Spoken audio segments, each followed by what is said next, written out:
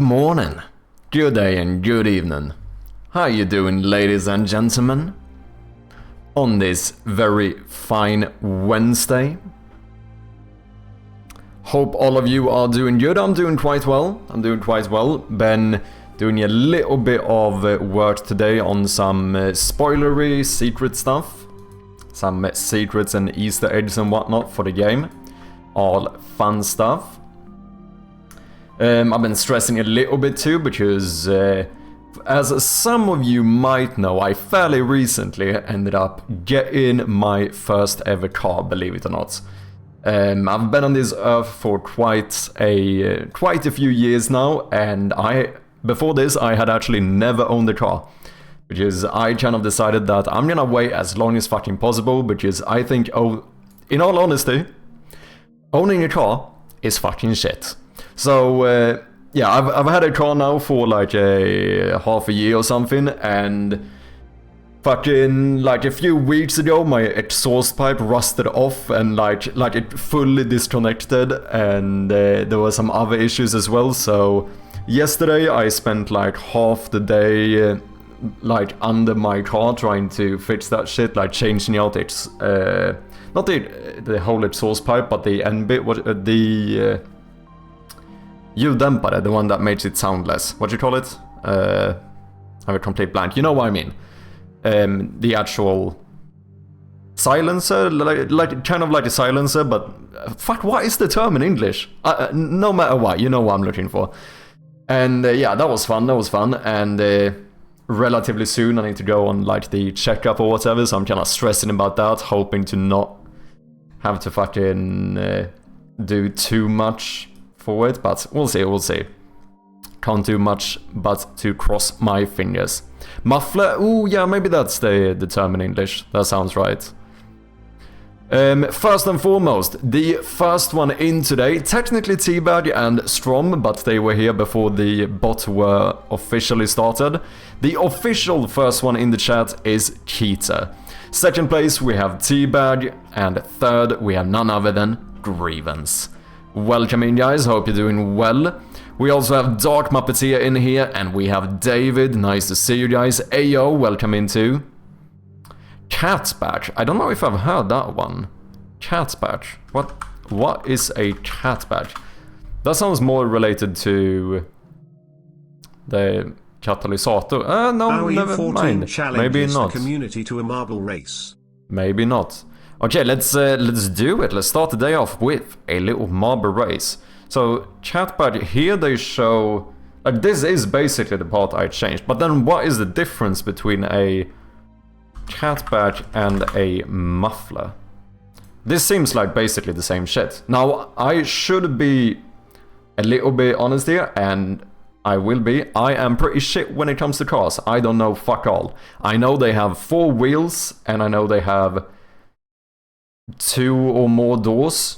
And yeah, that's about as far as my car knowledge goes. Now, I mean, I do know a little bit more, but I am certainly no mechanic. I don't know anyone who is able to fix cars and code as well. You're such a Chad. I mean, I can't take credit for that, because what I do is that I go and I look at my older brother with a bit of dog eyes, and I go, please help me, because I don't know what the fuck I'm doing. And yeah, that's basically my strat. So I don't know if I can take too much credit here.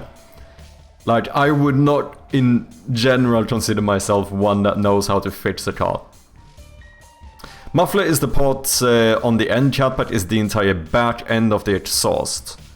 Front end is the downpipe. Okay, so then maybe it is the Catbatch, because I had to change like I suppose the muffler, as well as like half a meter of exhaust pipe or whatever. So I guess maybe that it's like the last portion, the last 30% of the exhaust pipe in length or whatever. So I guess that's maybe a Catbatch then. Honestly, if you can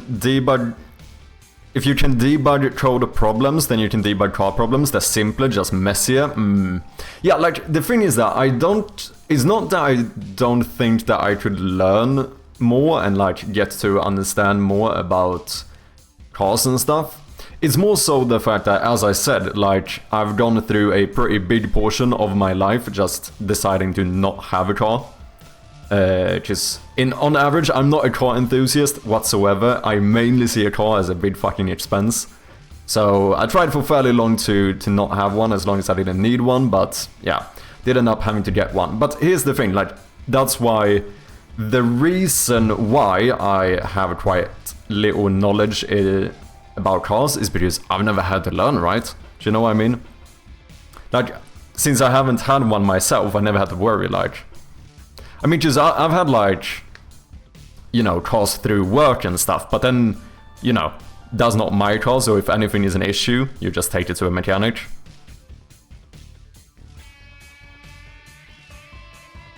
Yeah, that's the chat patch. It will often have a resonator on it too.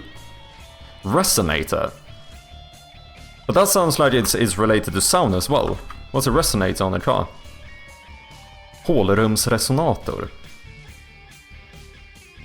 Oh, I see. So this is not... I don't even know if I have one of these on my car. Wait, but this is... That's the muffler. Oh, no, wait, the resonator. Wait, but... I'm so confused. I wonder if it could be the case that my resonator and my muffle thing is the same thing in my car. Like, it's one big thing, potentially. Because between my catalytic converter and, like, the end bit, there's only pipe, if that makes sense. Just make your exhaust debug.log. Techbox North, welcome in, man. Hope you're doing well. Yeah, didn't you get one just earlier this year? I did indeed. Soulflame Studio, good to see you as well. Oh, that, you actually sent the same exact image, that's funny. Yeah, I'm starting to wonder if potentially, like, this part as well as this part is just one in my car. Because between the catalytic converter and the end bit, there's only pipe. So I think that's possible, that maybe this is just combined. Maybe. I don't know. Hey, Techbox North with the Prime subscription. You absolute legend. Thank you very much, man. Truly do appreciate ya. Also, we had a Teabag Beer Can with the pre-stream sub today, also a Prime sub, about 2 hours ago. So, absolute legend you as well, thank you very much, man. There's definitely simpler systems. We have people around here that run straight pipes from the engine out to back, no inspections, oh fucking hell. Okay, what should we do? Well, first and foremost, we had AO challenge the community to a marble race. So I think that is what we're gonna start off with right off the bat. Of course, if you haven't checked out my main game called Shroud of Gloom, go ahead and do so. It's out on Steam. The demo is out on Steam as we speak. And make sure to wishlist the game as well. If you have played the demo, of course, make sure to leave a review. We are currently sitting at 77 reviews on Steam, so 23 away from 100, which I think is pretty fucking sick. So thank you so much to anyone that has left a review on the demo, greatly appreciate it. But like I said, we're gonna start this off with yet another game about marbles, do a quick little marble race here. So AO, as the challenger, do you have a preferred map? Oi, oi, what's good? Strom, welcome in, man. How you doing? Good to have ya. Did it earlier because I thought I'd leave and meet our friends. Ah, okay, gotcha. Yeah, thank you very much, man. To anyone that has been supporting the stream, it does mean a lot. Ottershine, good to see you, mate. How you been? Let's start a little prediction here, as the new tradition is as well. So this is going to be whether or not you think that AO is going to win the marble race. Let me just set this up. Will AO win? Hell yeah, man, or nah? You have 2 minutes to gamble away all of your hard-earned channel points. The prediction is up right now. Gamedevable, welcome in as well, good to have ya. fired up my video Prime to watch Season 2 of Fallout, so I thought you'd get the Prime sub. Thank you very much, man. I still have to check the one. To be honest, I haven't really played that much Fallout. I played a little bit of Fallout 4. But I've heard that the series is supposed to be surprisingly good, isn't it? Because in general, it seems like game to movie adaptations don't do that well. But it seems like from what I've heard that this one has done fairly well. Choose the teleporter, let's do it. Exclamation mark, join in the chat to enter the race. We also have about half the time remaining in the poll. It's currently 50-50 with 110 points bet both for and against the challenger. So if you wanna gamble some points, potentially get a little return on your investment, go ahead and do so now. New Vegas is great. Yeah, I've heard quite a lot of good things about the older ones. What is it? Fallout New Vegas, and there's the Fallout something number, isn't there? Isn't that one fairly well regarded too? Actually, in the series in general, how well regarded is Fallout 4? Like compared to, say, New Vegas or the other one. There's one with more numbers. 70 Fallout something 76? Fallout 76, oh, that's the name.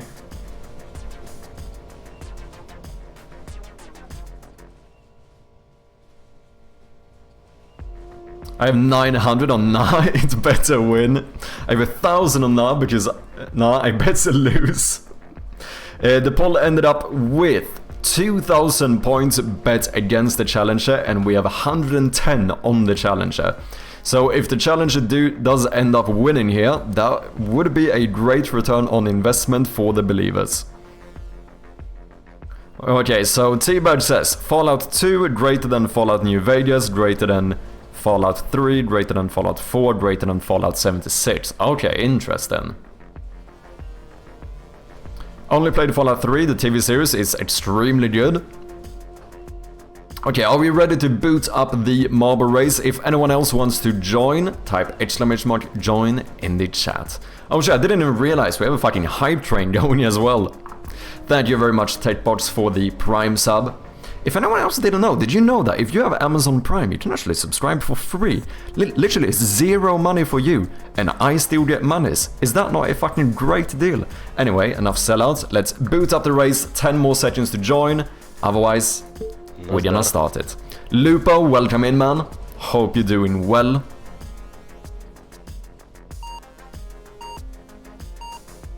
Let's see how we do going into the first teleporter. Quite a few marbles get caught up, but we have Ayo, the challenger, actually with a pretty good lead into the spinner section here. First into the Plinko section, so far taking a pretty good route as well.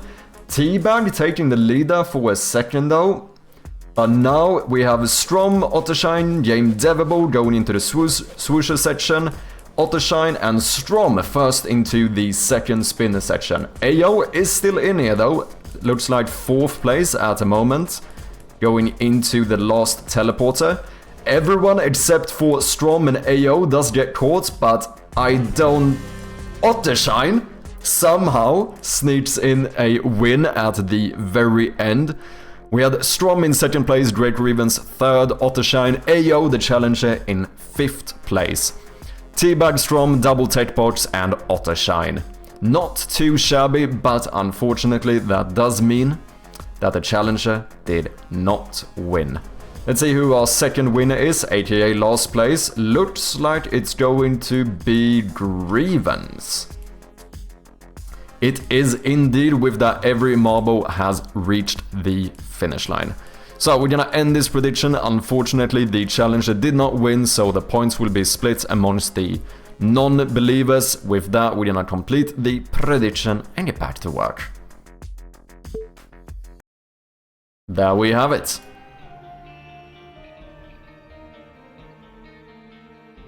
So like I said, I've been working on a little bit of secret stuff today. Before the stream, I had some fun ideas that I wanted to get in there. So far, feeling quite good about it.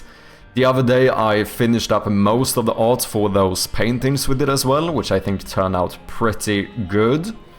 Something that I think we might start having a look at today, though, is something I've been thinking about for a long time. I don't know if we're gonna be able to actually finish this, but I think at least doing some research and or planning would be good. But I honestly think it would be fairly good to update the Steam page soon. In regards to a few things, some which I have mentioned, some I might not have mentioned.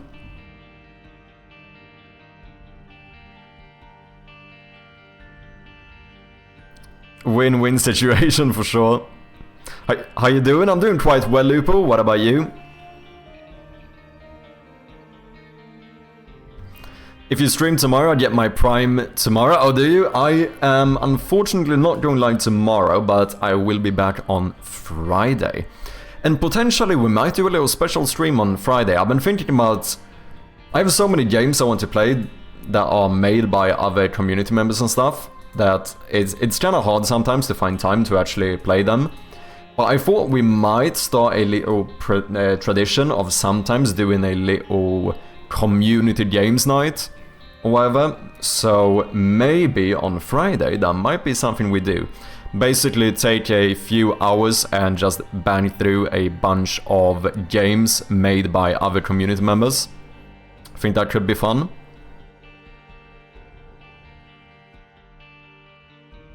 Did you make this marble game yourself? I think I've seen you coding it. I did indeed. Are you actually kidding me? I got second to last. You still won the prediction though, so that's always something. I mean, since the challenges were not super confident this time, I guess most of you got like 10 channel points or something, but you know what? It's objectively more than 0, right?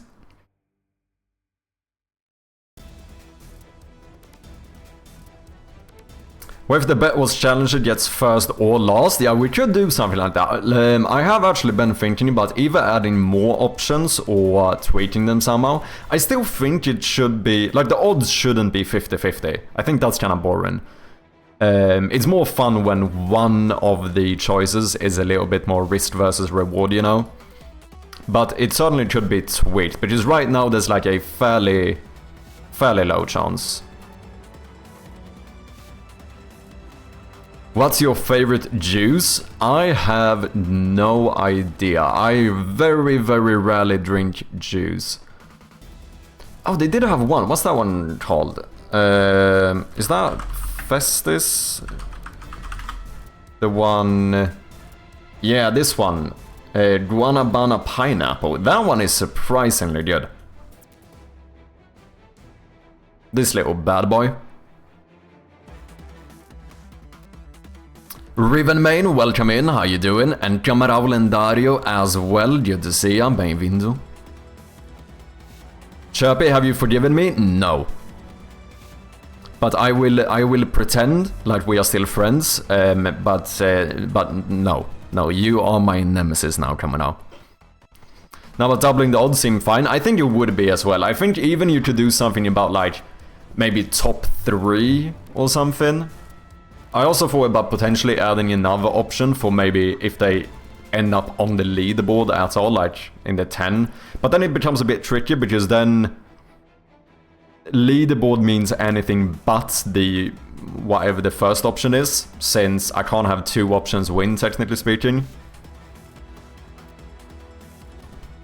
I'm just messing with you, coming out. But yeah, like I said, I think it would be good to do some updates to the Steam page. One of the things I've been talking about for a long time, which I kept on postponing, is that I really need to update my screenshots. Like, I've made the game a fair bit lighter or brighter. I want to take a moment to recognize the work you have been putting in the project, the production value and atmosphere, but above all that the consistency is what making it the best and bringing your energy every stream. I'm genuinely happy being part of the community. Keep doing what you are doing, keep pushing forward and trust the process. W Chirpy. Oh, thank you so much, Rivenmain, that truly does mean a lot. And Honestly, one of the reasons I keep showing up consistently is because of you guys as well, so, you know, some credit goes to you guys too. I wouldn't be here if it wasn't for you guys turning up as well. But thank you very much, Riven Main, that does mean a lot.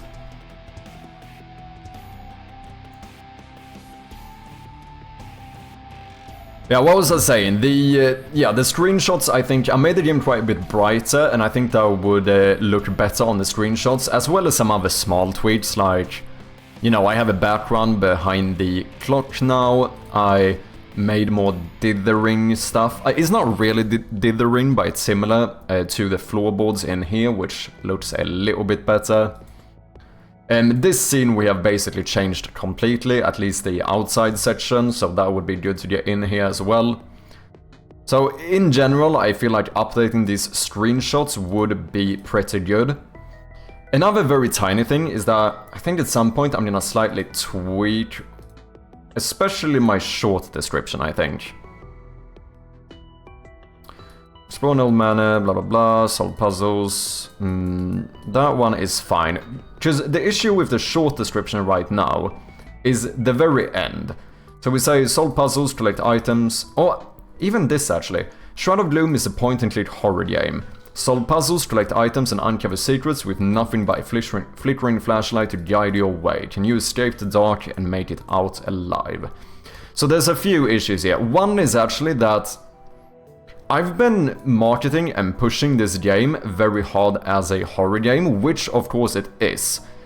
But it's one of them issues where sometimes when I think about it, like gameplay-wise, it's way more of a puzzle game, right? Which I think is kind of natural. I think that maybe is the case with quite a lot of horror games. But I do feel like maybe it would be better to kind of phrase this as a point-and-click puzzle game, but with like a horror theme, or like with a horror twist or something like that. Do you know what I mean? And then the can you escape the dark and make it out alive? This makes it sound way more like a escape room type game, which to be fair, the game pretty much was in the beginning, but that has changed a little bit now, so I actually don't know if this makes as much sense now. At least not can you escape the dark. Make it out alive I think is fine, but maybe this should have been something like can you solve the mystery and make it out alive? You know, something like that, like, that puts more emphasis on the fact that, like, you know, you're here actually trying to do something, and once that is done, you also, you know, want to make it out alive. Because this makes it sound a little bit more like, I feel like the first idea someone might get here is that, you know, you're trapped and you have to find a way out, which once again was the case in earlier versions of the game, but that has changed, so I don't know if this actually makes as much sense anymore. I feel like some small tweaks like that could be good. And then we have the big one, which might be one of the most important, and I think maybe one of the harder things to do, which is that I think it would be good for me to update my capsule art. I know I've already done quite a few updates to the capsule art. We've had like 3-4 versions of it already. I was quite happy with this, like more, what you call it, more illustration for the capsule. But one of the issues that I've actually had a few people react to is the fact that like it doesn't actually show off. Like, I don't know if this shows off enough of, like, what type of game it is. Like, because this just looks... Like, if this is all you've seen about the game, the only thing you get from this is, like, okay, it's like a horror game, right? And I think we could do something better, and potentially maybe show off more of the art style in the game. Like, I did try to do that here with, like, the 1-bit element, or, like... The color palette is obviously the same, but then this is illustrated instead. But I think maybe... I don't know if potentially I might actually go back to having a pixel art capsule, but maybe doing the logo illustrated. Because one of the issues about doing everything in pixel art is that it's very hard to scale it correctly, so in some images the the logo might end up being like far too small, etc. And that could turn into a bit of an issue, because I don't know if I wanna redraw like 7 different logos in pixel art for every resolution I need to scale it for. That's a bit long. Let me actually check the... can we find the pixel art tag? It's like pixel graphics, right?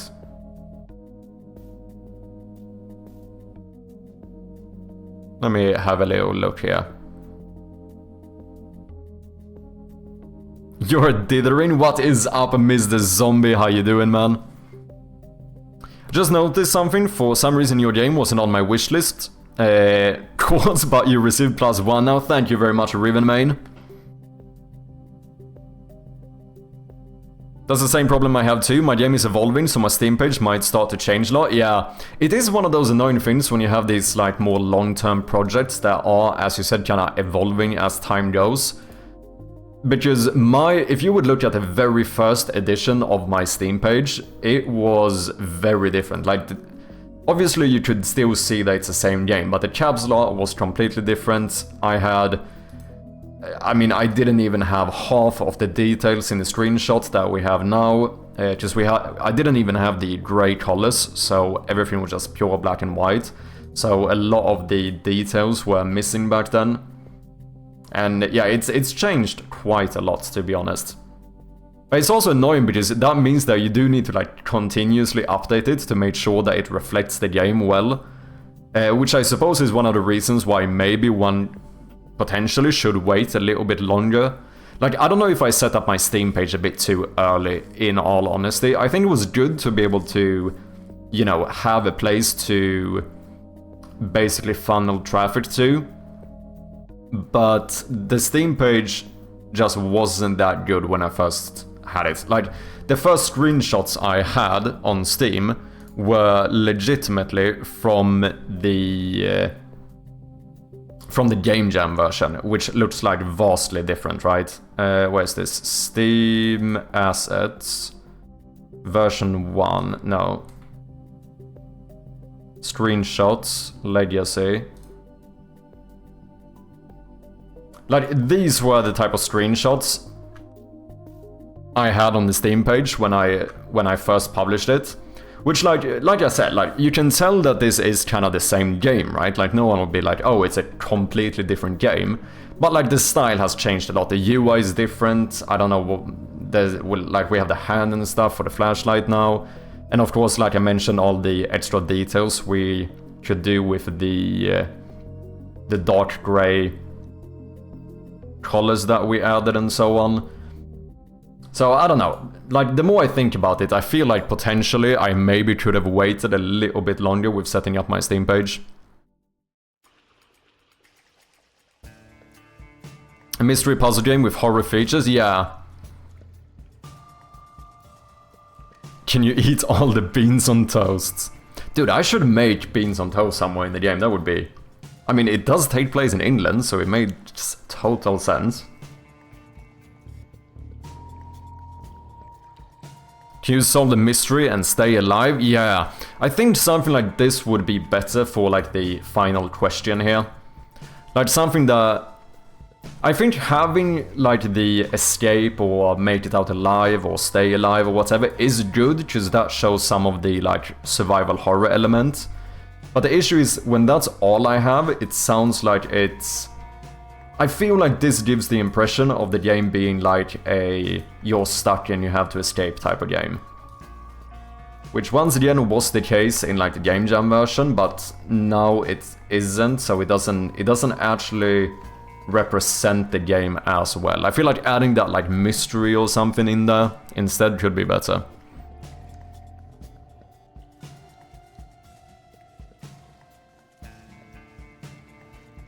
Put a Sherlock Holmes cap on the guy in the door.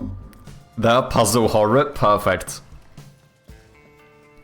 I think showing the front face of the house with something staring out of one of the windows could paint a good picture. I think so as well. I think something along those lines could work. I think Maybe also having something that potentially shows it more as a puzzle game too. I don't know about maybe having like the small version of the clock or something. I don't know. First, let me check this. What I actually wanted to see was, do we have games that do... Okay, Binding of Isaac does full illustration, Terraria full pixel art. I want to see if I have a game with pixel art but illustrated logo. Most of the time I feel like they do one of them.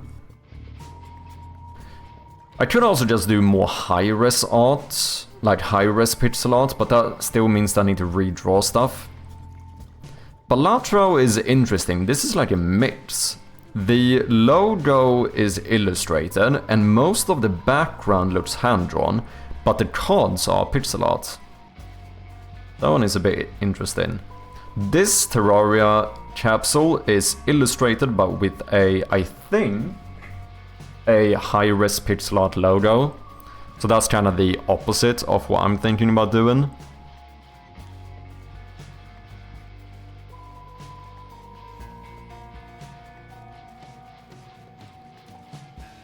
Full-on pixel art, full-on illustration. Okay, so this is kind of what I'm thinking. Having the background, the actual artwork, be pixel art in the style of the game, but then having a illustrated logo instead, just to make the scaling and stuff easier. Potentially. I don't know, it's tricky though. I know if you would also like Chris Zuchowski, he's a little bit iffy on the whole thing about doing pixel art in the capsule. But sometimes I do feel a little bit like one of the more unique things about my game is kind of the style. And maybe that is something I should try and show off better. Slots and Daggers is similar. This is a pixel art background but with a illustrated logo.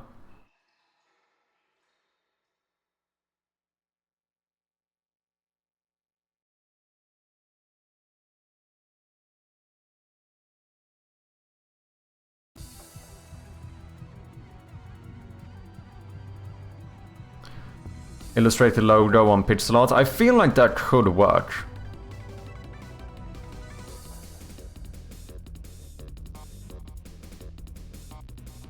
I actually kind of prefer that more than the opposite, like having a more pixel art logo but then illustrated artwork. I think I prefer the opposite, to be honest. Also, not biased at all, just because I have a non-pixel art logo. So it's way easier for me to do it that way and then just grab art from the game. I know this is the whole thing where technically I'm supposed to hire someone to do this because this is one of the most important things for the commercial success of the game, yada yada, but you know what? Ain't nobody got time for that. Because I've seen a few games that that did get me thinking about this. Like, I actually think that a game like Riddlewood Manor managed to do a quite good capsule art or capsule image. Because I feel like it shows off the art style of the game, right? And I feel like you kinda, I don't know why, but it feels like you still kinda get the point and click puzzle game vibe from this. But then obviously with her looking out here, you also get a bit of that like horror theme.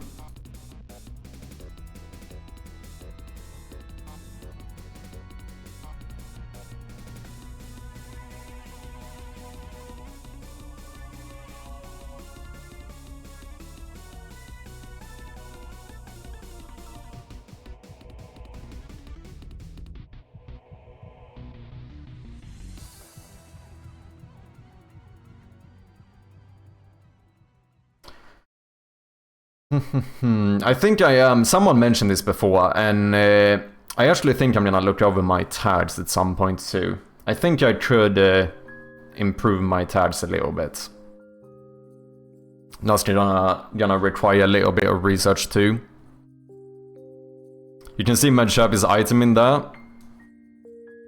Yeah, look at this. What is this? What was? There we go.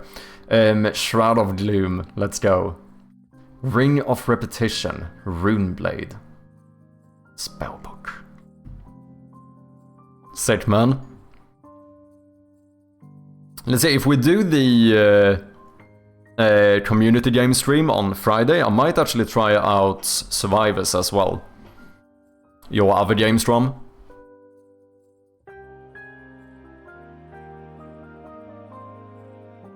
Dude, I'm rebuilding entire areas, yeah. Pretty awesome how far the game has come, been fun watching it evolve over the last few months. Cheers, man.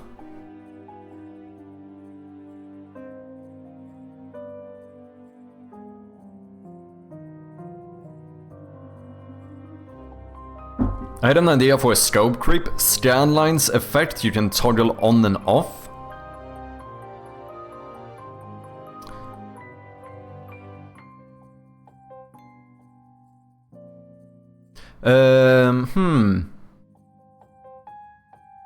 What do you mean by scan lines effect? Bulb Tortle, welcome in, man. Solve the mystery, escape with your life, the choice is yours. But that would mean that you'll die in the end. Why? Oh, do you mean in regards to grievance? Yeah. Yeah, just that one puts it as a decision between doing either one of them. Core Keeper is kind of like that, Sharpie. Let me check it out. Lepo, welcome in, man. How you doing? That one was illustrated, but it might be one of these where they use different ones. But this looks like, at least this one is illustrated, right?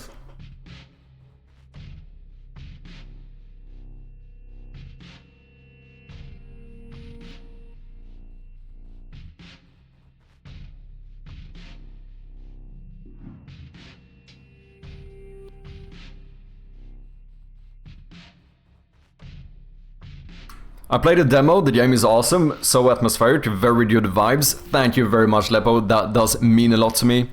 Make sure to leave a review if you haven't, that truly does help out as well. Love the ability to interact with the world, I broke each window with the hammer, a lot of people did. People really liked smashing stuff in my game is what I've realized.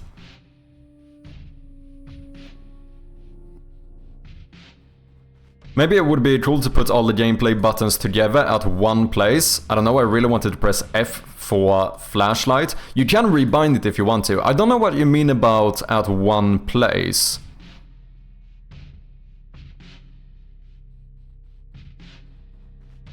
Because I would argue that my default key bindings now is at the same place. Like all the buttons are next to each other, which is kind of the thing that I ended up preferring, because I did try to have F for flashlight, M for map, I for inventory. The only awkward thing is that the way those keys are positioned, there's no way to like naturally hold your hand, which I found to be a bit annoying. Since you don't use like WASD for walking or anything, like there's no natural place to like rest your hand. That's where I did the classic like ZXC thing. Sorry, I'm a bit behind in chat here, but I'm trying to catch up.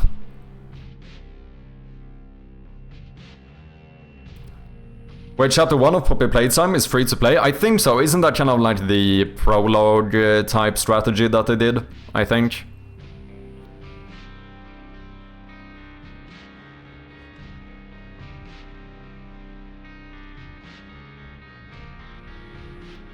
I just started a puzzle, oh yeah, the safe puzzle. That one has tripped over a few people, broke my flow. Maybe it would be cool to continue to add the clues to solve the puzzle, like I did with the hints already. But maybe eventually after like 20 attempts they will give the answer. The thing is that I don't know... I do feel a little bit iffy about straight up giving away the answer.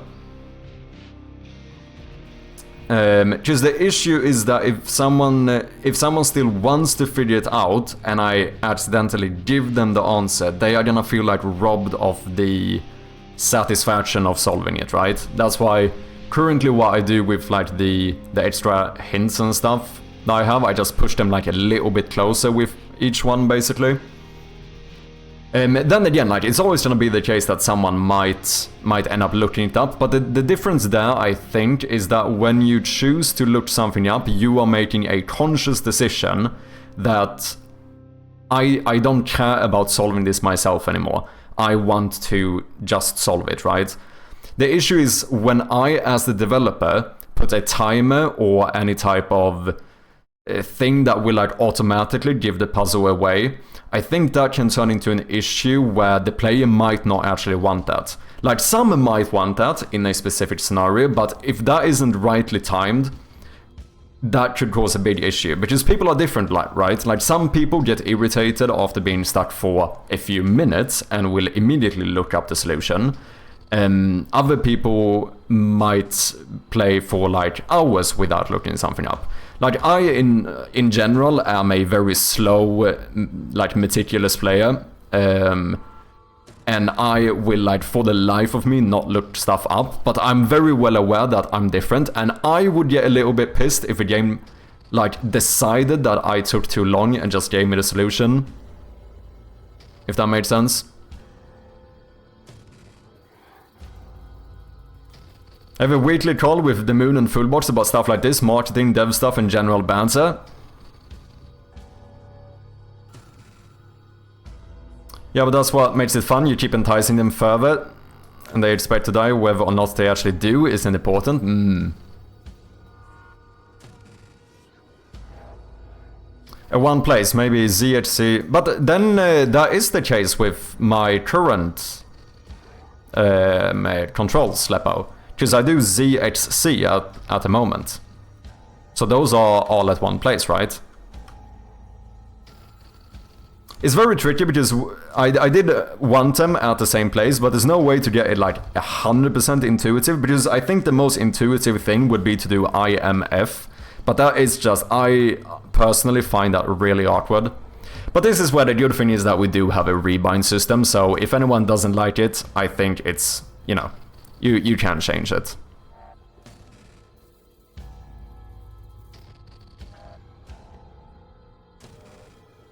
Personally, I enjoyed the game, the flow. I got stuck in one point. I really wanted to play further, but I felt some sort of frustration, and I had no desire to spend like an hour to figure it out. Yeah, and that's completely fair, by the way.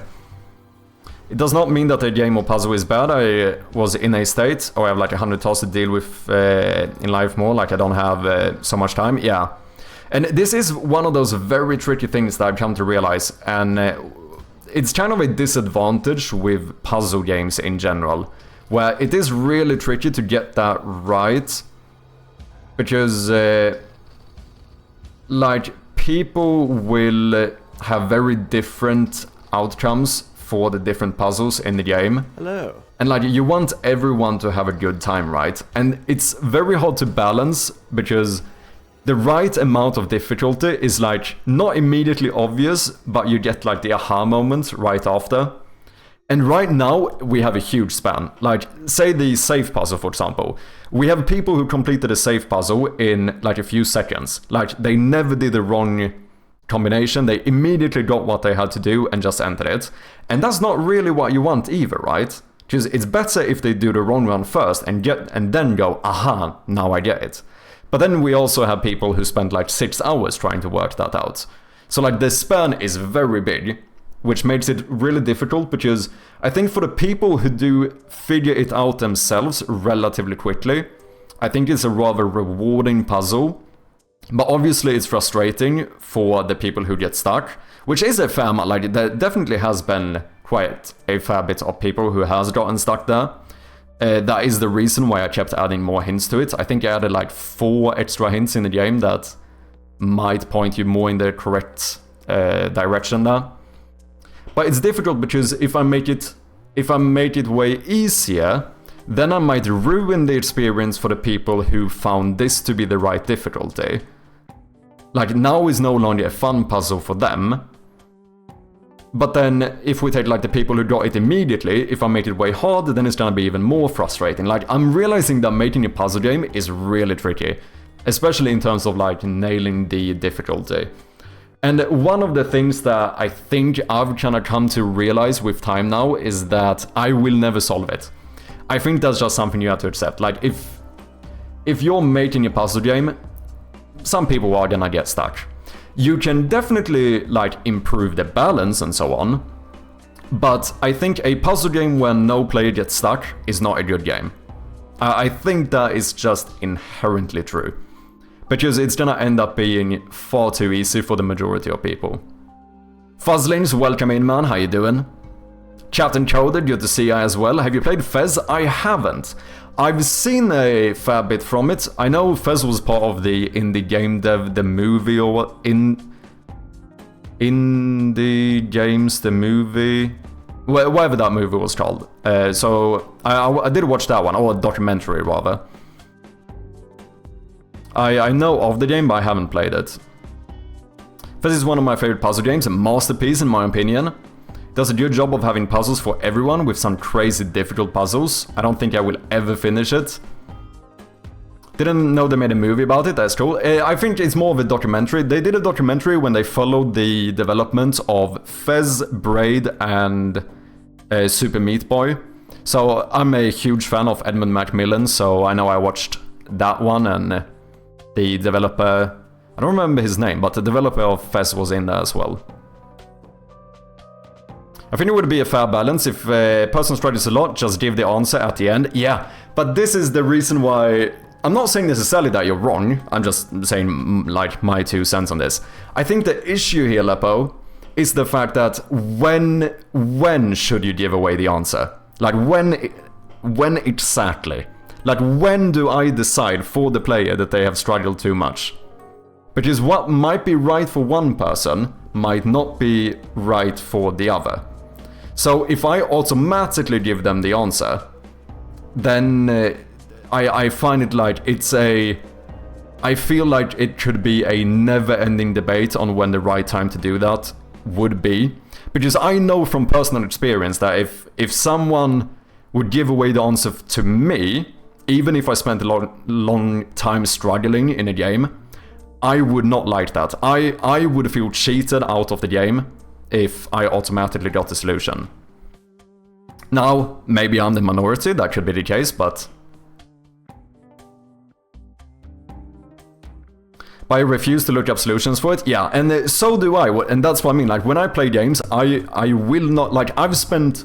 In, like, Dark Souls 1, there's moments where I spent, like, 6 hours not progressing whatsoever, because all I did was just run around and try to figure out where I was supposed to go. And I think if I would have an automatic one, like giving me a solution, I would feel cheated instead.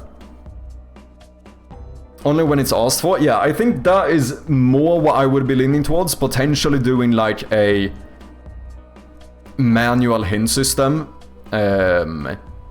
Because I do think it's very different if the player actively makes the decision that they want to have the solution. Do you know what I mean? I'm just very iffy about me putting like a number on when someone has taken too much time. Because I could do something where we say like, if 15 minutes or if 30 minutes have gone past and the player hasn't progressed, then something pops up and just gives them the solution or gives them like a really good hint. But then, you know, there's too many questions here. What if the player enjoys that struggle, like potentially me or Captain Coder would? Or what if they went AFK for a little moment and then it popped up? Like, at those moments it could be a pretty big issue, I think. 15 stream streak from Fuzzlings, thank you so much, man. At the same time, I actually have one of these takes on like even the manual hint systems too, which I think is a bit annoying. Which is the fact that like when you have an actual hint button, the player is more incentivized to take the hint. So someone who maybe would have spent another 5 minutes and then actually gotten the puzzle themselves and had a more rewarding experience, if they constantly have a hint button staring at them, they might actually have less patience, click that one earlier than they otherwise would have looked up the solution, and now they end up having a less rewarding experience because of it. Do you know what I mean? Like, because I played the game, what is that called? The Hill. Forgotten Hill. One of the Forgotten Hill games. And these games have this button, which this is constantly on screen. At any point, if you ever feel stuck, you can click this button and it will immediately give you a hint. And this is one of those things that, like, it's very good for, like, accessibility reasons, you know, I'm not trying to argue against that. But for someone like me, who does not like looking up the solution, even though I don't want it, it's way harder to not do it when I constantly have a hint button looking right at me. Do you know what I mean?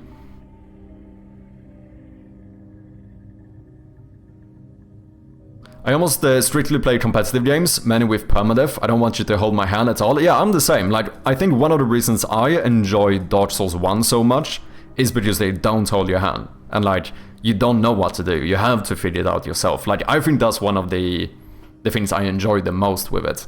But obviously, once again, this is subjective. I'm not saying I have the fucking objectively correct answer here. That's not what I'm trying to argue. I'm just saying how I see it, basically.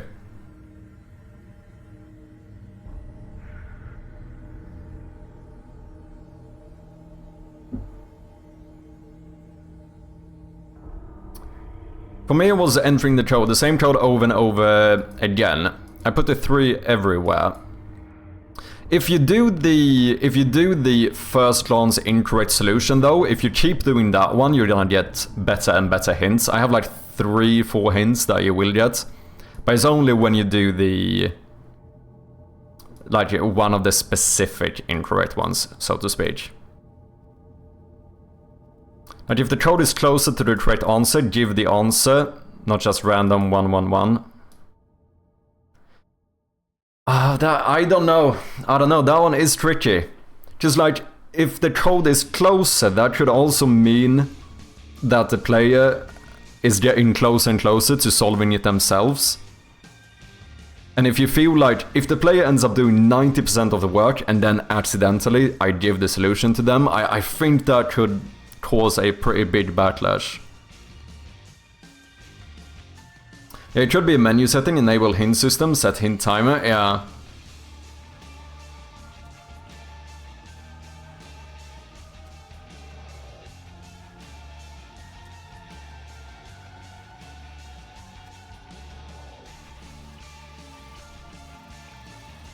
Hint button. You casually forgot the item, the beads.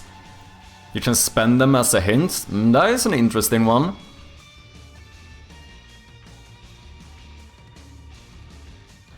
My idea for my game, which I paused, was the same. Didn't want to give hints, but from conversations, notes in world and stuff, that you have figured out the correct ending. You could play through and just don't get a good ending if you choose wrong. Yeah, no, I have added other, like, there are other, like, environmental clues that I did add, which helped some people do that puzzle. Like, they didn't solve the puzzle potentially in the intended way, but, you know, with other hints around the manner, you might actually be able to figure it out as well, which was one of the things I did to make it, like, slightly easier, because at first I definitely think I had a little bit too much people get stuck there. It's never been the majority. Like, the majority of people who get to that puzzle do complete it. But there's always been a few, or at least some group that does get stuck. And I do suppose it's mainly about, like, trying to balance or manage how big that portion is. I think right now it's like 15% maybe.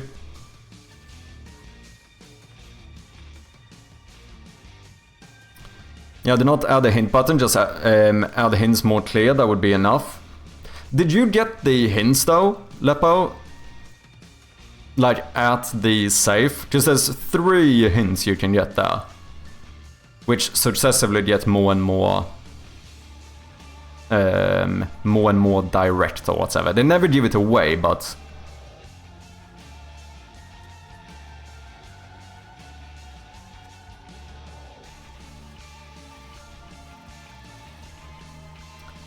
But the save you could do, like, if you put 10 times the wrong number, the save breaks and just opens up, or you punch it out of anger and somehow you put the right code in.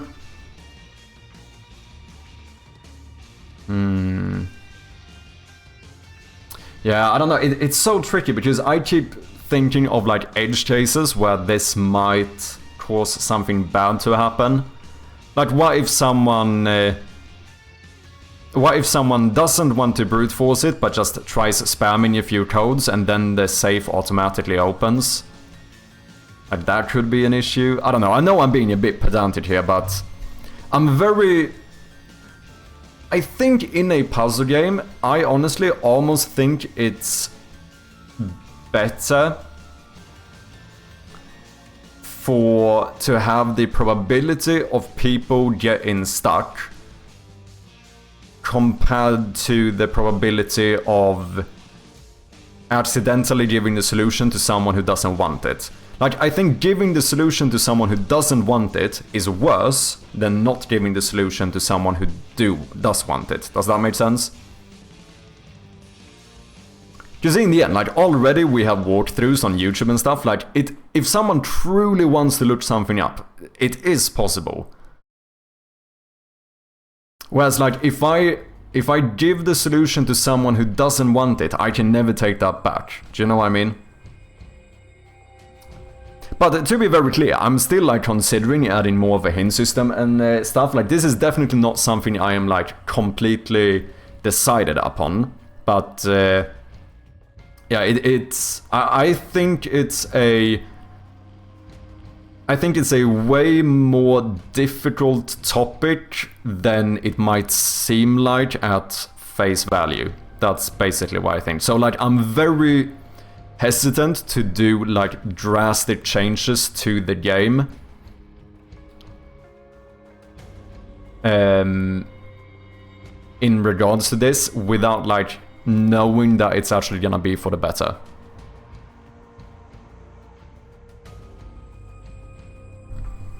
I think it's fine to get stuck and come back later. Yeah, and I think so as well. Like, I think it is unrealistic to make a puzzle game and to aim for no one to ever get stuck. Like, if anyone has played any puzzle game, like I doubt that the best puzzle game you ever played for like any person was like a complete breeze. Do you know what I mean? Because that, like, the puzzles that are fun are not the ones who are like instantly obvious, right? Like, if you immediately know the solution and there's like no challenge to it, then I think that goes against what a fun puzzle is. Like, I think the essence of what a fun puzzle is the aha moment. And there's no way to get the aha moment without either having some amount of challenge or having a misdirection or like a red herring or like somehow getting the wrong assumption first. Like, one of those things almost has to be true to get a aha moment, right?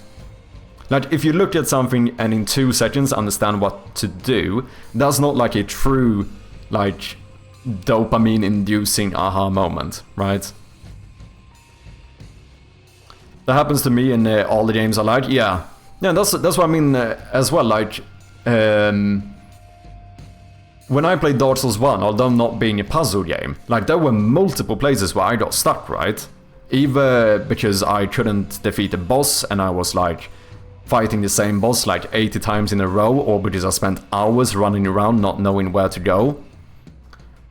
And I think that's part of the reason I enjoyed Dark Souls 1 so much. Like, it's one of my favorite games, and I think that is because it was a challenge for me to get through it. Like, if Dark Souls 1 would have been easy when I played it, I don't think I would have gotten the same enjoyment out of it. But yeah, difficulty is inherently difficult. I truly do think so. Yeah, it's a tricky place. The only thing I could say, I would rather let people enjoy the whole picture, enjoy the story, the vibe, not hold them from it. Because the story and environment is actually good, I would not hold them or stop them from enjoying it. Yeah. I think this is where I just have a different take on it, because I think making the game too easy could also stop someone from enjoying it. Because like in terms of gameplay, like the main gameplay element is solving puzzles, right? And for some amount of people, I think the enjoyment from solving puzzles is some amount of challenge.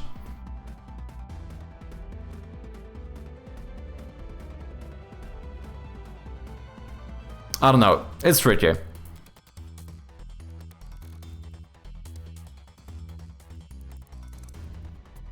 You can also track the player's close amounts. If the player close the game like 3 times at the current storyline progress, it means he's stuck like 90%, and next time you can give the answer, but not right now after 10 failed attempts. That I think a very, very small minority would ever see that. The vast amount of people who are stuck long enough to close the game 3 times probably don't open the game again. Like, I think the most likely thing to happen, if someone gets truly stuck to the point of rage quitting, they might open the game one more time. Like, I think people today have fairly low patience for this type of stuff. Which I guess is, if anything, maybe an argument for why I should have more clear hints, but yeah, I don't know. David with the 7-stream streak, let's go, man. Yeah, I think you let people who need help lean on YouTube, yeah. Yeah, just like, no matter what, it's always gonna be possible to look up the solution. Now, I don't think that's a good thing, inherently, like, obviously I think it's better if people don't have to look up the solution, but at the same time you could also argue that if I have a, like, instant give me the solution hint button inside of the game, you know, that is the same as looking it up. I don't know if that actually makes the experience that much different compared to Googling the solution, if that makes sense. You rather have a smaller number of people that love your game than a large number of people who think it's fine. Yeah, that's one of the things I kind of do keep in mind quite a lot with this. Because I think if I tried to... what's the term you use? If I tried to fucking cave for every... No, that's not the term. If I tried to, like, adapt the game to every player to make them have the, you know, the most smooth experience throughout the game, I think that would make a very lackluster game. Yeah. I think that is kind of inherently the case. Because that is kind of like making all the puzzles immediately obvious in a game like this. I feel like it's kind of the equivalent of making a Souls-like easy. Like making it so that you almost cannot die in a Souls-like game. Which is like... I don't know, it leans a little bit towards the... For me, the thought of like, what's the point then, if you know what I mean? But once again, I'm not entirely set on this. I might do more balancing. I might end up doing some form of a hint system, maybe an easy mode. I don't know. It's not...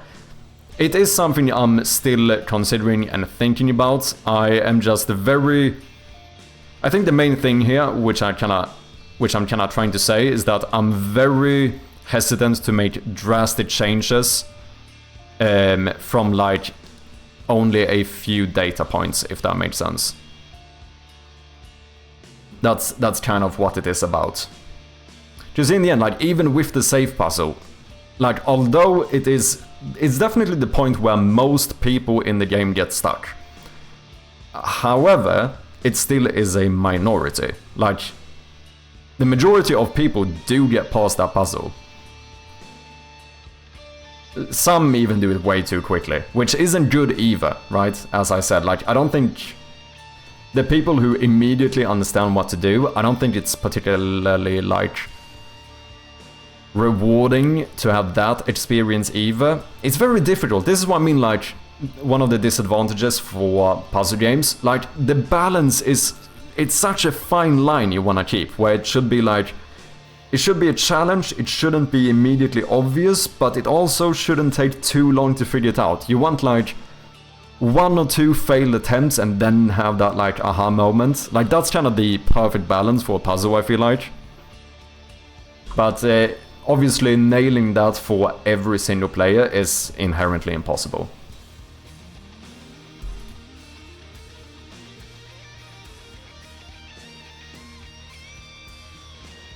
I think this capsule is actually really good. Because, I don't know, I think right now my capsule art is leaning way more towards horror, and I think it should lean maybe more towards puzzle. Like, it should show off the game maybe more as a puzzle game than a horror game. Although, obviously, it is both. But it's a... ironically, once again, it's a balance here, isn't it? Let's look at other point-and-click games.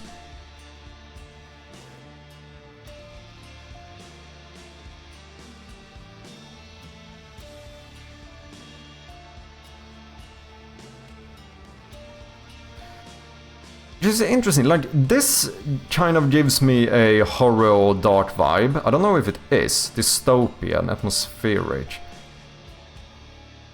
But it's something where just having, like, the post-it notes there gives me more of a puzzle element to it as well. I don't know if I'm reading this correctly. Biometric data harvesting empire from scratch. Hardcore thriller clicker.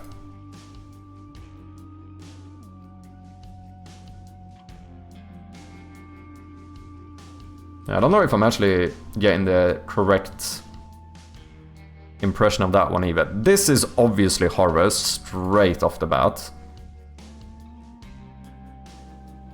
But is this point and click?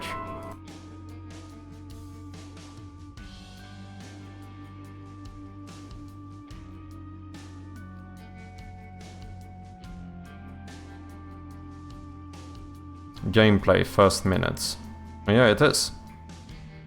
It's like a 3D look around, but point and click. Holy shit, they also have a car with a little notepad. It's also in a house, and the first objective is to enter the house. Wait, this is my game! I'm joking.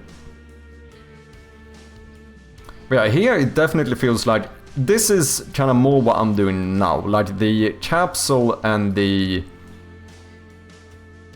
probably the short description as well sell it way more as a horror game. Although I'm not entirely sure if that is the case while playing the game. Like, because the first thing they say here is like solve puzzles, gather clues, unravel the mystery. Like, gameplay wise, I feel like that's actually more of what you tend to do in these type of games. And maybe that's a argument for why the capsule should represent that a bit more.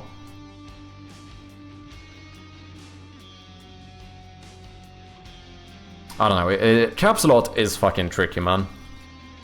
Because some of them do well with really simple stuff that don't really represent the game. Like looking at Sally Face here, I think this is a fairly well-regarded game as far as I'm aware.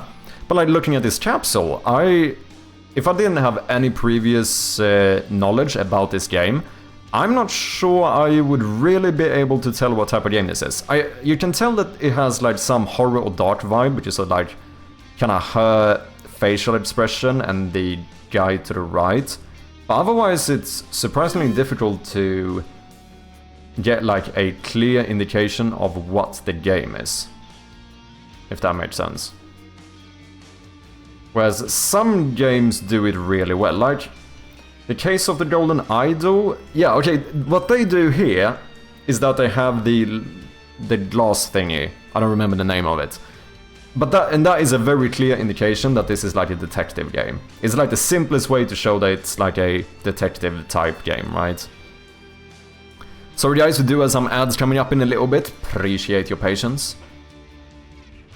Same thing here, I guess. Looking glass thingy. Looking glass. That's not what you call those? Inspection glass. I don't know.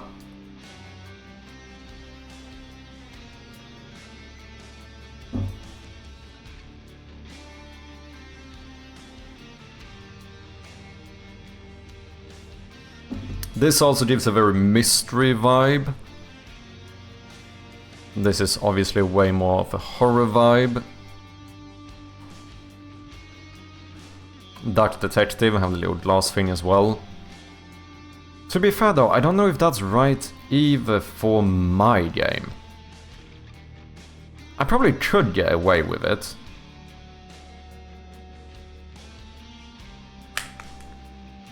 Because it's a very clear indicator that it's like a puzzle, clue, or mystery game, I feel like. This kind of gives off both, to be honest. Like, it definitely has a dark vibe, but something about, like, especially these two guys' expression and stuff, I feel like gives off the, like, puzzle adventure vibe as well.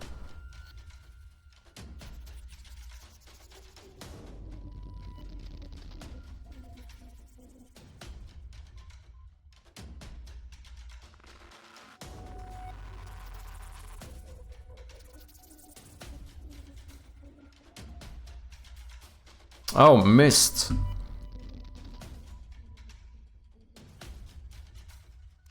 This must be a remaster, right? This looks way too good. This is not the original. Release date 2021, but I doubt the original one was released on Steam. But this is a remake or something, right?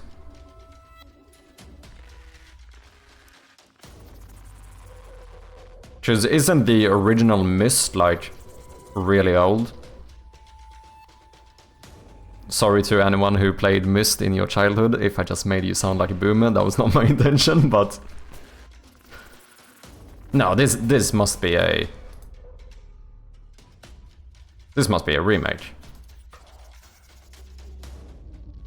Or a remaster. Yeah, I don't think you had free movement in the first one.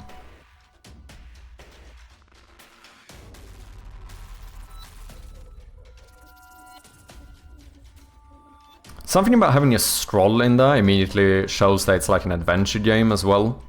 That wouldn't work for my game, but... There's a lot of these things where there's like a specific item or object that you can use to immediately show what type of game it is.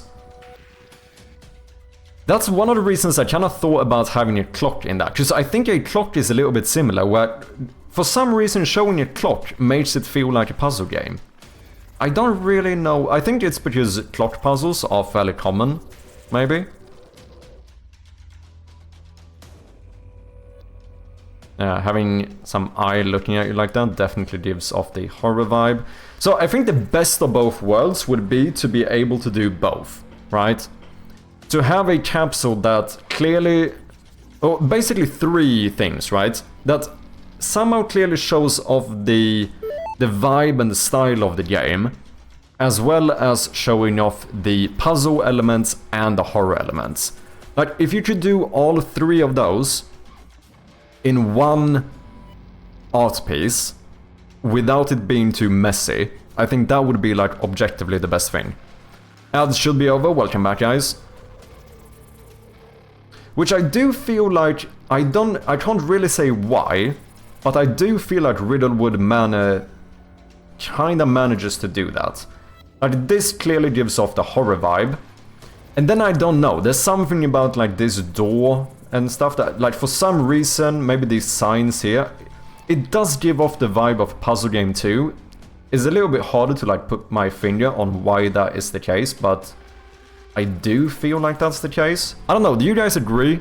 Do you get a puzzle game vibe from this? I do, but I struggle putting my finger on exactly why.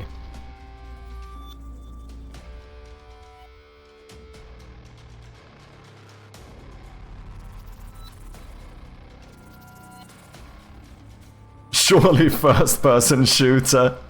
What is up, Spectacular? How you doing, mate? thinking about redesigning my capsule art for like the 3rd time here.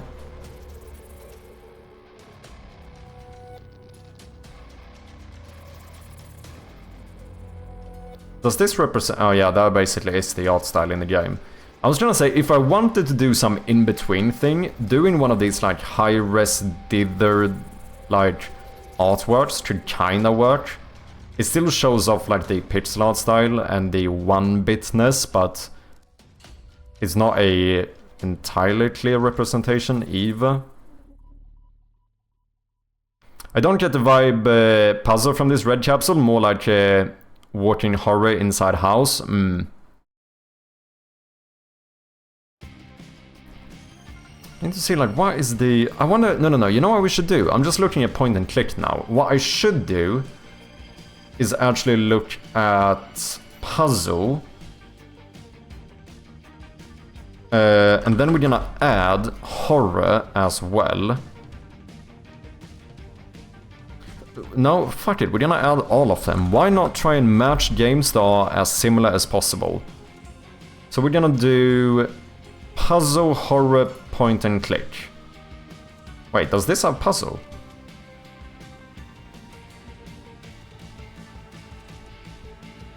This doesn't have a puzzle tag.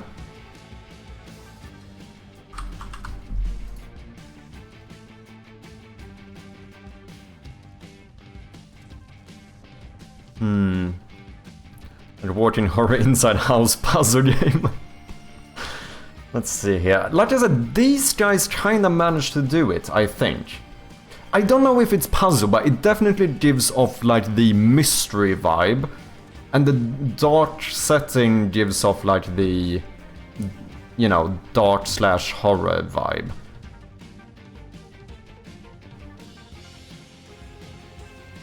Flashlight, I suppose, is another good item. But I'm not entirely sure how to do that. I did do some testing before. I wanted just to see how this looked, but I don't think I can do the pixel art logo. But maybe what you could do... Because dark and horror are fairly synonymous or whatever. Right? Like, showing off a clear horror element or showing off darkness... I don't know if that distinction actually matters that much.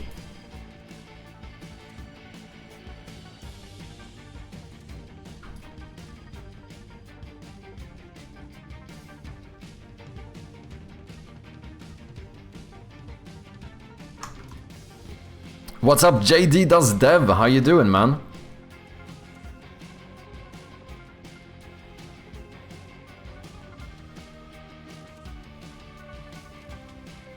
I guess I could try and get like the actual flashlight in there, and then...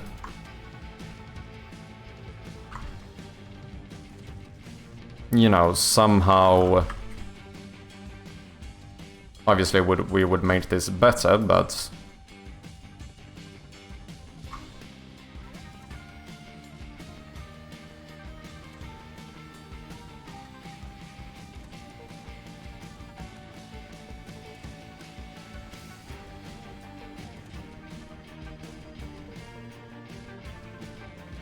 Like, if you could show that one, kind of lighting it up or whatever. But... I don't know. It gets a bit messy.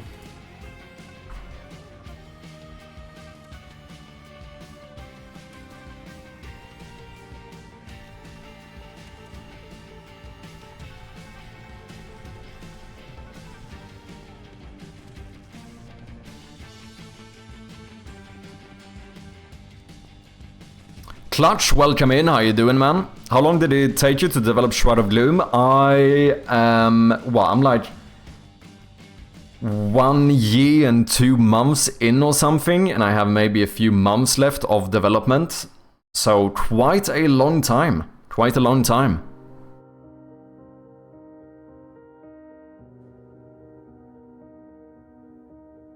Will you do the capsule art yourself or hire an artist? I think I will be irresponsible and do it myself. I think so. I've done all the other ones myself so far. The first one was definitely not good enough. The one I have now I think is okay, but I definitely think it could be improved. I probably should hire an artist. This is a little bit of one of those like do as I say, not as I do type situations. Like, this was the very first capsule art I had, which I don't think this one was great. Once again, also leaning way more towards horror. I feel like it would be good to get more of a puzzle vibe in there. The community to a marble race. Let's do it. Did you see the Kenny thing for making Steam assets? I don't think so. What is that? But you spend a lot of time on your side project too. I mean, that is fair. That is fair. Which we're gonna do a quickly run of right now. Spectacular as our redeemer, our challenger. Do you have a preferred map?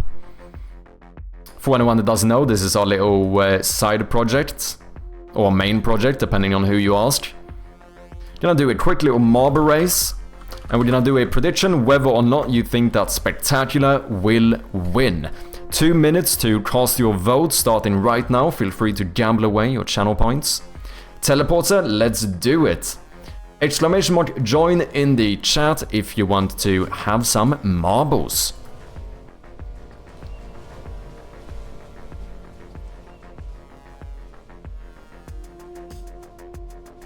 Spectacular coming in right now. He has a 100% chance of winning. Not anymore, because we also have Mothersheep and Teabag coming in with some marbles. How you doing, Mothersheep? Welcome in, man. We currently have 4,000 points bet against the challenger and 0 for the challenger. If someone just bets 1 point on the challenger side, that could be a great return on your investment. Scarlett, welcome in. How you doing? Kenny added a app with all-in-one that you can use to create the assets, all the store assets at once. I think I've seen I don't know if that's the one, but I've seen something similar. The only thing that I struggle with a bit there is that if I'm gonna go for the pixel art artwork, I don't know if those programs is going to handle the scaling correctly, are they? I have a inkling that that might not be the case. But I know I've seen something similar where you can basically, with a few clicks, get all the different resolutions and stuff. We currently have 20 points on the challenger, 4,000 against the challenger. You have a few more seconds to cast your gamble if you'd like to. Are you a full-time developer? I am indeed. This is what I do full-time. Not sure if I should bet at all. On my Twitch recap, it said I gained like 20,000 points and I lost like 35,000. Damn. Gamian, good to have ya. Going great, stream was good. Now just lurking here a bit and getting some food. Are you working on a new capsule art today? Yeah, at the very least I'm doing some research. I doubt I'm gonna finish it, but I think I've been thinking about it for a long time. I think it would be good to update my capsule art to like more clearly represent the game, if that makes sense. The prediction is over. We have 99% of the channel points bet on the non-believer side. Holy shit, if Spectacular ends up winning this, the people who bet on the challenger are going to have a great fucking return on their investment. If anyone else wants to join, type exclamation mark join in the chat, otherwise we're gonna be starting in about 10 seconds. Saxidat, welcome in. How you doing, man? Hope you've been well. Here we go into the first teleporter. A lot of marbles getting caught out, but we have Grievance and Gamedevable getting through. I see at least 2 Spectaculars, not too far behind though, going into the Plinko section. Grievance does take the lead there for a moment, but gets bounced back. Spectacular, our challenger, first into the swooshes with a pretty big lead. Does struggle a bit here though, but does manage to get into the spinner section first. Just kicking out Teabag there for a second. Same thing again. Let's see how he fares through the teleporter. He is just going to miss the fan. But no! Great Grievance manages to steal the win in the very last second. TechBot's North second place, gamedev third, and our Challenger Spectacular in 4th place. Holy shit, what a turn of events. And then we have the double teabag, Great Grievance, TechBot, Sachidak, teabag. And in last place, I think we have Sachidak, our second winner. Holy fucking shit.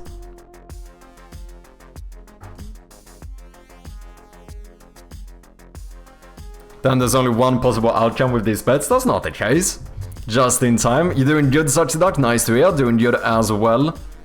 Rigged? It's not rigged. It's skill issue, man. I'm sorry, but it is skill issue.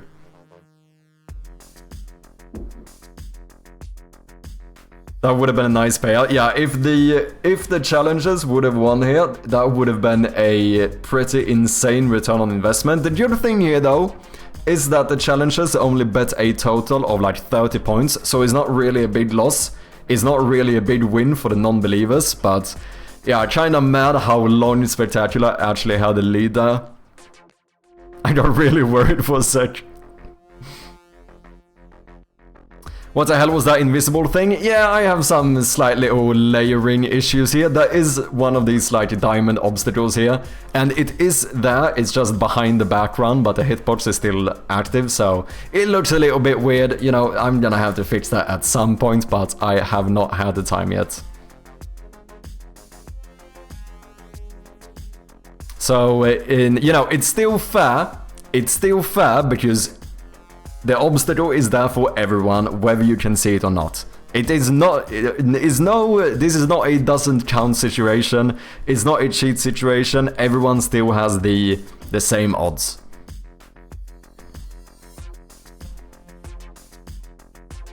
Did you know that there's an actual marble game on Steam that you can play on stream? I do know it, I've played it myself. I think I have quite a lot of hours in it even, if you're thinking of marbles on stream. Pretty, you know, descriptive game title. It's truly this way, just Chirpy made it himself. Exactly. I usually pitch this game as a shittier version of Marbles on Stream, but in 2D. It only hits people that predict, yes, I saw the code, that is not true. I missed the marbles, sorry about that one, Luasoft, but welcome in. You need new, better maps? I do. But I also need the time to make them.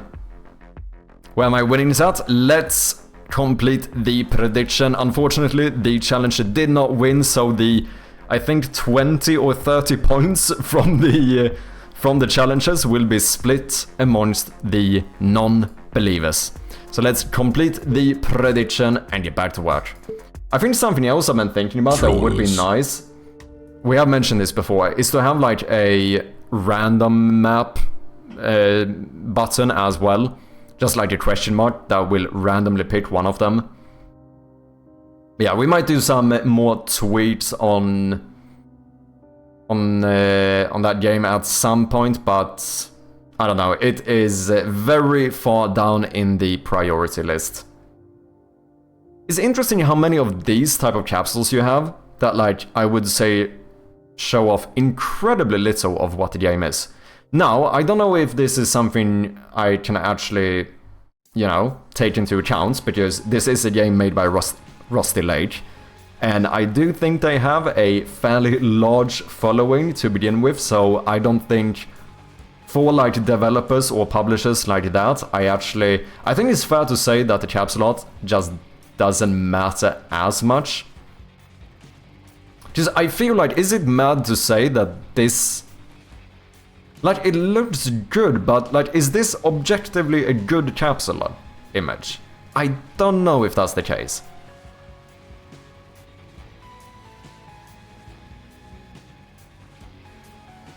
And then Wait 1 had some flashlight going on in cover art. I don't know if that's useful for inspiration. It could be, because I think there are a few of those elements that are really good at showing off what type of genre the game has. And I think flashlight is one of those. I assume it's this one. Yeah. Just like flashlight immediately gives you the vibe of like investigation or darkness or something that both are fairly good. Let's actually do this. Let's make a new. Let's make a new page. We're gonna call this one Capsule Art Ideas. Like, I think the goal, or like the best possible thing that we could... What the fuck am I doing? I think the best possible thing that we could do here is to clearly show off the fact that it is a... like to imply the puzzle as well as the horror genre and potentially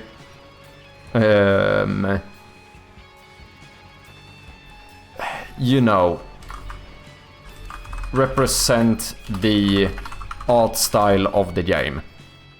So the one I currently have, I think quite clearly shows off the horror genre. I think it very loosely shows off the art style of the game. Like, the palette is correct, but it's still very different. It's maybe even more minimalistic. And it's not pixel art, but it's still like in some manner shows off the art style. But it doesn't imply puzzles whatsoever. And I do think that there are some of those like objects that are pretty good. Like, as an example, I think potential objects that are good. I think a flashlight quite clearly shows off like investigation or obviously darkness, which works surprisingly well both for the horror genre as well as for the puzzle genre. Like, both kind of being represented by the same object in some manner. Some other ones are the... what do you call those, like... zoomy glass thingies?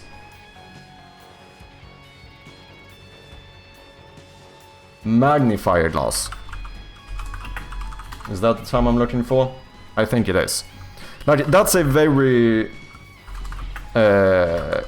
conventional object to see in a lot of like puzzle games and so on, because I feel like this fairly reasonably shows off also investigation, maybe some mystery, and potentially puzzles. I don't know if that's right for my game, I'm just like throwing ideas out there right now. For some reason, I actually think a clock works as showing off the game as a puzzle game too. Once again, I don't really know what the correlation here is, but I think it's because clocks are fairly common as a puzzle object. Because I feel like just seeing a clock makes it feel more like a puzzle game. It's one of those things where it's like kinda hard to put my finger on why, but I feel like that is the case. When will you remake it into 3D marbles? Probably never. I don't know, I definitely wanna try 3D at some point, but I am a little bit hesitant to do it, if I'm being honest.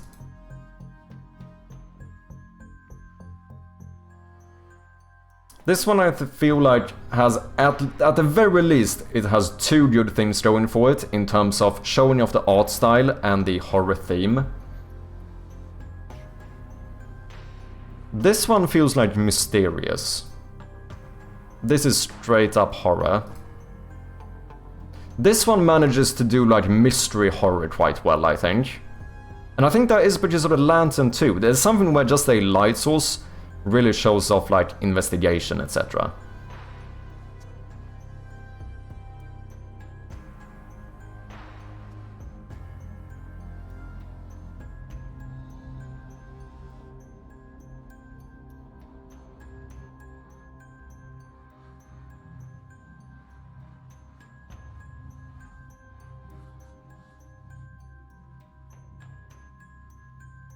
a key. Let's do... no, fuck it, let's continue like this now. A key immediately feels like a puzzle or like mystery game as well. But I don't know if I want to do like big, like small objects big or whatever. Don't know if that is what I'm gonna go for. Feel like that's trickier to pull off in a good way with my art style.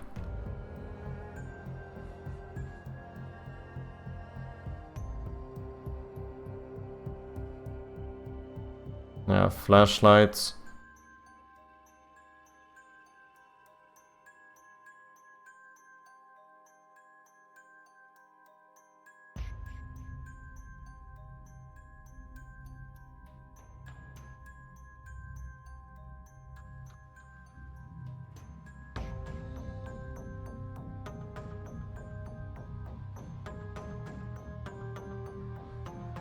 I actually think this one is pretty good. I quite liked that capsule art.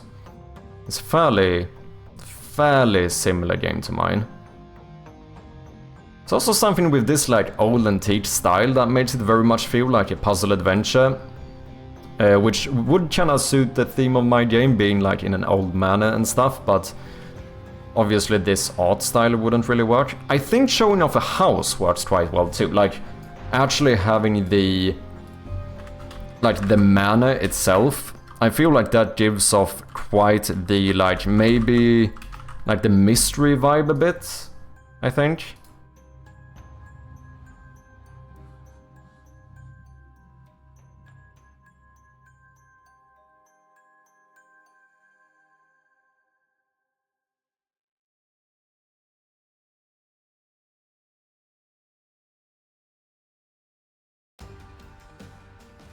Spooky item game. You know what, I quite like these like overly descriptive titles.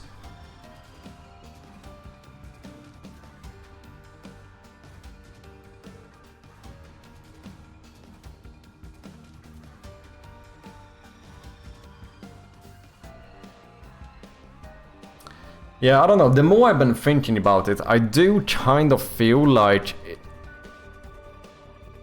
right now, I'm pretty much only showing off the horror elements with my capsule arts, and I'm starting to lean towards the fact that maybe it's better to lean more towards puzzle. Because, I don't know, I feel like in general, my target audience is probably more so going to be puzzle gamers rather than horror gamers, although I do think there is a lot of overlap, because almost every horror game has puzzle mechanics.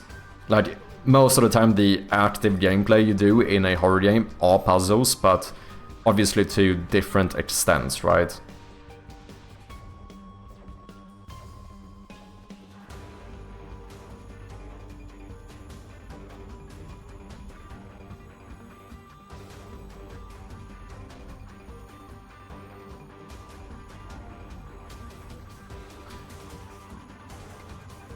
Should I add some buyable features for the marbles, like pay points to speed up marbles, make them heavy or something like that? Probably, we could probably do something like that. I don't know if that would minimize the Reddit comments or actually, you know, made that more likely to happen. Add one puzzle piece in your game capsule art, done. You know what? You say it jokingly, but probably does work. I mean, pretty obvious that it's a puzzle game at that point. Photo of your manor with the flashlight pointing somewhere, and there will be some shadow of some monster. Yeah, I think something like that could work.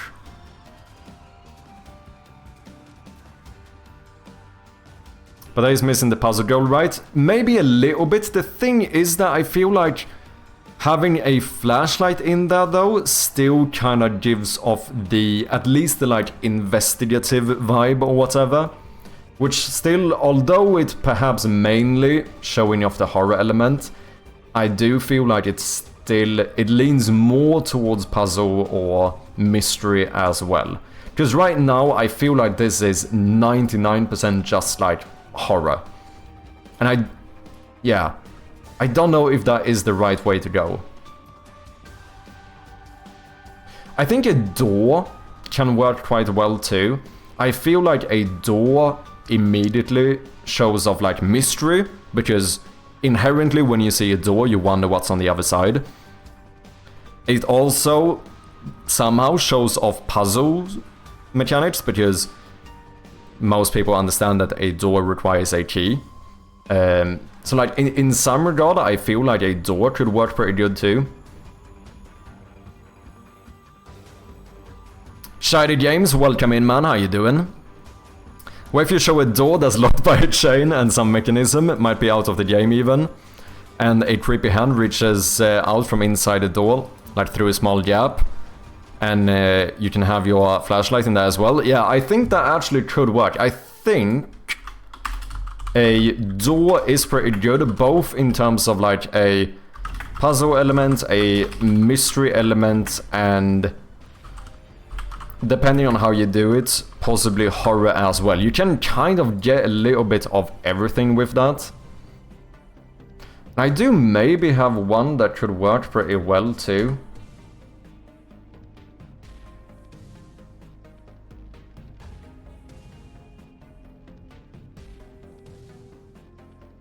I think if I did something like this, if I did the flashlight here, I think I would have to show the light. I don't know if I should take this from engine instead, because I can't just do this shit. Maybe I would do it in Aseprite first, throw it into Photoshop, and actually do the light in Photoshop to more so simulate the light that we have in the game.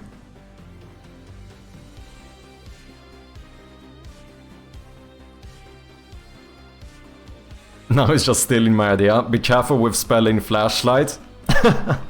True. T-Bad's autocorrect exposed him here.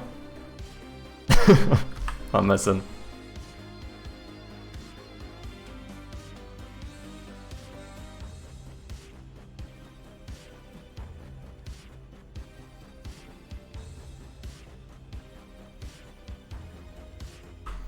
But what if I did this?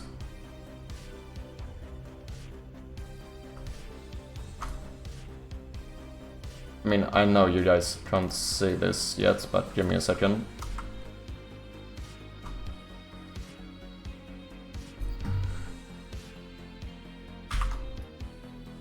I'll probably have to make it bigger.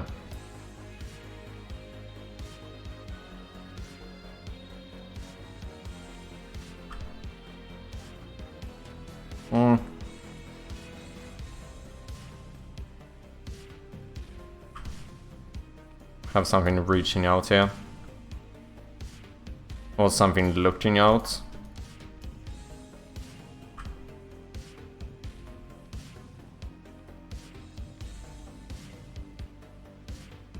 Maybe.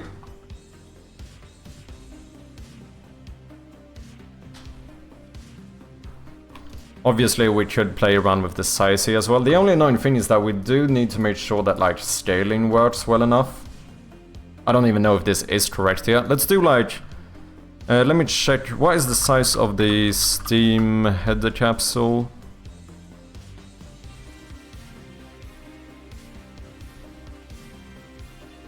Wait, didn't they change this recently? Let me actually check in... Let me check on Steamworks instead.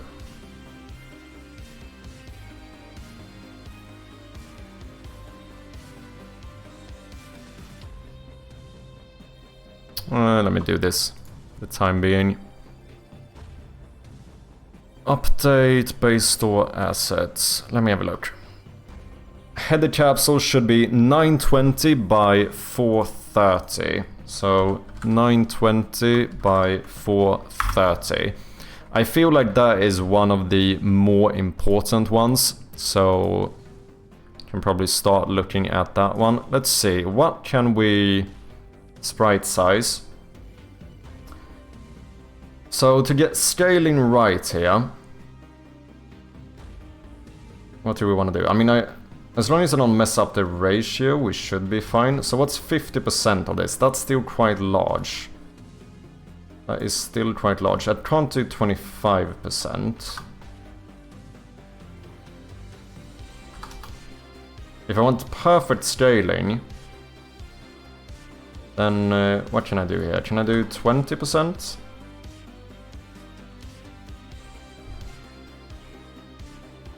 That's still fairly big. Let's see, if I would scale this up 500%, 92430, that is exact, but I think this is pretty big.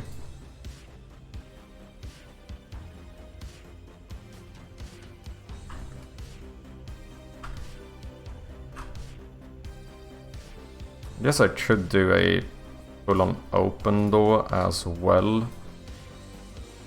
But it feels more mysterious to have the door slightly open.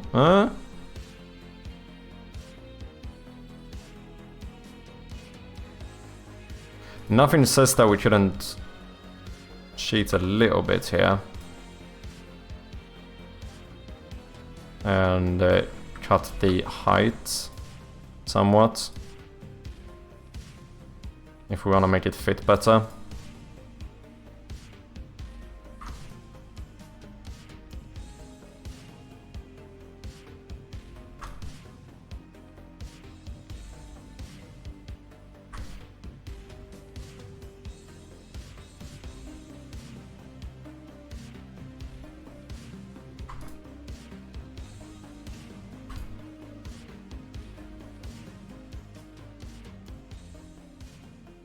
I don't know. It's a bit tricky.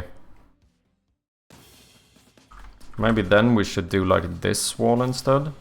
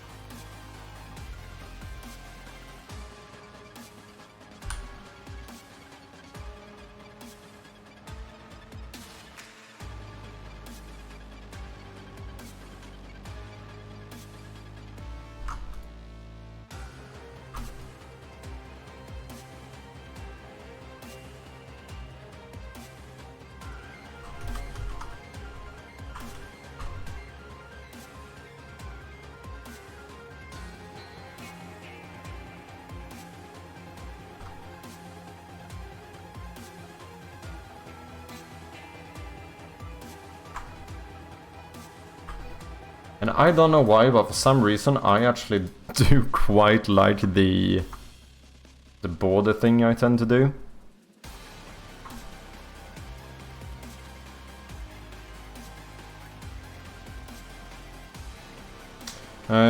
If I would do this, it definitely feels like the door is a bit crammed in there. It would have to be a bit smaller.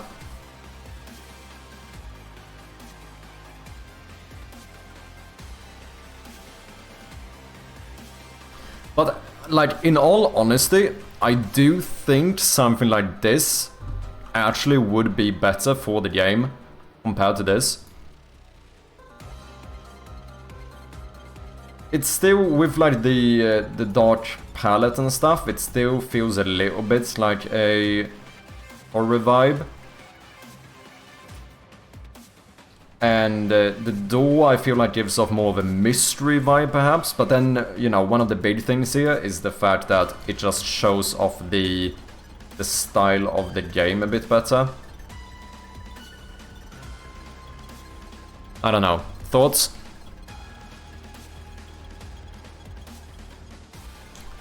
Hey Champion Crew, what is up? S-Funk, welcome back, man. How you doing? Hope you're doing well. What's for dinner today? Not entirely sure. I might just do some classic beans on toast. You can never go wrong with beans on toast.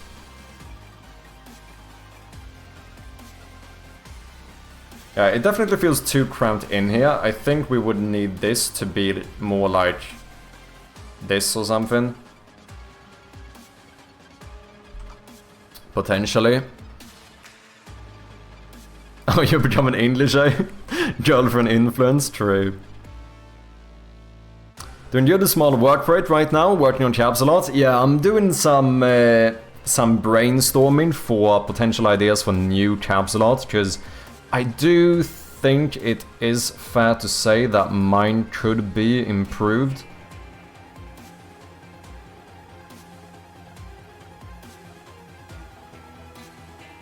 Did I get rid of the... No, is it here? Yeah.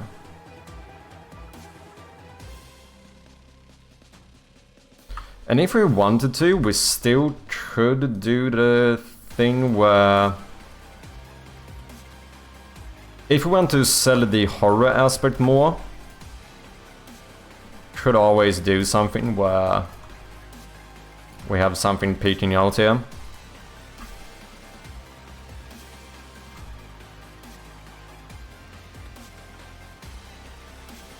And if you wanna show off the investigation thing a bit more, easy peasy. Just fucking turn this into a magnifying glass. And we are fucking donezo. I mean, ironically, it actually would work. I'm not gonna do it. I very much doubt I'm gonna do it, but...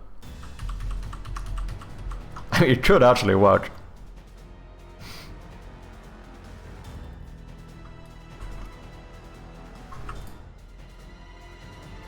Yeah, I don't know. Oh yeah, true. And then just like up in the corner, in case it's not clear enough.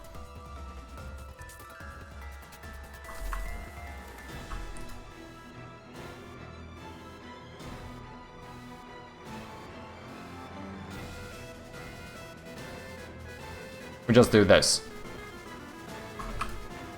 No, there is no way to misinterpret what this game is.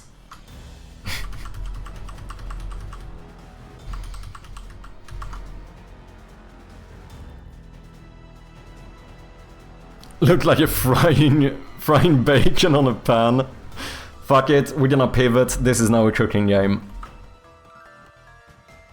I like taking a snapshot of a list of similar projects to mine and then photoshopping my tabs a lot into it. Helps show it if it's familiar, but still unique popping enough. Yeah, I think that is a good way to go about it, because in general you want your target audience to kind of immediately recognize that it's a similar game to the other games they might enjoy, right? Chicken butt. Looks like a bulky dude flipping someone off. Make the text from puzzle pieces. Okay, we have some big brain ideas here. I still don't think that I would do... I think it's too tricky, potentially, doing the logo in pixel art. Maybe not. If I keep the same motive and I make sure the size is relatively good, it might still work. But it's just tricky, because then you might have something like the small capsule, for example. And all of a sudden, like, it might be one of these where it's just not going to line up correctly.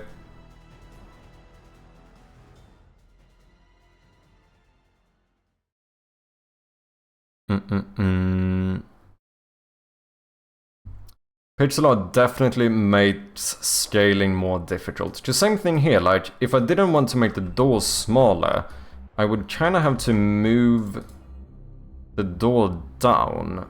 But I don't know if that works. It just doesn't work as well. You kind of want the whole thing to be visible.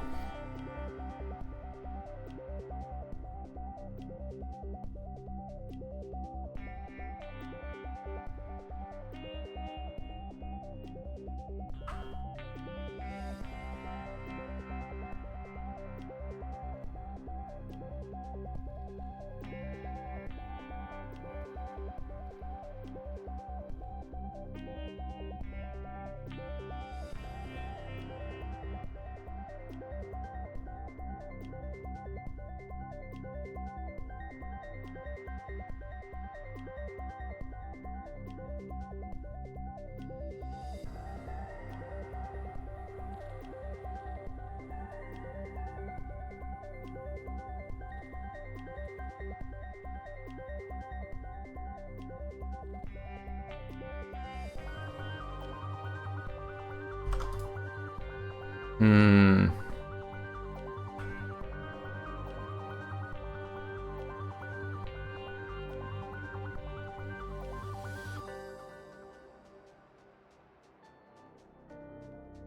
Should I make this actually look like a room?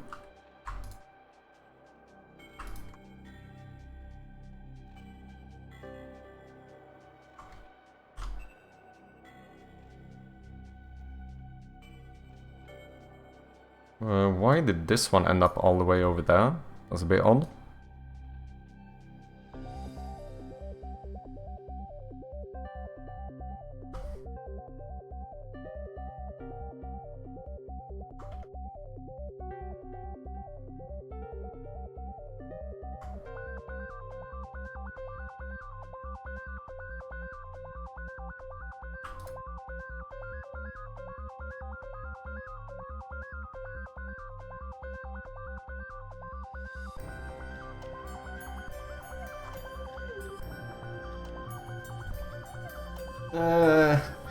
Kinda feels like that just made the entire thing a bit more messy.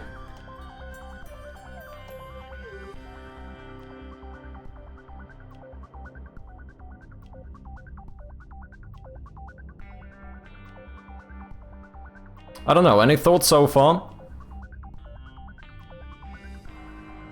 Looking at popular point-and-click games like Monkey Island or King's Quest, they're fairly simple capsules, title name and character art.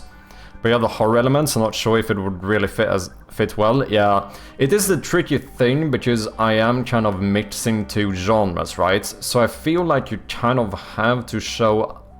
I think the best thing would be to somehow be able to show off both relatively well. But that is a bit more tricky. Because I think one of the issues that I'm doing right now with this capsule is that I only show off the horror element. It doesn't feel like this conveys the like puzzle or point and click elements whatsoever. I mean, I think point and click is a little bit harder to show off. That's like if you make a mouse cursor. Otherwise, it's kind of hard to intuitively show that something is point and click. But at least to show off the puzzle element, I think would be good.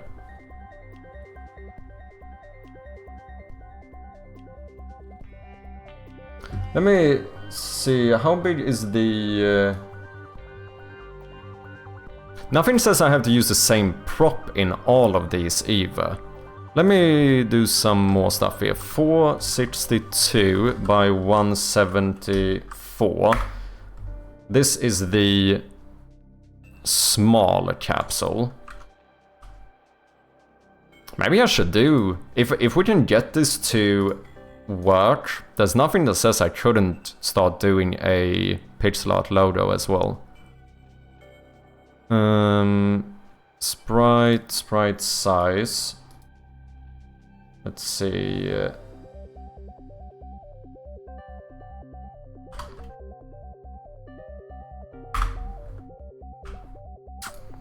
That is not big enough. I need to get this even smaller. How can we make sure that this is perfect? Because I think scaling is quite important here. Wait, 462.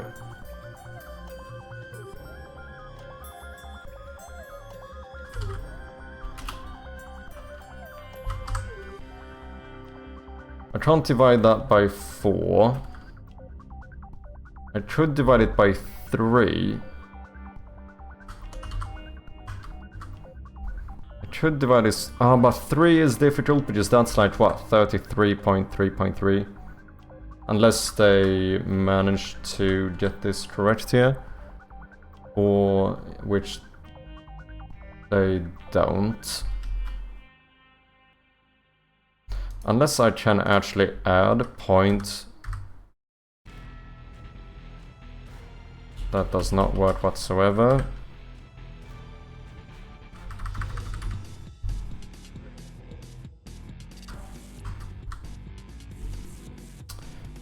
No.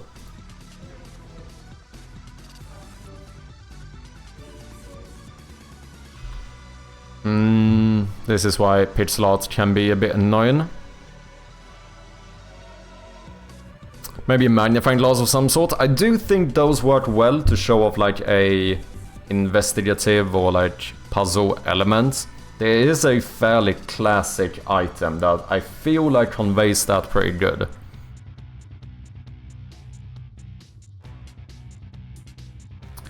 Don't know if your pixel art style is too low res for this, but how about a hand holding a bloody knife sticking out through the open door? Could potentially do it. It would definitely, you know, it wouldn't be too detailed, but as long as it reads well enough, it's kind of fine. What can I minimize this to? I can do 50% for perfect scaling. What's a value I can divide both of these by without and still having a integer number?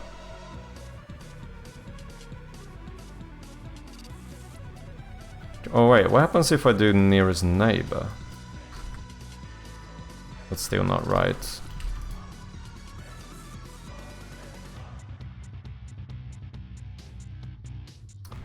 So I would need... I mean, obviously I could do custom art as well, but it does require a lot more work. So this is one of the reasons why I was a bit hesitant to doing the pixel art logo, because this is where that becomes a lot more tricky getting right.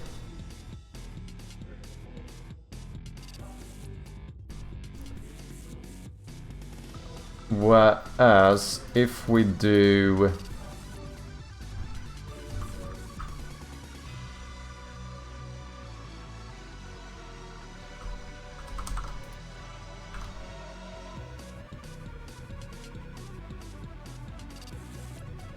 If we do a scalable logo, as in like an illustrated logo, then I can just try to pick elements that feel like they work.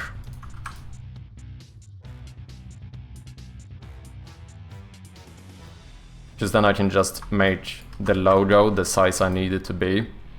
Like, this isn't even scaled. This is native resolution. To be fair though, this is the small capsule, so I don't know if that one is... That one might be far too small. Like, this might not be readable enough.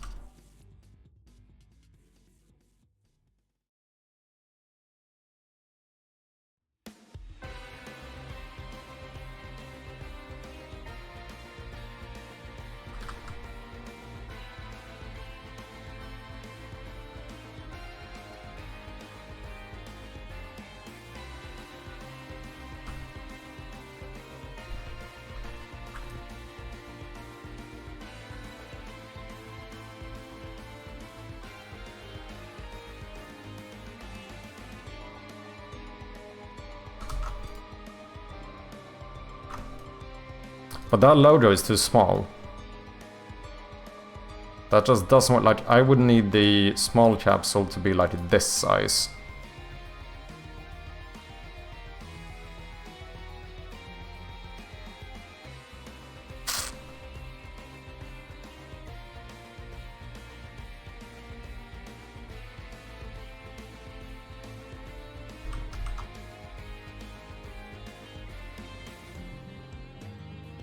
Scaling, eh?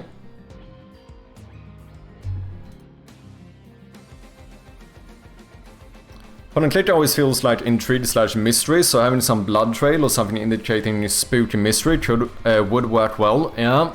No, I think that is true, because I think mystery and puzzle have a lot of overlap, and both of those are like inherently quite...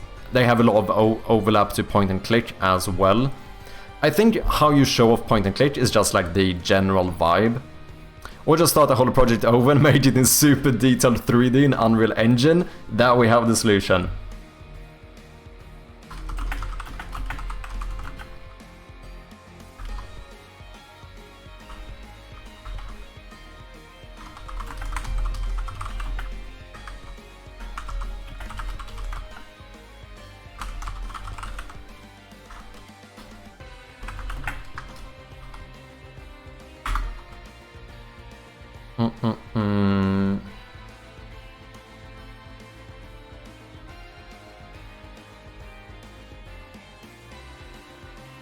can't divide this by 3. Wait, can I divide this by 6? But no, those are difficult. Unless I... Oh, wait here. 154 times 3... That does work, actually. Just can't do the scaling down to it in a sprite.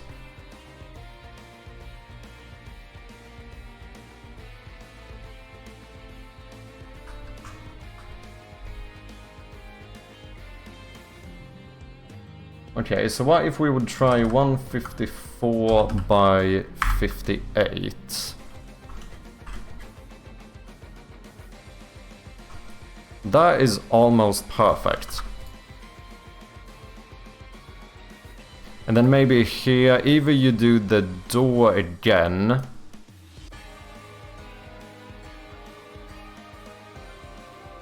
Or maybe we do something like this. I don't think there's necessarily anything wrong with having different artworks either.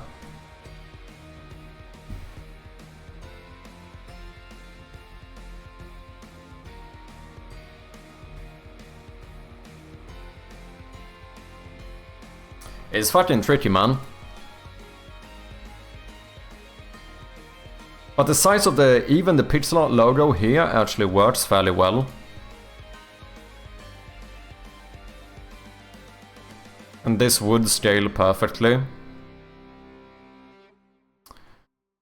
And we have more. We would have to make sure that the main capsule is fairly important too. And then there's like the library assets.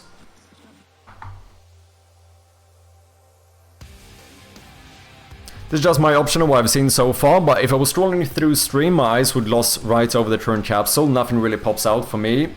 For me, either really good text pop or a unique visual catches my eye more often than not, especially looking at it when zoomed out. No, I think that is fair, because I think the main... Like, visually speaking, I don't think this looks bad, but the issue is that it doesn't show off more than just like generic horror game. Like, that's kind of the vibe you get here. Whereas I do feel like my game, one of the things we have going for us is that we have a pretty distinct art style, which is one of the reasons where I feel like maybe being able to show that off more in the capsule would be good. I really like the chair I saw on your A-Sprite image there. You mean this one? I think just some objects could work pretty well too.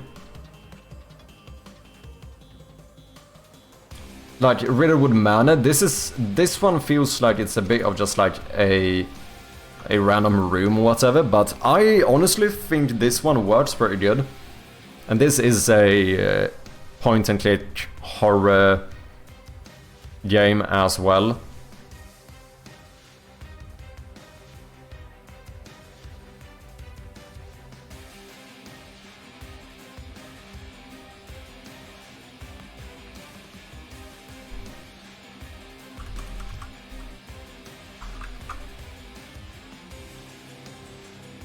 I don't know how visible this would be on, like, because the small capsule, as you might be able to tell from the name, is pretty small.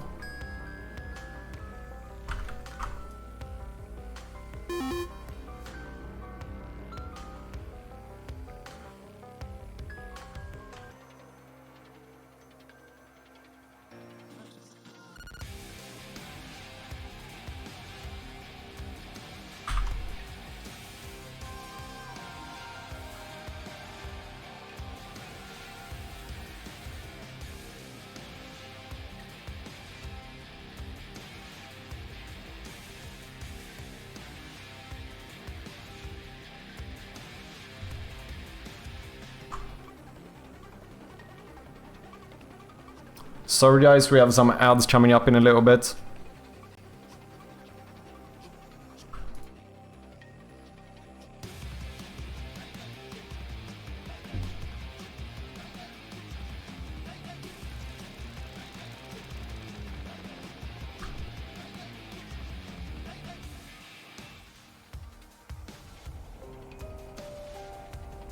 Now, I don't think the small capsule is really the most important one.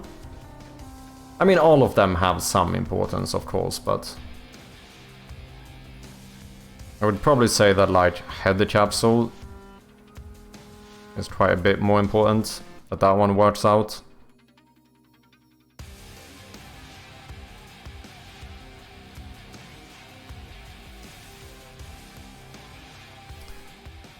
Yeah, your in-game art is pretty slick.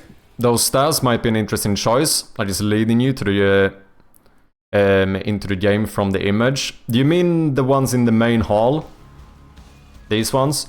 Because the only thing I find a little bit tricky about this one is I'm not entirely sure how to, like, position the logo.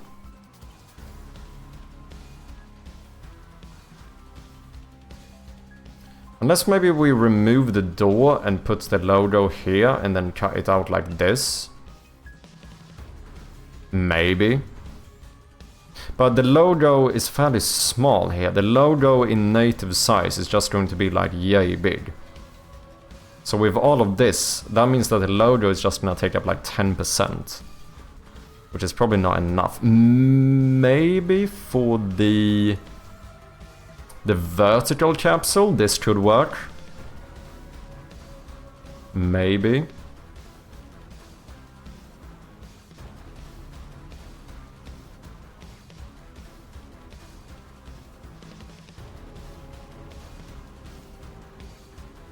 Maybe put some objects on it, like a magnifying glass, a knife or something like that. I think that could work too. Clock might give a weird impression to players, like they might subconsciously think the game revolves around a time limit, which normally detracts players. Do you think so? I almost feel like a clock gives off a puzzle vibe, at least like a grandfather clock. Because it's a very common, like almost every point and click game I have played has had a grandfather clock puzzle at some point. Another one I can think of is... And I know I did see it here. This one. I guess they have the key. So a key is also, like, a key works surprisingly well to show, like, the puzzle elements.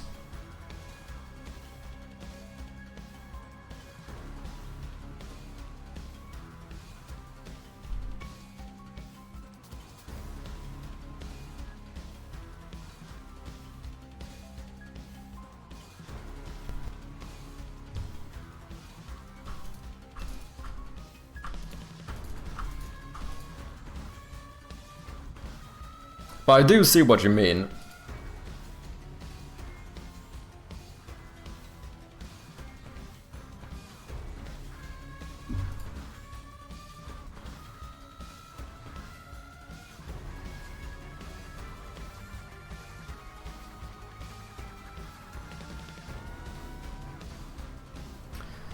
Having like maybe the small version of the TV or something like that, I feel like could give a bit of a horror vibe as well. But this is the thing, we do want to make sure that we balance this correctly. Maybe you could have a item being inspected somewhere. Like maybe have one of the Polaroids or something, and then the logo next to it. Crop that out. For one of them, maybe.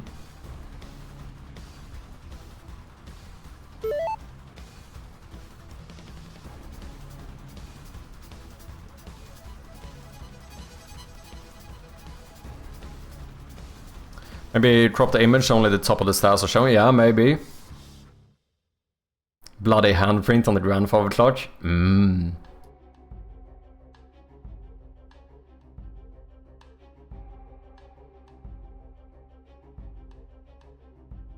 This was the test I did with the non-pixel art logo. But let's actually do... Let's do this. I'm gonna go in... here. No, I'm actually gonna go here. And then we're gonna snap a screenshot.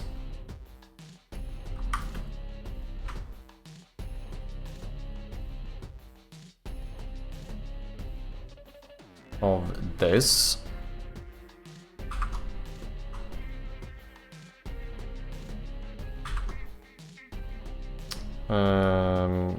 That's not right.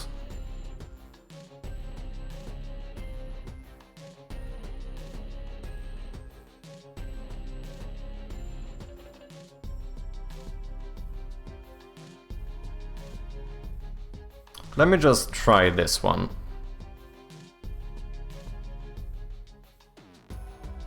Just to get a general idea of what it would look like.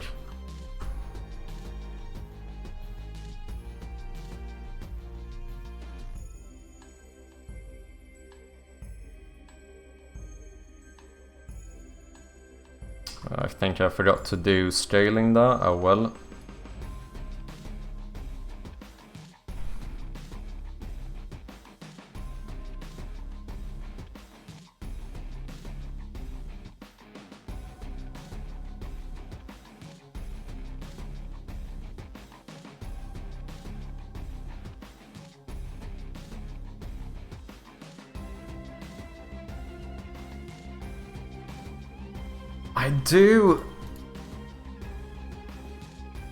I do think it represents the game better, to be honest. I do think that is the case.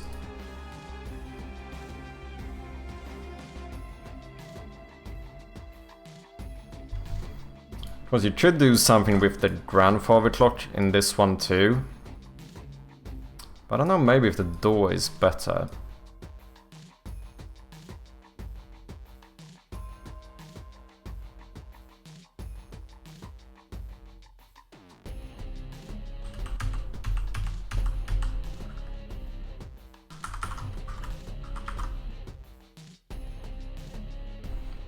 Seastron, welcome in. How you doing, man?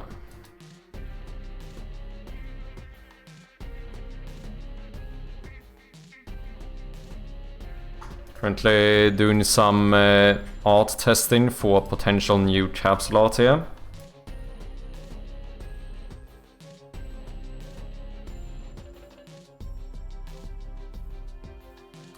Not entirely sure what to think yet.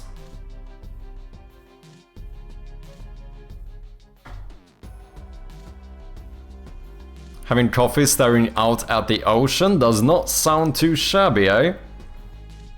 Okay, we did a header and small capsule. Let's try something like the main capsule as well. So that would be 1232 by 706.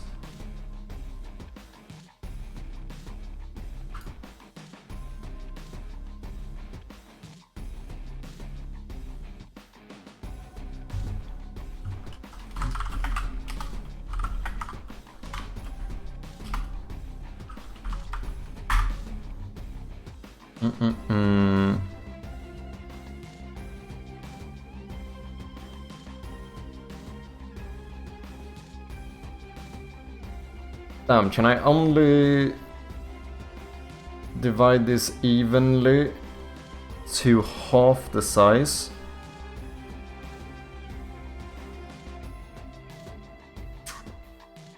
I don't know how important it is if the scaling would be off by like 1 pixel when we scale it up. Probably not too shabby.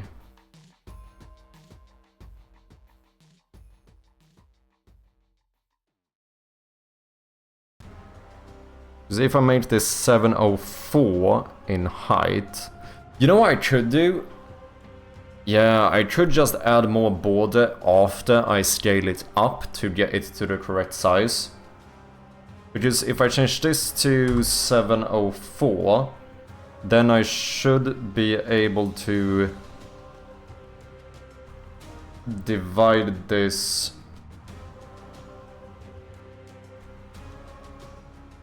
Oh shit, I locked the aspect ratio. This should be 1232, 704. The good thing then is that I could... I didn't think about this, actually does make it easier. It doesn't have to scale perfectly because I can just add more of a border or something after I scale it up. if it's only like 1 or 2 pixels that are missing, which I think might be the case here. If I do this, I can now divide this by 25.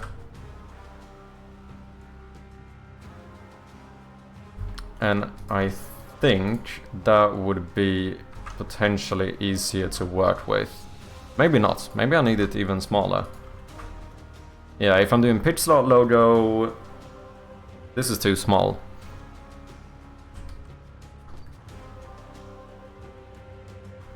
I should divide it by 8.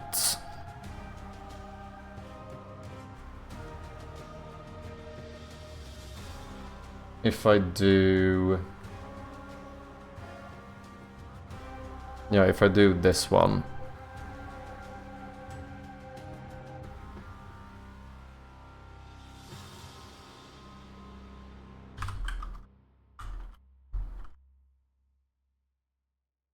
That would give me this size, which should work out.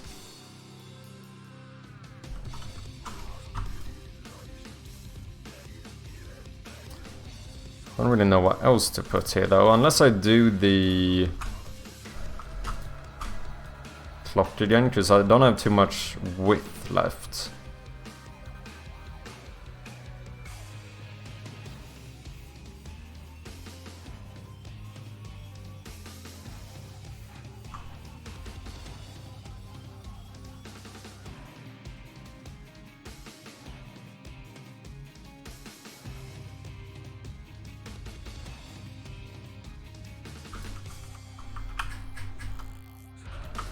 Don't really know what I'm doing here, I'm just trying stuff out to see what works.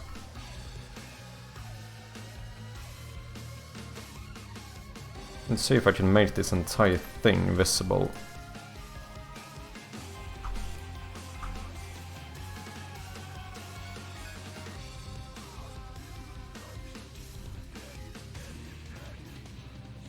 Then I could even put a little background and do like the floor here as well.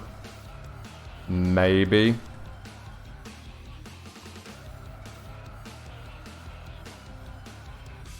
Yeah, some good ideas going. I just search Shroud on Steam, and there's a game with a very similar capsule as yours, but in color. Liminal Shroud. I don't think I've heard of that one.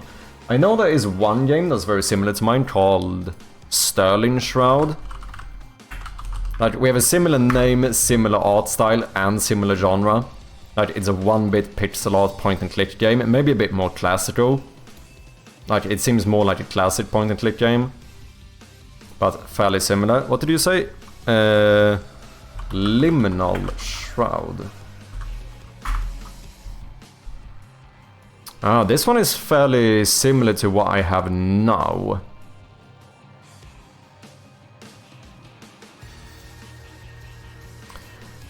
The only thing with these is that this does not feel like a puzzle game. This feels immediately like a horror game. Which I think it is more of. But I think for my game it would be good to get more of the puzzle vibe in there as well.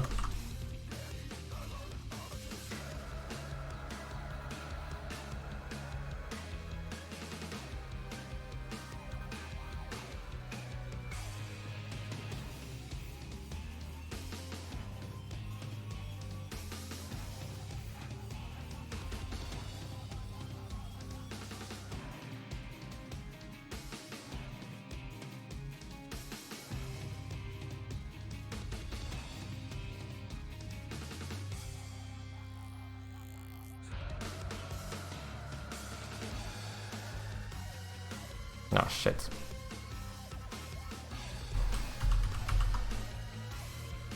I don't know if I can get this entire thing to... Might actually have to cut it off.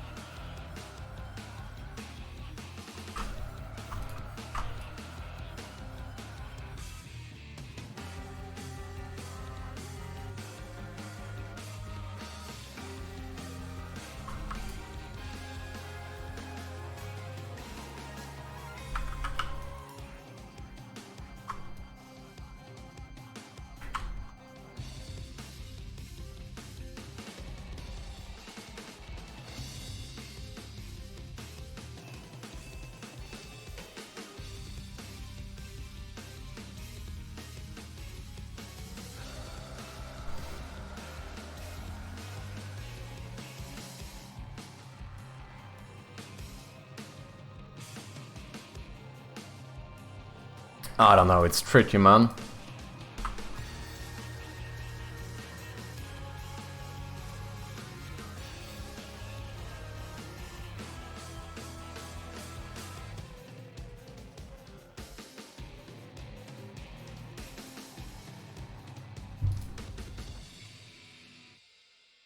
I don't think I should fit a door here either, should I?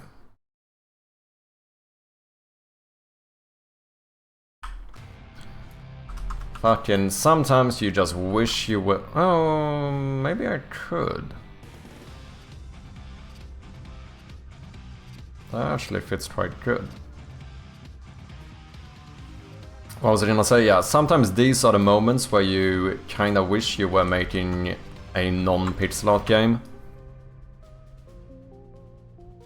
It'd be so much easier to do this stuff.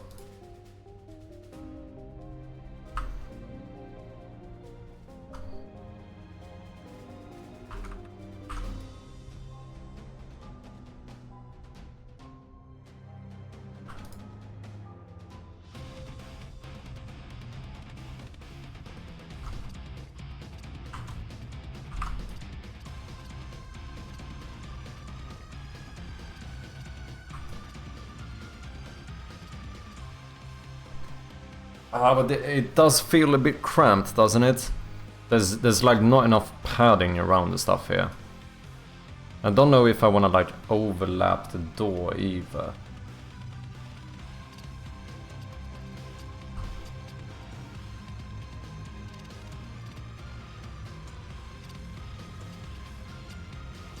Have the text come out of the door? Probably not.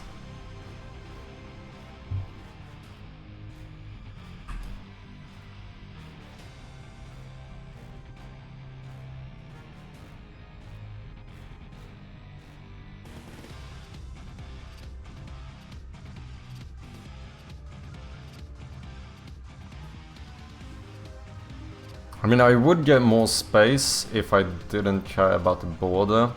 I don't know why, but I quite like the border.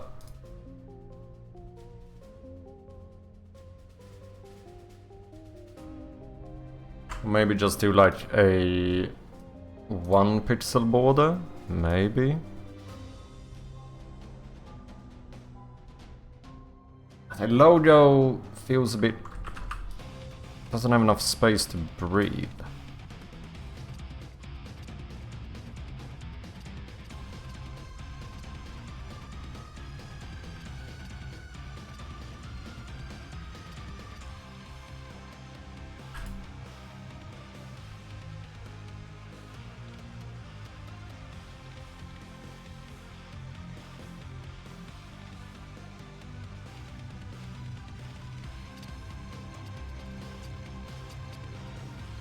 I feel like if you overlap the text with an object, the clock might be better suited for that. I think that might be the case as well. The good thing though is that if I switch this to the clock, then I don't even need to overlap it, because the clock is just not as wide. So I do have a bit more space.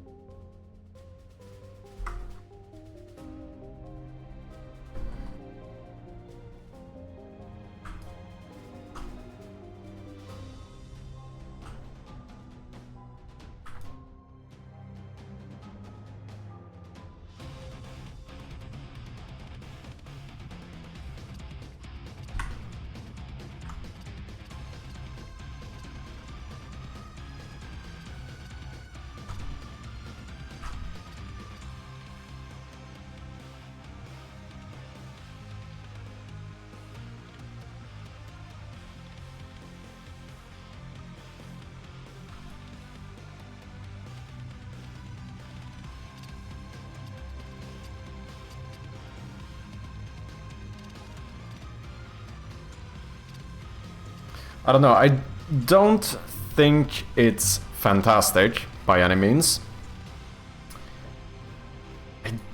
I do think it shows off... Like, it still feels like it represents the game better.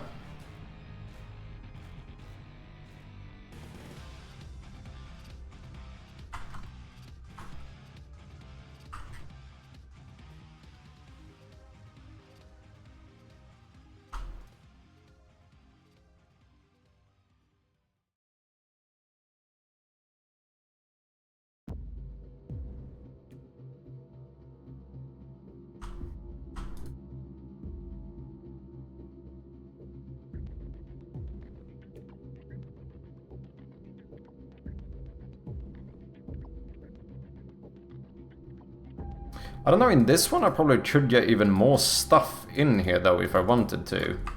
Just raise the logo a bit.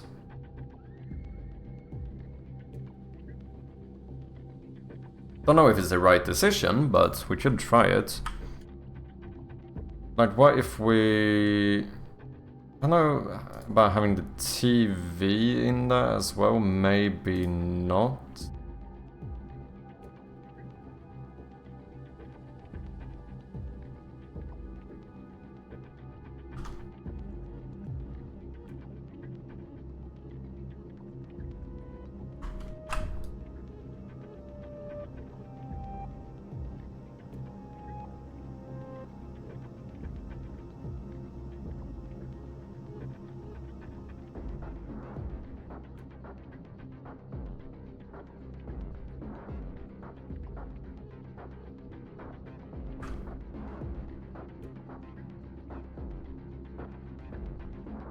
I don't know, I'm just testing.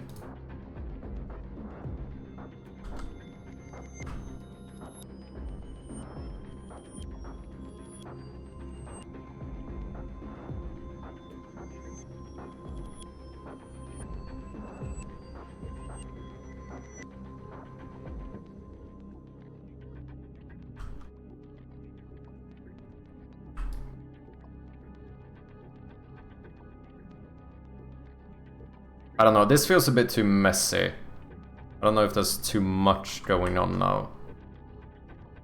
Let's maybe I just darken these a little bit.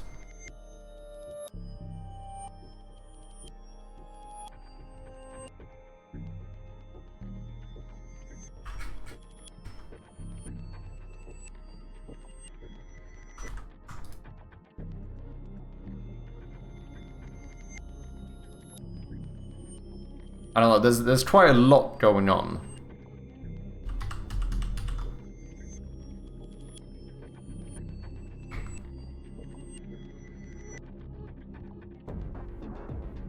We're curious to see the clock face taking up about 1/3 of the frame, and then the title partially overlapping the clock. Yeah, the clock chair cabinet version feels a bit too cluttered. I think so as well. The thing is that if I'm gonna have it overlap and take up that much space, then I can't use these two exactly. What we would have to do then is to actually use the full-size clock. But then I wonder if that's...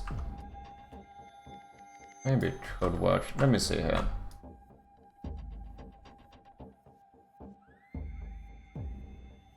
I mean, maybe just use the actual face of the clock. Yeah, that would be something more like having this one.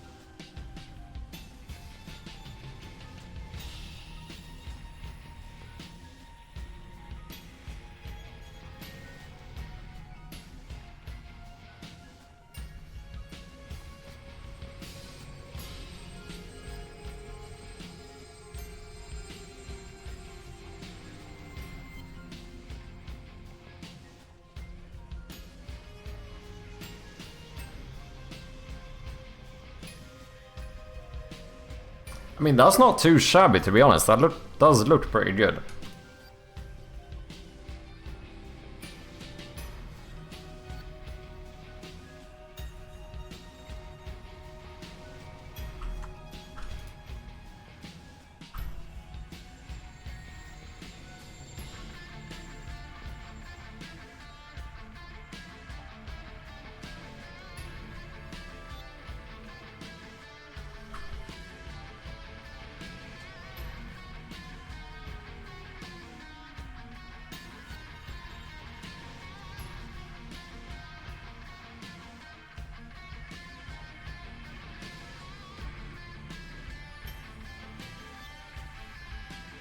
Talking about Clock, I wonder what the Clock Tower's game capsule looks like. That's a horror point-and-click game. Clock Tower game. I'm not sure I know which one you mean.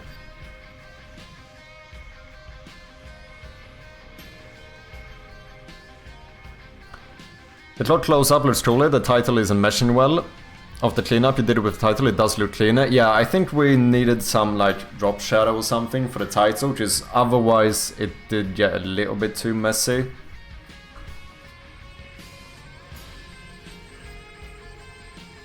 Like this is, I feel like it gets too hard to read, but with that it actually works pretty well. Maybe to the point where this might even be the one I liked the most so far.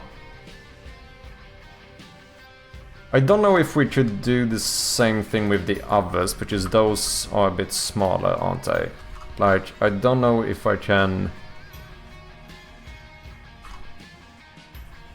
I mean, that does work.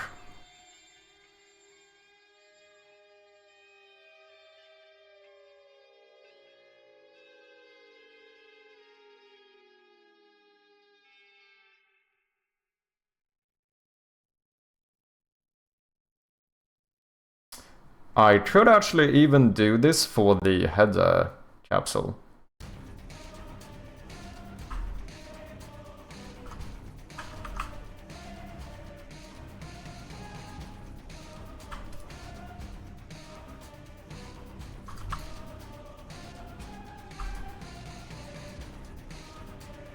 This is the header capsule, right? Yeah, that's the small capsule.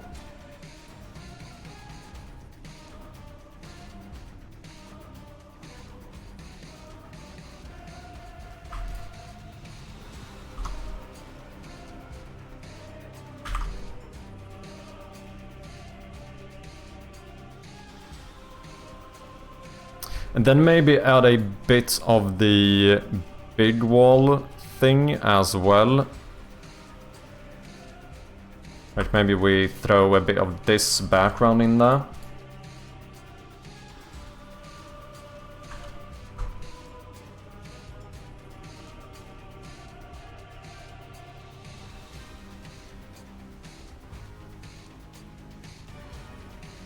Just for some extra bit of texture.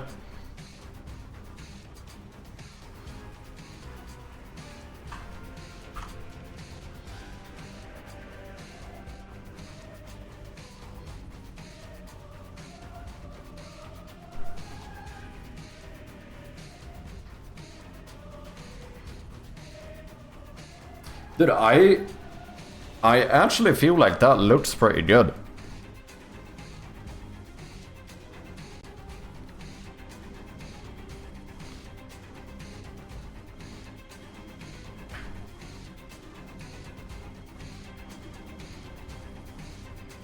Just looked at it on Steam. Clock Tower Rewind. It was an old NES game.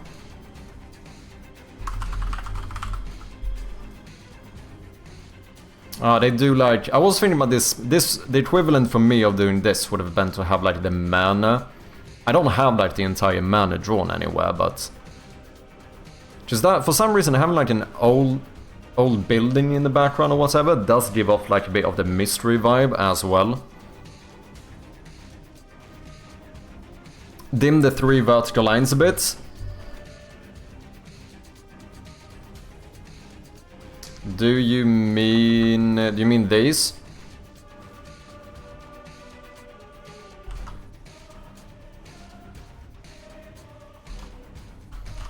Maybe at least these two. Maybe we could cheat here and do a new color that's technically not in the palette. Do that one like half dimmed.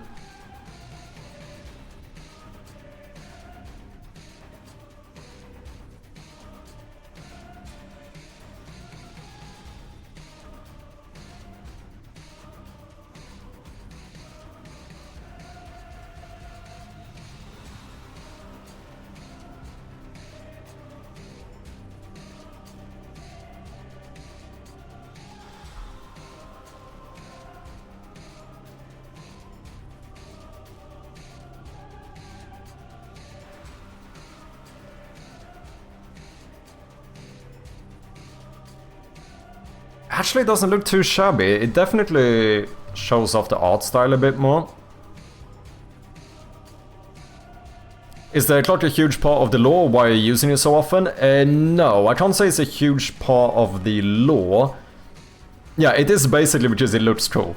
That is basically it. So we can show off the art style a bit more. And I also think, I don't know how grounded in reality this is, but I do think there is something about a clock that shows like mystery or puzzle, maybe more puzzle for some reason. I don't really know why, but I think my theory is that it has to do with the fact that it's fairly common to see like grandfather clocks in puzzle games. Like a lot of them have like clock puzzles.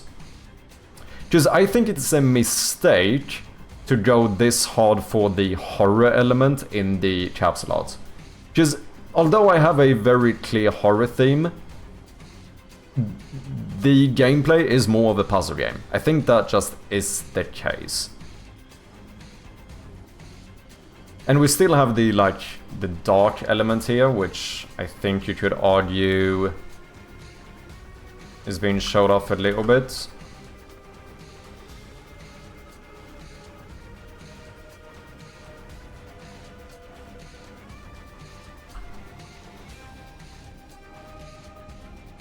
Let me see what this would look like on Steam.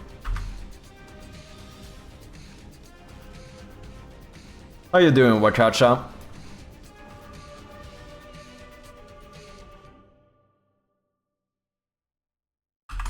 And this time, let me remember to... Oh wait, I have interpolation. Linear. Do I want cubic instead? Maybe? Last one did not feel like it was... really got scaled.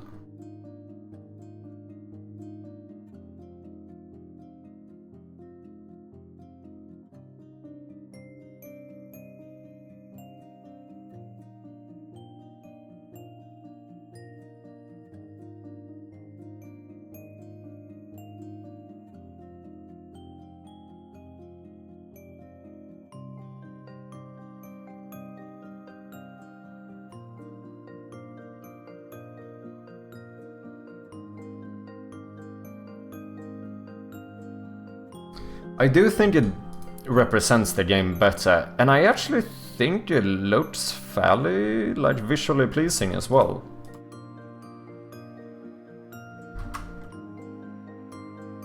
No idea what this pixel came from, but oh well.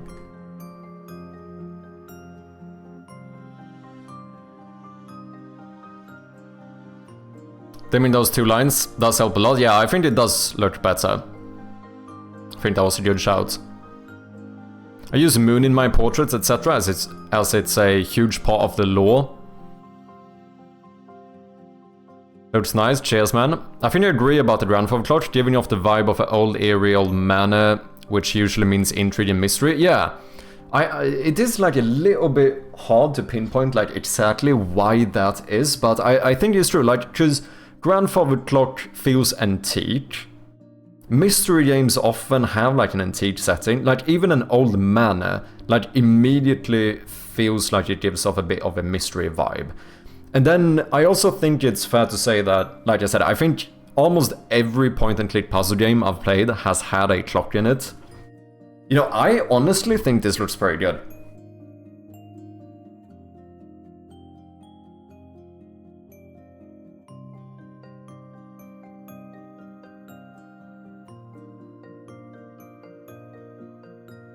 I actually think this would be an improvement.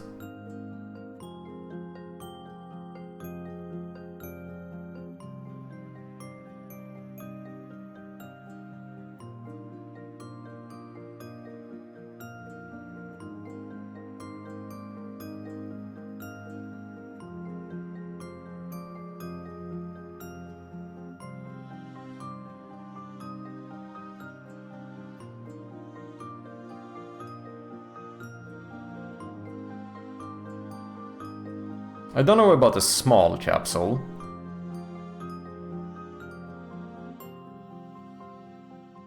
But let's be honest here, what the fuck, what do I have as small capsule now? I think, do I even have anything other than the logo? I think it's just, oh no, I do have the artwork there as well.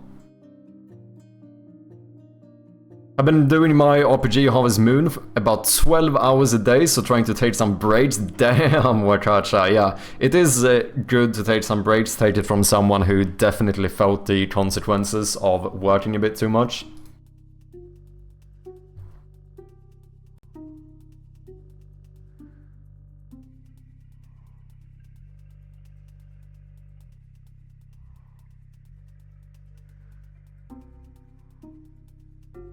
Dude, I think these are pretty good. Honestly. Okay, let me just take a short break here. I'll be back in just a minute or so. Appreciate your patience. Cheers. And we are back. Thank you for your patience, guys. I do like this version, and yet I say I'm more impressed by your Photoshop skills though. Would have taken me ages to get something like that thrown together. Wait, what do you mean? My Photoshop? Do you mean this thing? Or do you mean the capsule art itself?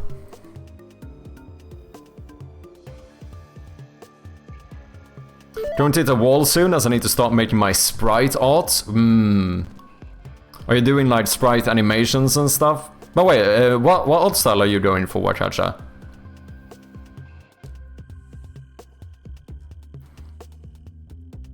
Do you have a Steam page? No, I'm one of those idiots who can't show anything until it's perfect. Start posting in the Discord, Wakacha. Let us see in the Discord.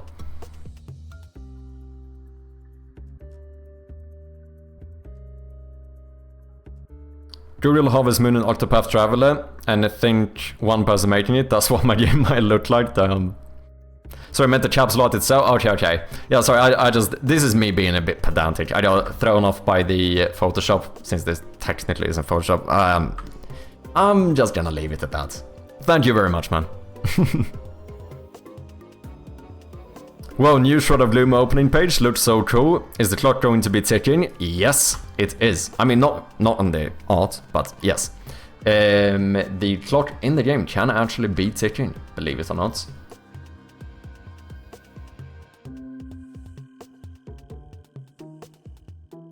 I think this looks pretty good. I honestly also, I think it looks better with a border than without.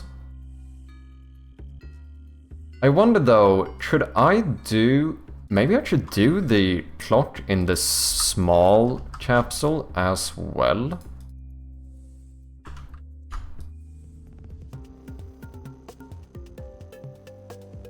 Like, a clock has such a recognizable... I honestly think that looks better too. Like, even though you see so little of it, it's still like fairly obvious that it is a clock.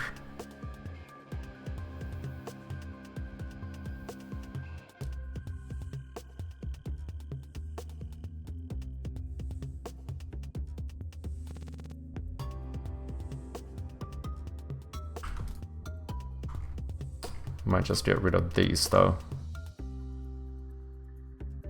And this looks a bit weird.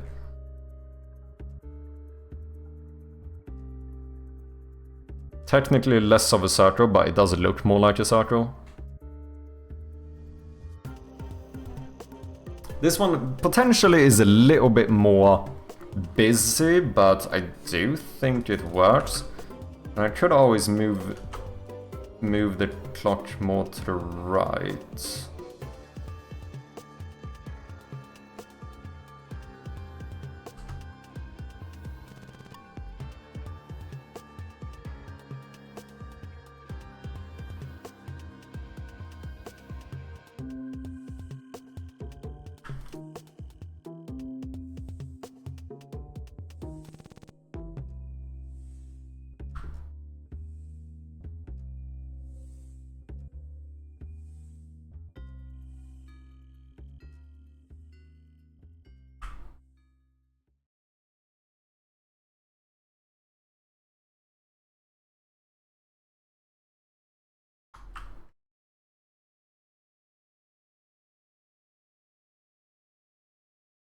Can I get rid of this, or is that gonna look weird? It does mess with the shape a little bit.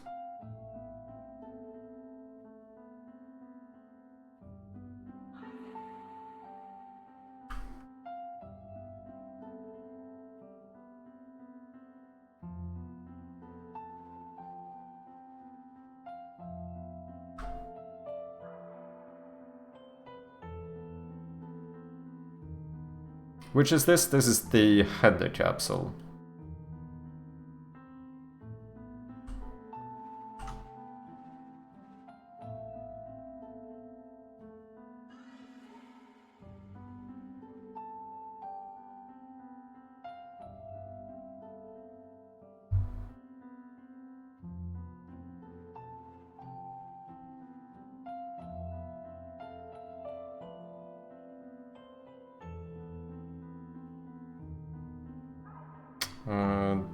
That does not work.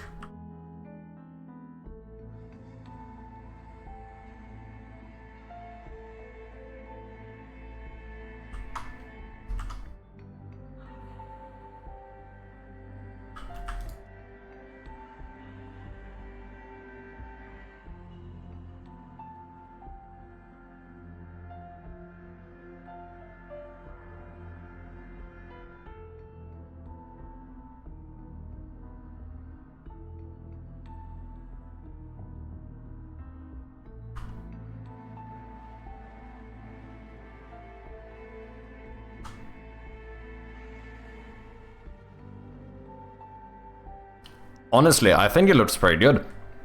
I actually think this is better than the art we have right now. I think it more clearly represents the game, the art style, the gameplay. I think it's better.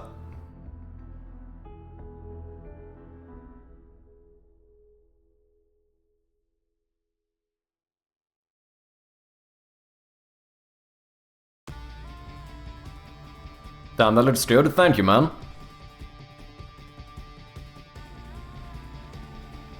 Very clever having the keyboard in the capsule image since it is a typing game. You wanna share the link, Bob Turtle? I assume that's the one you were referring to, right? Yeah. Spider, I think CTI is pretty average. I think mine is as well. But this is the thing, like, hopefully something like this might actually increase it. I think doing this and then maybe playing around a bit with the tags as well, I think I could improve the tags for my game.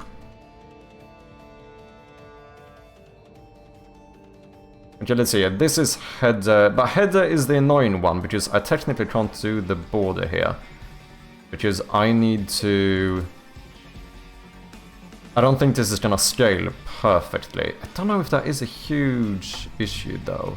What does this scale to? Well, I need to do... No, this is the main capsule. Right. 1232, the width is correct. I'm missing 2 pixels on the height.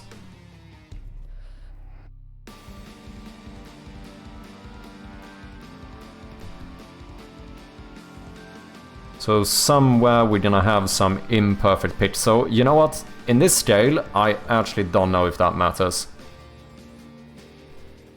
Like what? It's a... This is the size of 1 pixel.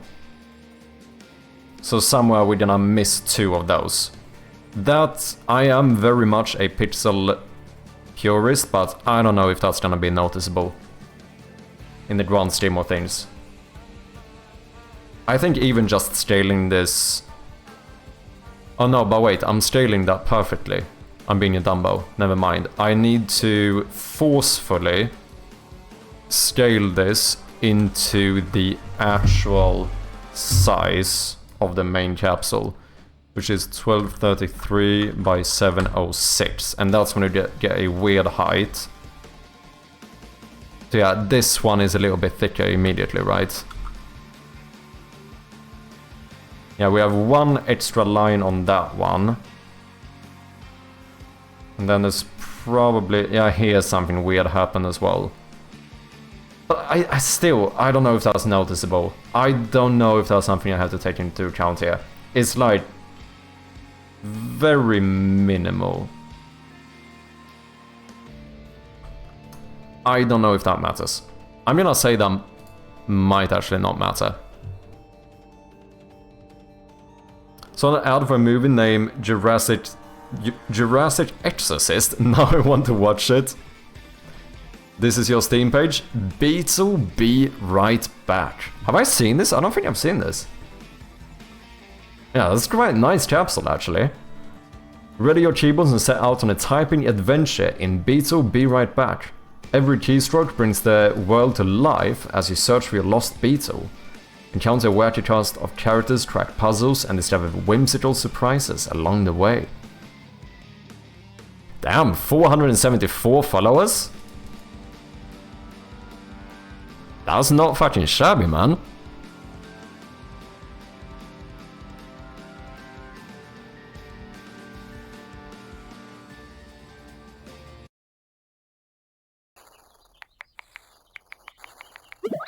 Good morning.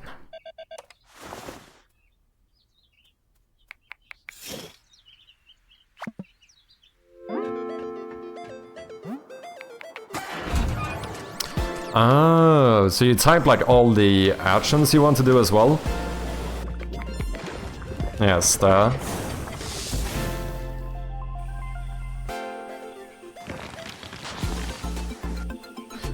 Ah, that's nice. Okay, you have to like destroy those in time for the boat to get past, I assume.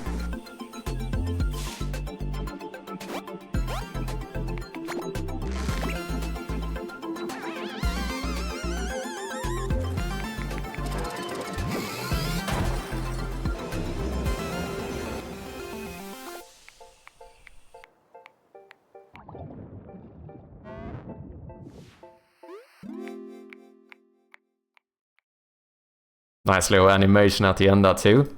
This looks sick, man.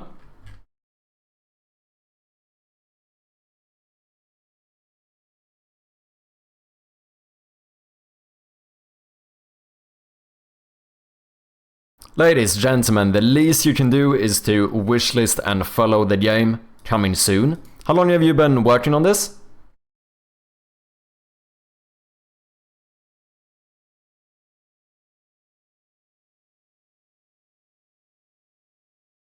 Really good stuff. Are you open with how many wishlists you have, out of curiosity? It seems like you do have, at least from follower count, it seems like you definitely have some traction going as well. But 5 months legitimately? Nice, man.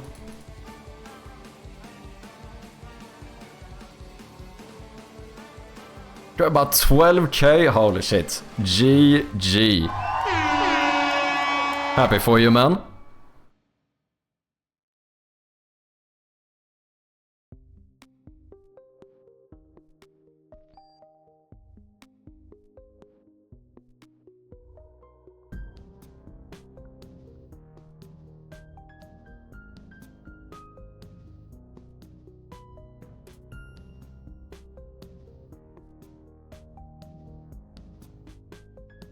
Chip mixing up, what is what? What is this? That's the header.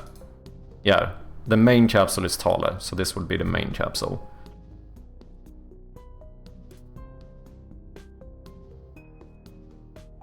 I don't know, maybe if I should move this a little bit. Like maybe the clock would even go all the way over here. So that I can push the logo in a little bit. It seemed a little bit close to the edge there. I think that would be better.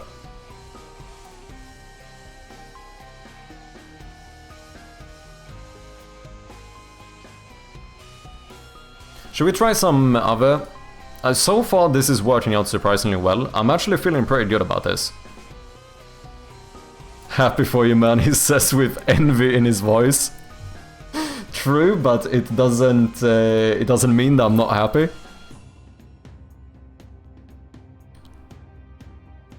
I can be envious and happy for him at the same time. That's okay, it's not a contradiction.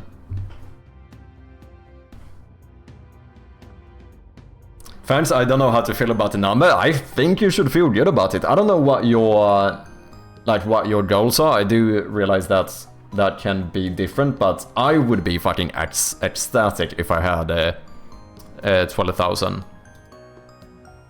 I think that is probably well above my target. Let's see, we did header capsule, we did small capsule and main capsule.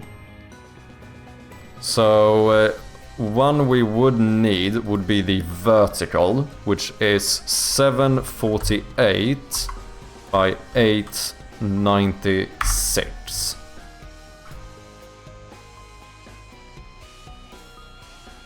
Let's take a look at the not canvas size, I want sprite size.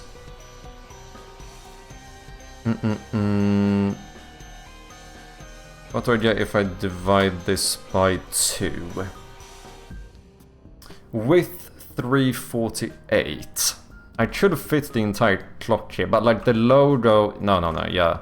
So here the issue becomes the logo is gonna be fucking tiny.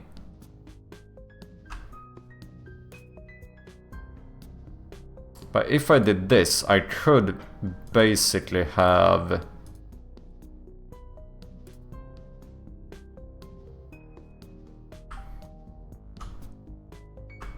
Oh no, this is even tiny for the clock actually. Yeah, I need it to be way smaller.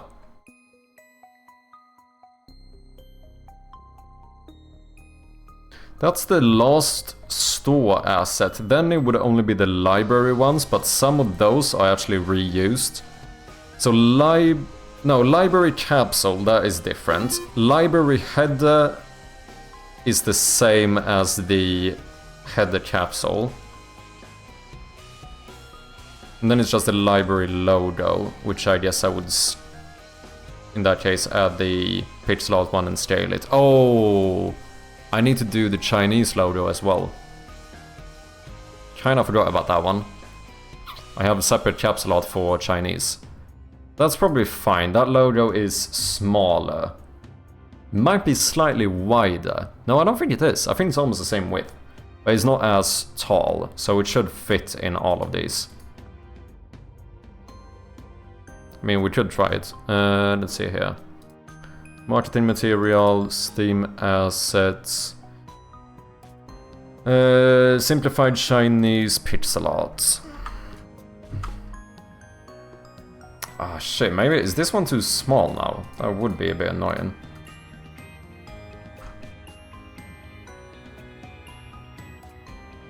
I think that's fine.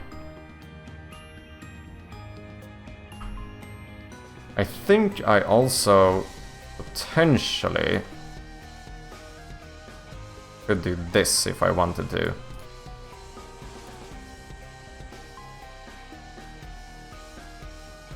Like, layout-wise, that would probably look better. And I think that works. Because I think these two make one word and these two make one, if I'm not mistaken.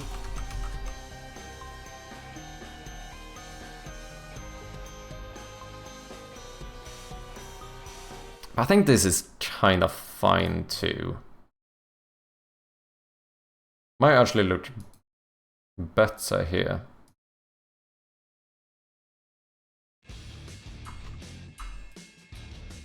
Yeah, I think it almost works better for the small capsule.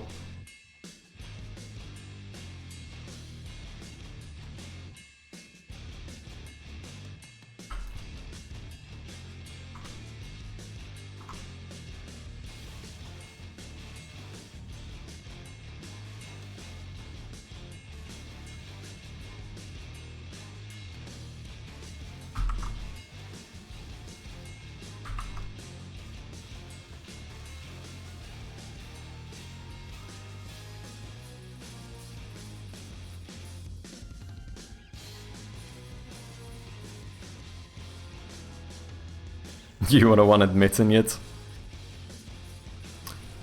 I'm still trying to get a better idea of wishlist numbers around the target audience for my game, not sure where my game falls. I was lucky enough to be part of Wholesome Snack this year. And another game from the same showcase got 40,000 wishlists in 3 days. Damn. I do realize that's an exception. Yeah, I think that is probably important to keep in mind. Ads should be over. Welcome back, guys.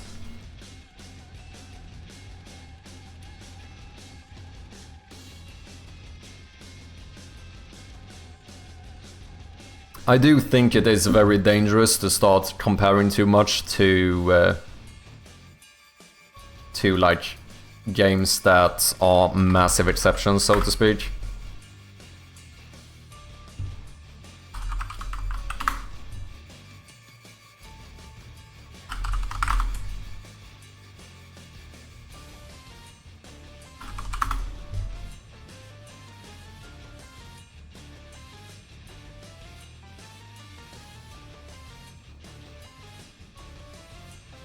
Don't know what that lay is. 2 dots. Okay, let's get rid of that one.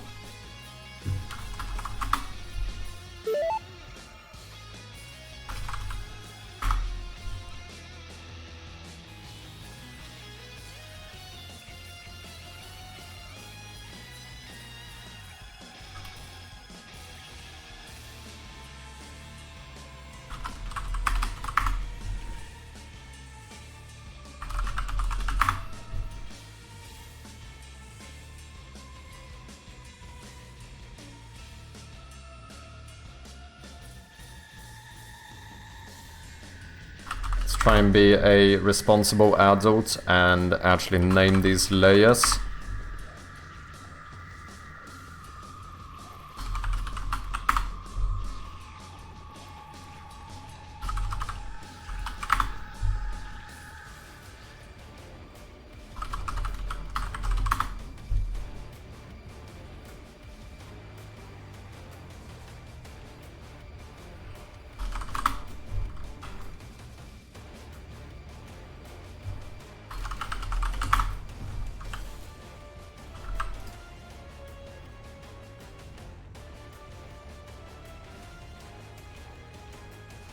This is header. Not sure why that matters right now, but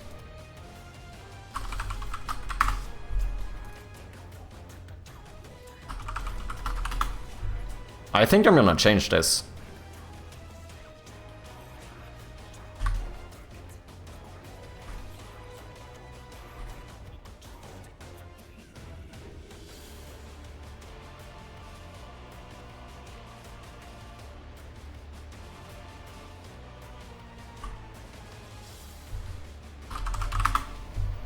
I think we are going to update the capsule art with this.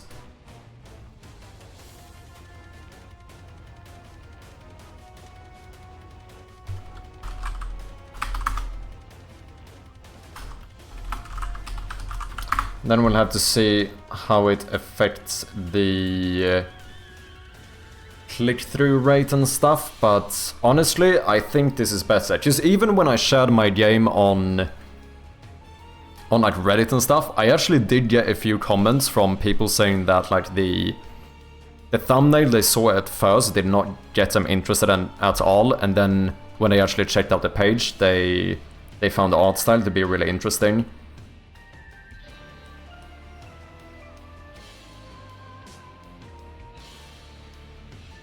Which I suppose is a bit of a problem. That means that, you know, it probably would be better to try and show off the art a bit more. Obviously this doesn't show, like, you can never, like, entirely show off what your game is like, but I do feel like it definitely represents the style a lot more, which I think is a big part of what, like, makes this game a bit more distinctable or whatever.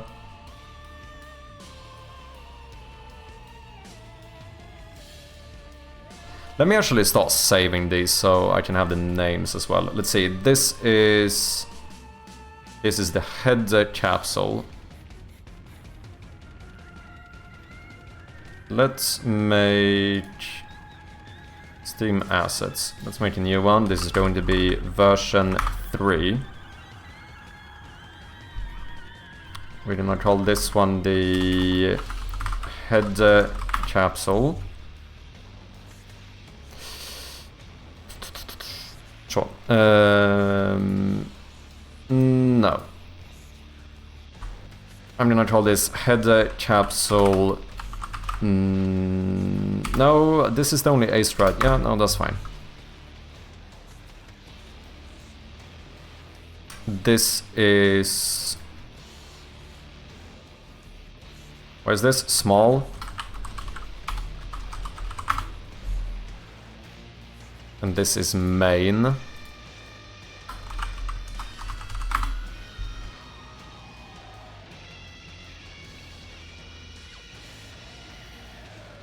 And this will be the vertical one, right? Sprite size.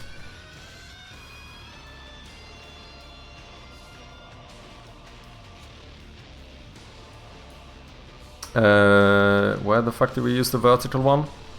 Oh wait, that's a... Is that not a store asset? Small, main... No, it is. Wait, do I not have a vertical... No English image uploaded? Well, that's no good. 748... I wonder if that's because they changed the sizing of this one. It could be. 748, 896. That is indeed correct. So, we just need to find a way smaller version of this that we can scale up.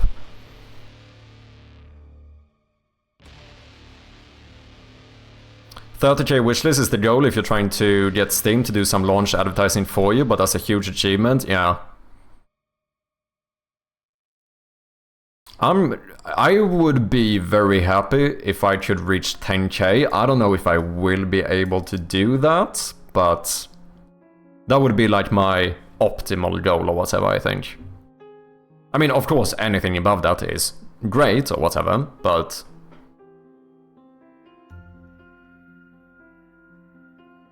Damn, is your first Steam game as well? GG.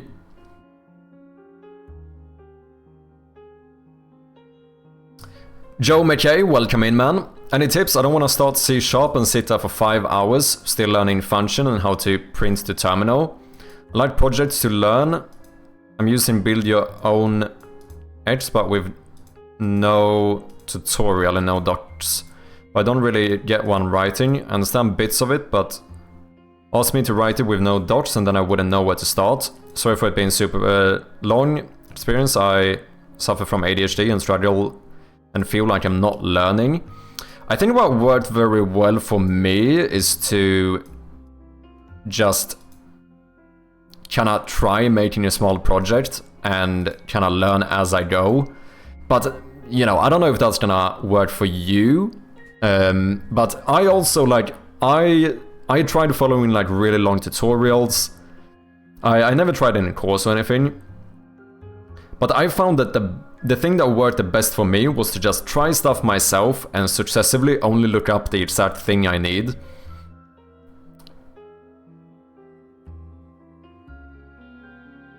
But, I mean, it is definitely a struggle. Like, if you're starting with no experience at first, it's definitely... It's a challenge, it is. But personally, I quite grew to like it. Like, code was, when I started, code was something that I just felt like I had to do. Now, it's actually one of the things I enjoy the most.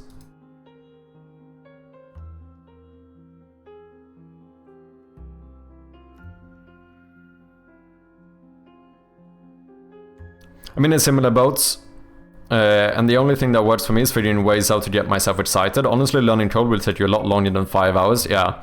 500 hours would build a decent foundation, but I probably had 15,000 hours experience before I was really comfortable building from scratch. Yeah, it definitely took me a long time to feel like I started being, like, kind of somewhat independent or whatever. Like, today I'm by no means a master, I still have a shit ton to learn, but I feel like if I want to do something, I can do it. Do you know what I mean? Might not be the best, might not be the most optimal, but I'll find a way to get it to work. And it becomes a lot more fun when you reach that state, but obviously it does take a little bit of time to get there. But I don't know, if you're really interested in it, I would just keep at it. Try small projects. And like learn as you go. That's what I think worked the best for me, because I also think it's the most fun. Because trying to follow a like 12-hour tutorial might work really well for some people, but for me it just is not as fun, because I want to do stuff myself. I wanna feel some creative outlet or whatever. So for me, what I realized worked a lot better was to just like decide like, okay, I'm gonna make this really simple game. What's the first problem? Well, I don't know how to make my character walk. So I'm gonna look up how to make the character walk. Like, how can I get him moving side to side? Rather than look up, like, how do I make this entire minigame from scratch? If that makes sense. If anyone is curious, I actually do have a devlog where I show how I made my first ever game. I suppose that's kind of appropriate here.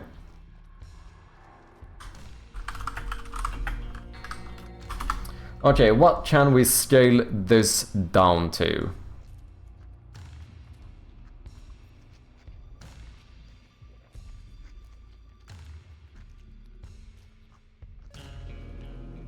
We could go...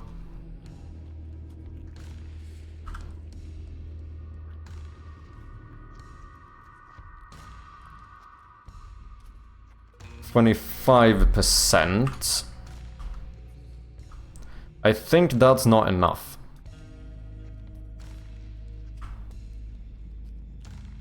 That logo is fairly small. However, the question also is, should I get the entire clock visible here? Because that could be kinda neat. Oh shit, I do have a new issue then though. Maybe we can get it to work. Let me see. Sorry, just need to hide this for 1 second. I have some potential spoilers and stuff on this sprite sheet.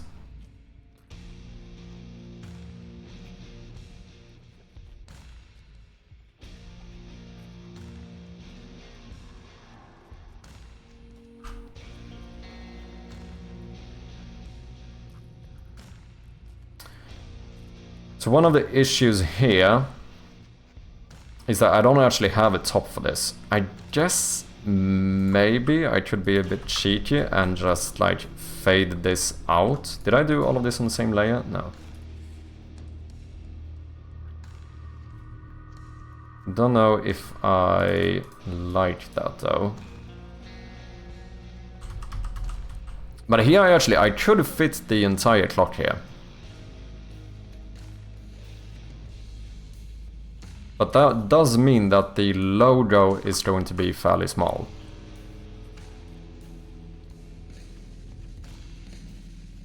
Do they have any guidelines on the vertical capsule? This is a vertical asset that is designed to market your game. For best results, please use the key art and logo that is being used for any retail boxes or marketing. Do not include quotes, review scores, or awards. These can appear at the top of the front page during seasonal sales and on other new sale pages.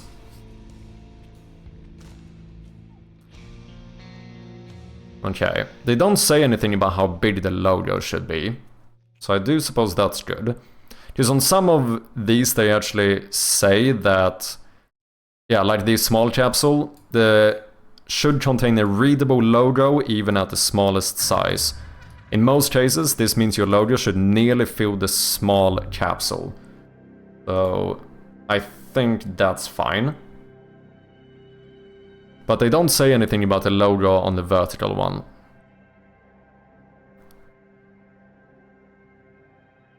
Programming is practically learning a new language. Imagine how a 4-year-old talks. They are barely putting sentences together. Just pace yourself and realize that you are literally an infant when it comes to the language. Yeah, I think that's pretty good way to think about it.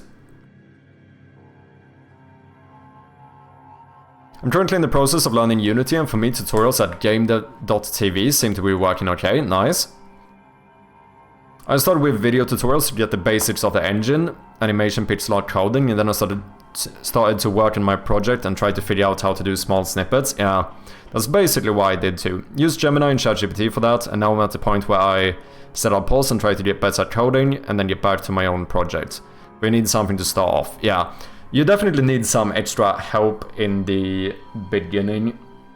And I did use a fair bit of like YouTube tutorials and AI and stuff in the beginning, but I did make a very clear effort to, how do I say it, basically not get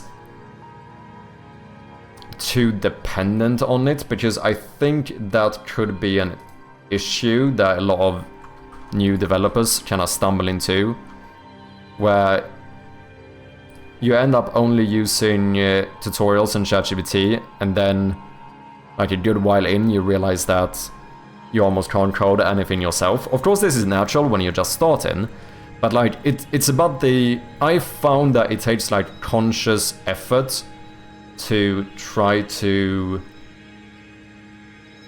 actually learn and not become too dependent on it, if that makes sense.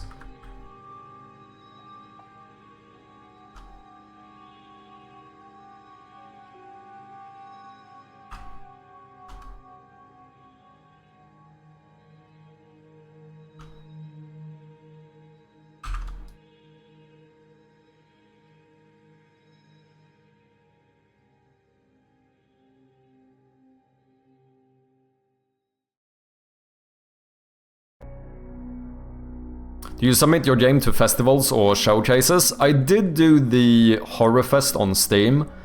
I've also submitted to, you know, I've done some of the smaller stuff, like I think I've done 2 of those social media events, pitch your game or whatever. And I did apply to 1 like showcase, but I did not get picked for that one. Like 1 online showcase or whatever.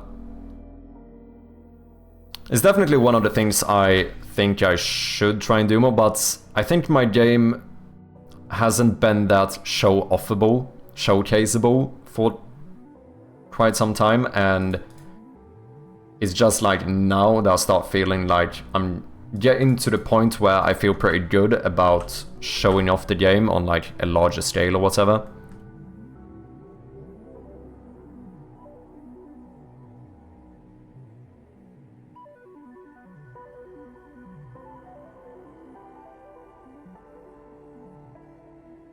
You know, my trailer was far too outdated for way too long, and, you know, random stuff like that, basically.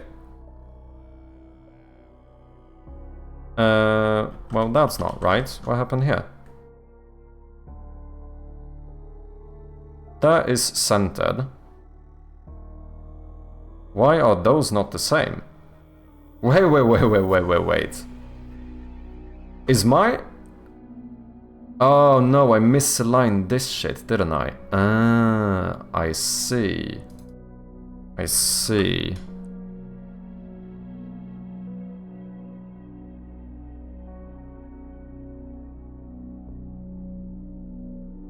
Damn, I thought I misaligned this in the game and everything.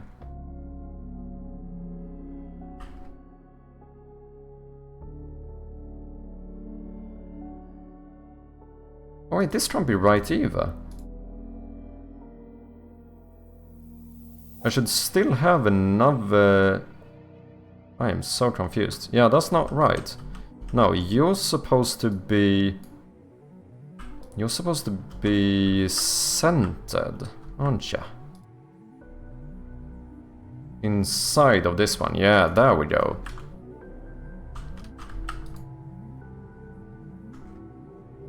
I think that's the correct position.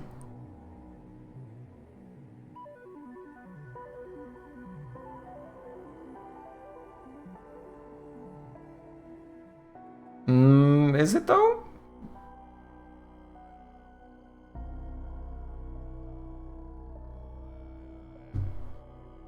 I have 3 pixels in width there, only 1 here. What the fuck is going on?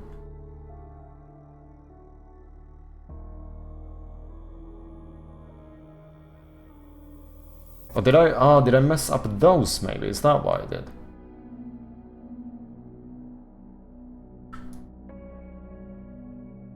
Yeah, I did.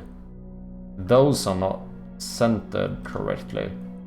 Ah, I see. I don't know if I care about that. Because when is this zoomed in, it's not really noticeable.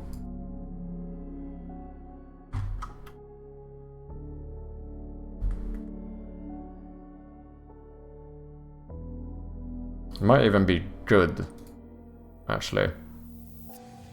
Okay, so this is the correct placement, and then let's now see if we can somehow finish the top. And potentially have something like this for the vertical capsule. How did I make the small one look? Oh wait, I'm only down here. Technically. This one is way taller. Maybe that works in my advantage here. If I want to match this one. Not that I think that truly matters here.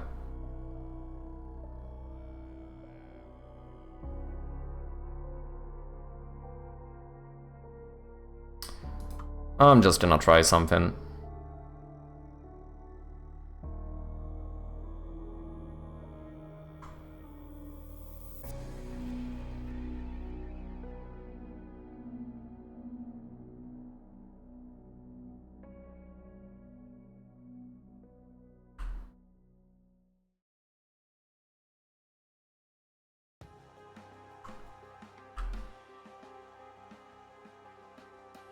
Sure.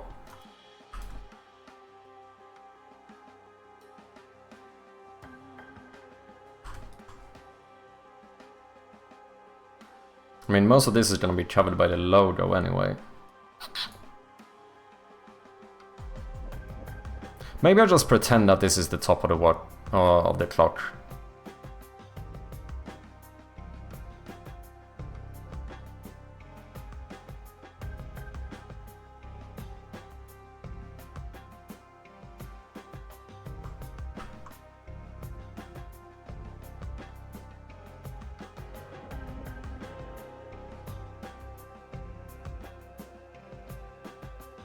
Yeah, fuck it, I'm gonna do it.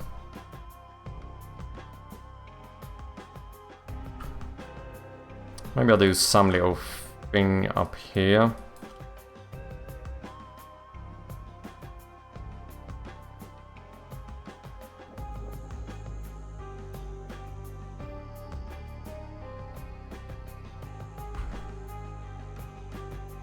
This is never seen in game anyway.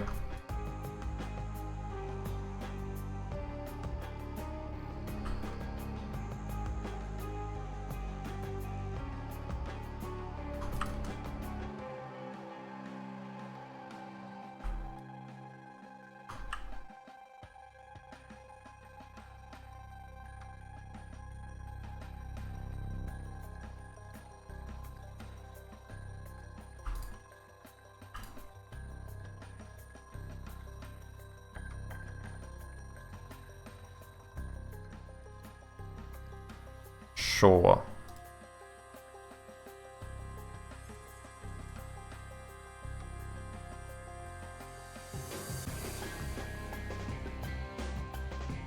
I don't like it.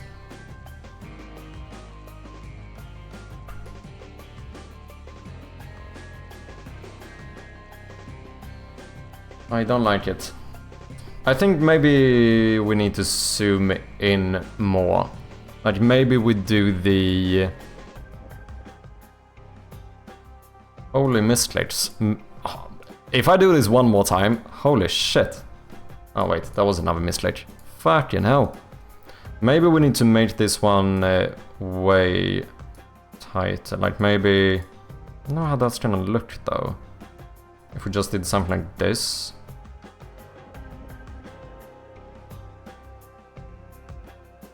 I think that could work.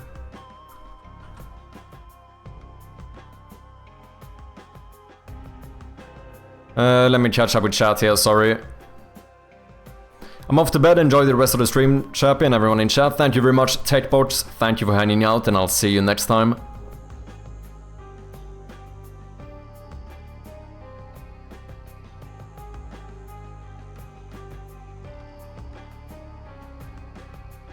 I think it's better to spend a while learning the language your engine uses before you really dive into game dev. Learn basic data types and standard library a little bit, read the docs for the language, then jump into game dev. I think so as well. I think that probably is a good point. I think there are advantages to doing it that way. I didn't. I think one of the main advantages of not doing it that way is that, at least for I imagine a big part of us, it's not as fun. Do you know what I mean? Like, I went into game dev because I wanted to make games, not because I wanted to code. And that's the only thing that I would potentially have as an argument, the fact that it might be a more enjoyable experience to start off in engine trying to make games, and the fact that that's more enjoyable might make someone more consistent and successively learn more for it. However, you know, this is not an argument against the fact that it's not good to learn the language first. I think that is, like, on paper, I think that's objectively a better strategy.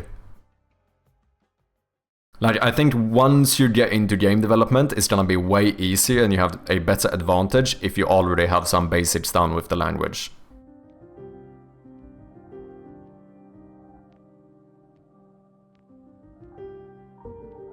I think another thing people forget is that knowing what/how to program is much more different than figuring out logic or troubleshooting.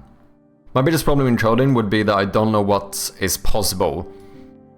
That's why I like asking AI, but I try to code it then myself. Yeah, I think that's a good point. Like, in the beginning, a lot of the things you actually have to look up is like, what can you do?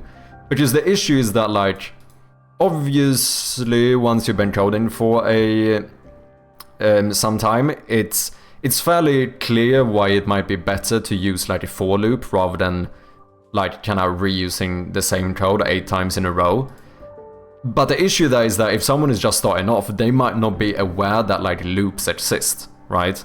So that's where, either as Grievin said, if you learn the basics of the language, you probably are going to learn about loops, and or if you like, you know, successfully start looking more stuff up in the beginning, you are eventually gonna learn about it. But that is definitely one of the issues in the beginning. I think it's very show-offable. There's a Google chart online that's dates of all the major showcases. I try to plan some of my marketing meets around them. I think I saw that one. I think I might even have it bookmarked somewhere. Because isn't that... Yeah, worthy festivals for indie games? Is this the one you're talking about? I think this is by Chris Sokowski, if I'm not mistaken. I have looked at this one, but it's been a little minute. I probably should keep a bit more up to date with it. Flash game vibes, Witches, Wizards, any film, physical, digital. I guess Digital Expo is kind of what oneself should, because that's the easiest one. Start your engine, Psychedelic Festival, Robots. I don't know if any of these are in the core.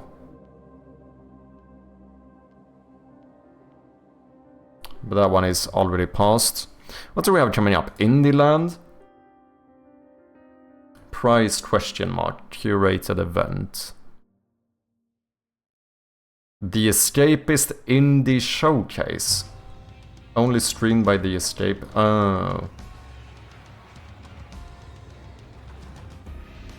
Didn't promote it much.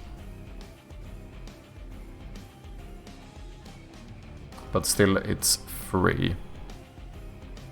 Yeah, I should keep more up to date with this, to be honest. Games in Sweden, Digital Expo.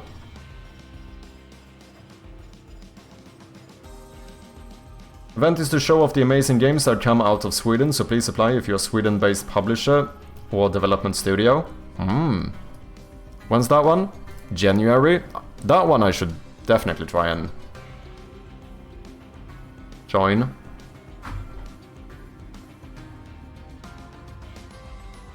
I normally recommend that you beginners learn primitives and then data structures comes in. Since all programming is ultimately just data manipulation, then you can learn patterns and that will teach you how to organize for different types of problems. So I didn't mean to include you in beginners, it was you and I meant to change it for beginners. Oh, no worries if you're saying it to me, like, I still feel a bit like a beginner. I guess I'm more intermediate, if anything. I'm very well aware that I still have more to learn. Fuzzy Buzzy, how you doing? Sorry I'm a bit behind in chat here. Hope you're doing well.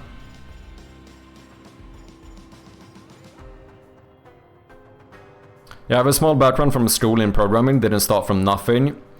To be honest, it's not much, plus to learn how the engine handles stuff takes time. Yeah, just learning the code is not gonna be enough either, right? Because understanding the engine takes its fair share of time as well.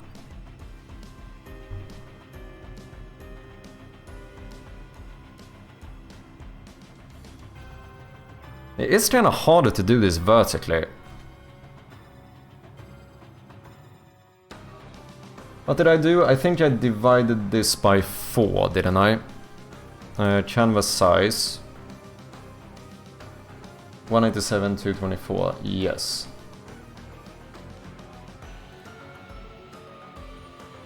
If I slightly change it, I could divide it by 8 instead. That sounds very small. That would be half of what I have now. Then the logo doesn't fit. So that's an issue. Oh, I love scaling pixel art so much. It's so much fun to make sure pixel art is scaling well.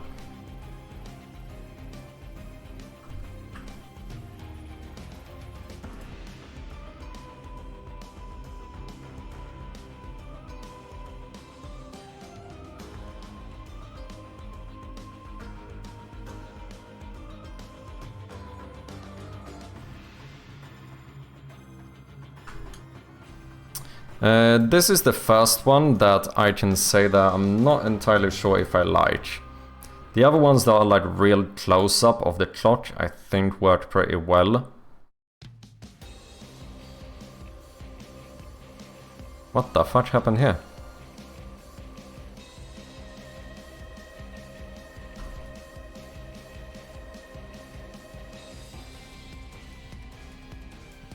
Oh, because I have the symmetry option. Ah, I see.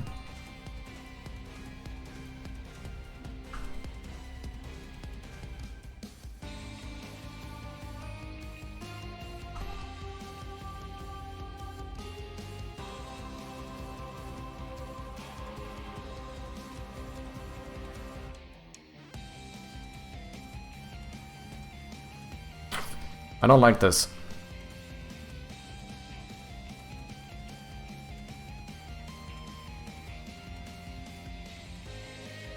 I don't like how small the logo is, feels like it got small source energy. Maybe a little larger and bottom line would work better. Yeah, it's only the scaling that becomes an issue, because I have to scale this up without messing up the pixels too much. But I do think getting this slightly smaller would be good. Yeah, that's a shot. There's also events hosted by Steam. Yeah, I have attended one of those, but there's also like unofficial events, right? Like, from what I understand, I think anyone can make an event on Steam, right? Moriesta Mises, how you doing, man? Welcome in. Hope you're doing well, good to have ya. Did I tell you I made another minigame? I coded Breakout in raw C# with no engine, my first C# program, but it only took like 30-45 minutes. Had to hunt down a cross-platform rendering library.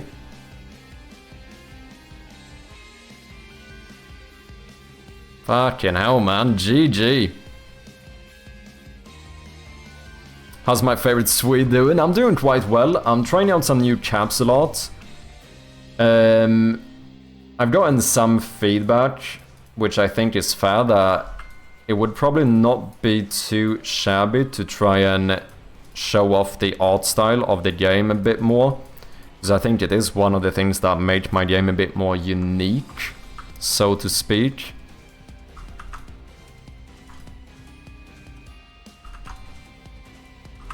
So trying to see what I can do about that, but making pixel capsule art is fucking hell, man. But the other ones I'm quite happy with. I actually think these turned out pretty good.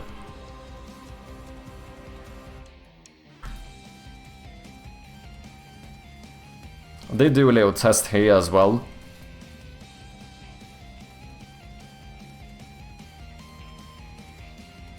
I don't know, I feel like they represent the game a bit better. I think that is fair to say. I don't know, what do you think, Amisis? So, this is what I had, which I feel like the only thing that resembles the art style is the palette. But otherwise, this just feels like the only impression you really get here is that it's some type of a horror game. I guess this one might not be as clear in terms of genre, but it still feels a little bit, I don't know. It feels like it gives off some like mystery type vibe. Plots are very common with puzzles, so maybe a bit far-fetched, but you can kind of see the connection to puzzle games. And then of course it a lot more clearly represents the art style of the game. So far, I actually quite like it.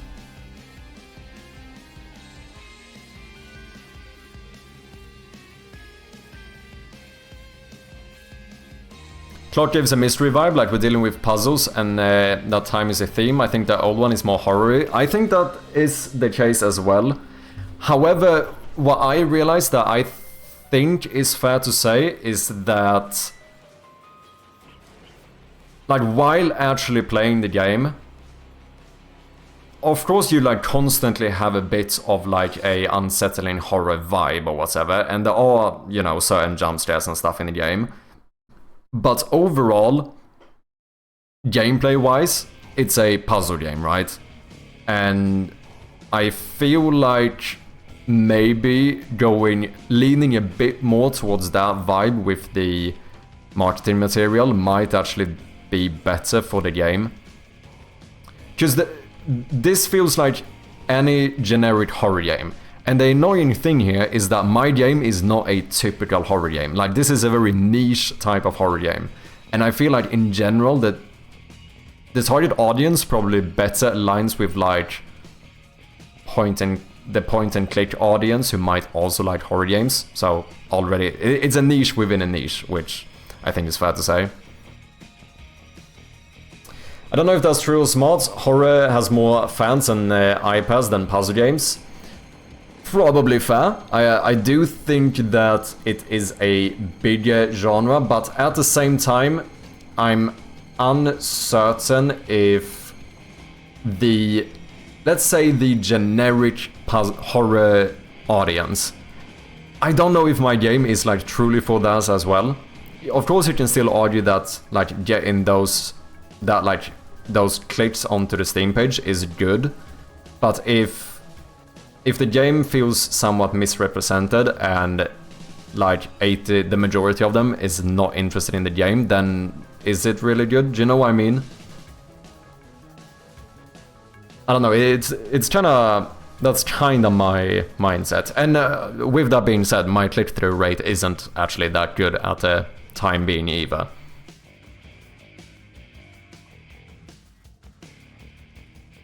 I don't know, I feel like gameplay-wise, it caters more to people who enjoy puzzle games and have some interest into horror, more than people who are, you know, who like horror games and have some interest in puzzles. Does that make sense? I don't know. It's difficult though. It's always the thing when you're combining genres. It's like you're never gonna get the full audience on either side, right? Like point and click immediately is going to, you know, get rid of some people. From the point and click or from the horror side, I think some will be turned off. Oh, sorry. From the point and click or puzzle side, I think some will be turned off by the horror elements. And from the horror side, I think some will be turned off by like the point and click elements instead.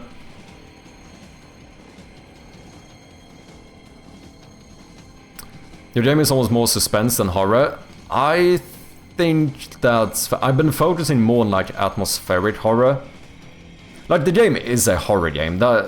We can't like get away from the fact that I still think this aligns under like horror. It is one of the main genres, but it's not the only. And I feel like this just says generic horror game.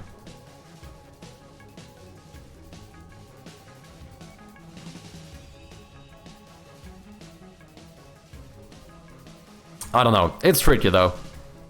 I think you're selling your horror short, but you know best, so trust your guts. I don't know if I know best, to be fair.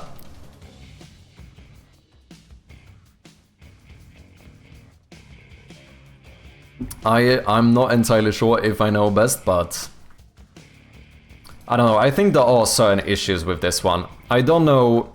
Just like, here's the thing.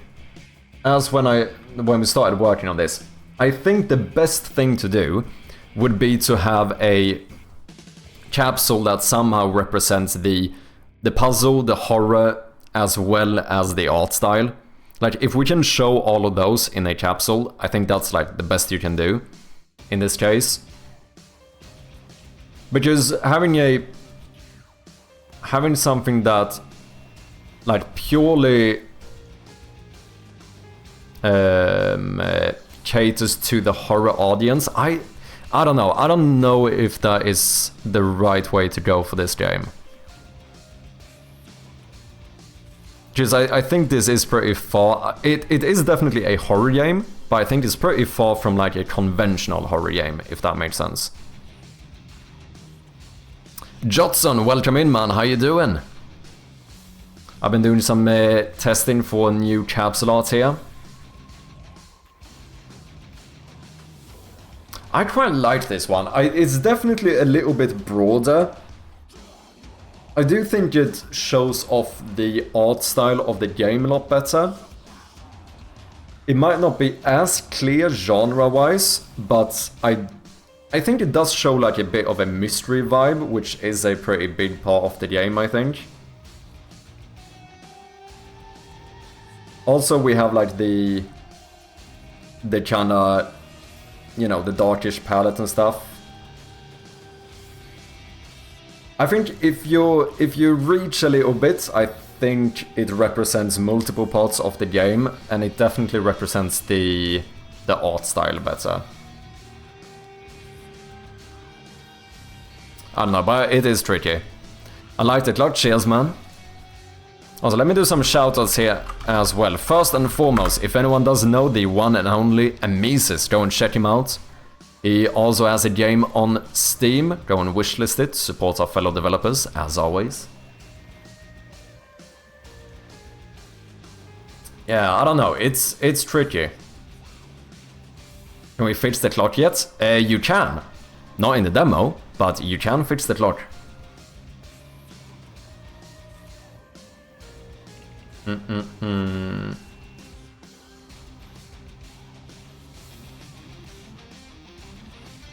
Could you put a small version of the monster in the doorway, 1/3 size, in the lower left side, instead of the stairs? Wait, on which one? Do you mean in the capsule art?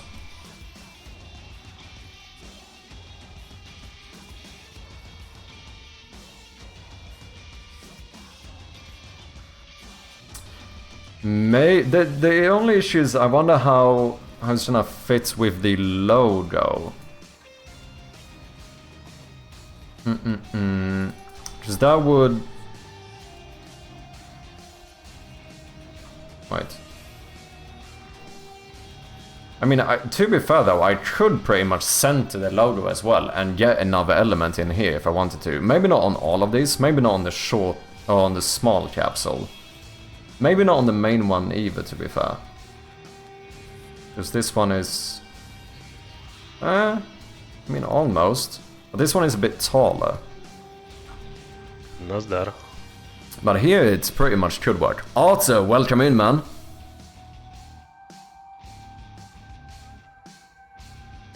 Would be partially covered, but I think that might be good. I think it could work for this one.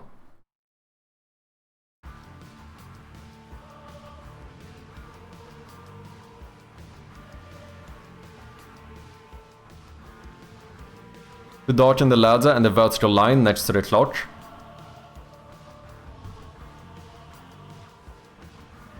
I did darken them a bit. We should go even further. I'm slightly concerned that everyone sees a ladder here. I do see how you see that, but it isn't a ladder. But I do understand now that it does very much look like a ladder. It's not supposed to be a ladder, but I do see it. Especially when it's zoomed in like this and you don't have the full context. Shit, are people... Oh, it's totally a ladder? Ah, shit. It's not supposed to be. By any means. The clock screams puzzle, that might sell the horror part, then everything sells the art, yeah. Just seem a little noisy,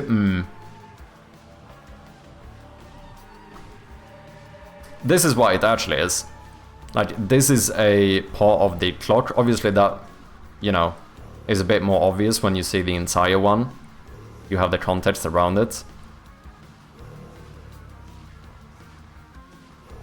Obviously, I don't mind... I've already tweaked this a little bit specifically for the capsule art. I don't know if we even could get rid of this, to be honest.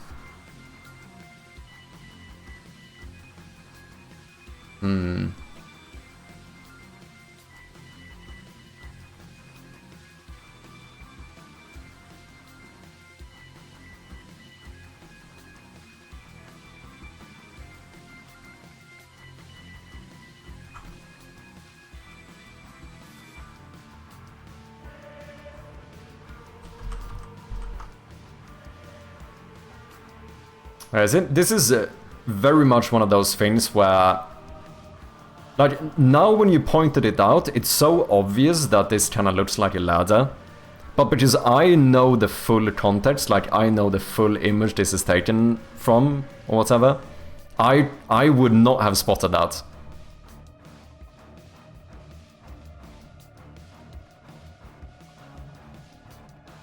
To be fair though, I don't even know if that part truly is needed. Like, I could do this as well.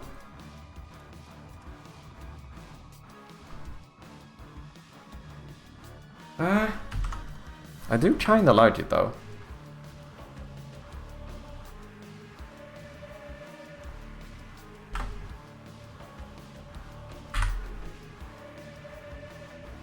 Just, it feels a little bit off. Weird not having any type of padding here, if that makes sense. I kind of don't mind the logo covering it a bit as well. Is it a bad thing? It kind of adds to the vibe? No, I don't actually know if it is a problem if someone reads this as a ladder either. Also, ladies and gentlemen, Jotson is yet another game developer on Twitch.tv. Go and check him out if you haven't. What if I mean, that makes it seem more like a ladder. Maybe... I already have upped my... Asoft 10 challenges the community to a marble race. Let's do it! I've already upped the color palette a little bit here.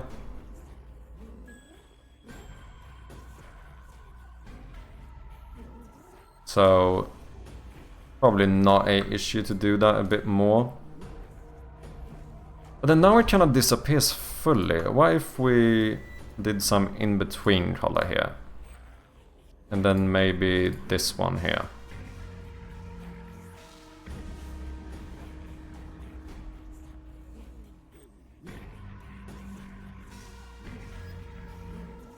Maybe.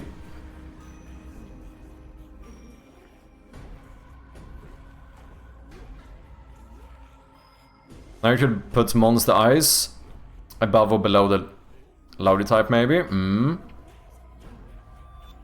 Another thing we could do is just blood. Pretty good way of showing off the horror elements, potentially. I don't know what that would be. Like a bloody handprint. Damn, look at that hand. Maybe. Okay, let's do a quick little marble raise here. Good evening, Vintage. How you doing, man?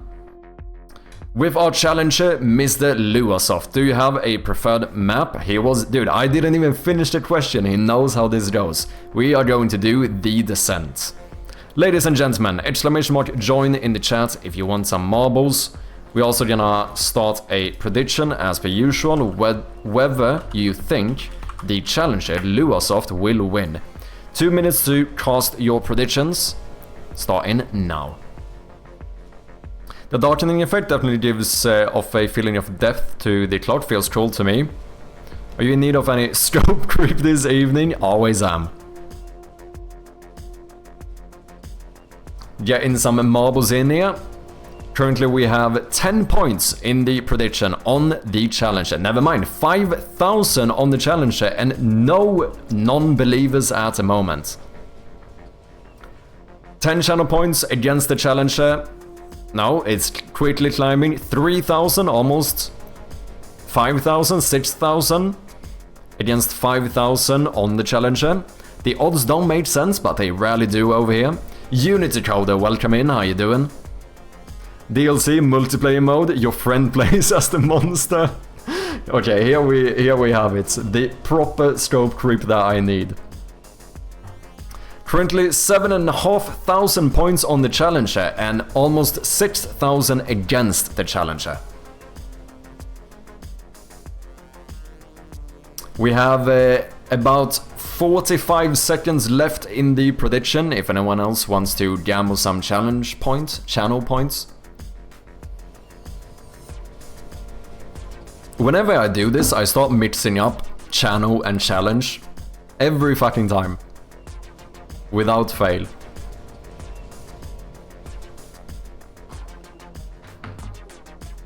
I was really happy to see the red shadow animating with the loading bar when he launched the game. Yeah, I think that is a pretty nice little detail. I think it adds something. I don't know, I like...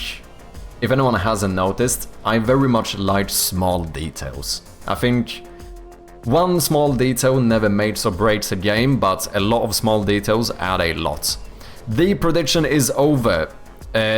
For once, we actually have more points on the challenger side. The two spinny things don't look aligned. Think about it every time. Yeah, I think they are positioned correctly. But something happens with when I make one spin the other way, where for some reason it gets slight, like the... I think positionally they are correct, but the spinning like has a little delay on one of them or something. Now I do too, thanks, yeah. Ladies and gentlemen, we're gonna start the race. 10 seconds to join if anyone else wants to. Type exclamation mark join to enter the race. Otherwise we're gonna be starting in about 5 seconds here. Going into the first Plinko section.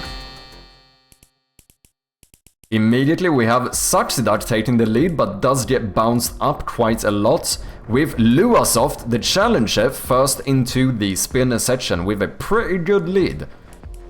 However, this is the descent where anything can happen. Oh, I actually thought Luasoft would do the flipper skip there, but he didn't. We have Great Grievance with a pretty good lead going into the Arcanoid section. But as many of you know, this is where a lot of the marbles will be catching up. So Let's see who gets through first. Looks like we have none other than Mises as well as no, it's a Grievance first into the Plinko section. Vintage is here as well. Teabag first out. I think we are going to have a winner. Unless Grievance can... Oh, I actually think Grievance is gonna steal it. Last second. Holy shit, look at that. Great Grievance in number 1, Teabag 2, S-Funk 3 and 4. We have Vintage 5, Teabag, the double Great Grievance, Vintage and Teabag. Unfortunately, Luasoft, the challenger, did not even make it on the leaderboard. Who is our second winner though, aka last place? We have Unity Coder just getting through the flipper here. But there's quite a while to go, so you never know. This could turn around depending on how much S-Funk is going to struggle here in the Plinko section. Nah, he does get through. I think it is pretty much guaranteed now that our second winner, aka last place, is going to be none other than Unity Coder. Fortunately. Yeah, fortunately for any non-believers, that is definitely the case. And with that, our last marble has reached the finish line as well. So with that, we are going to complete the prediction. The channel points will be split amongst the non-believers. There we go, and let's get back to work. Thanks for playing, as always. Yeah, I don't know if we could play around a little bit with the perspective here. Like, what if I... Would it work to throw in a door here?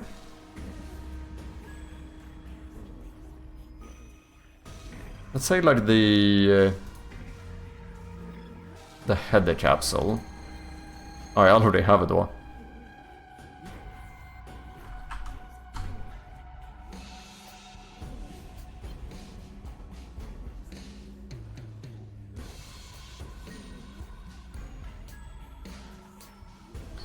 I don't know how to properly do this though, because that does mean that there needs to be a wall over here.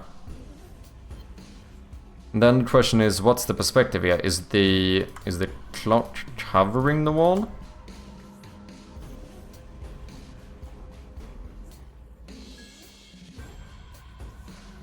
Wait, that's not the clock.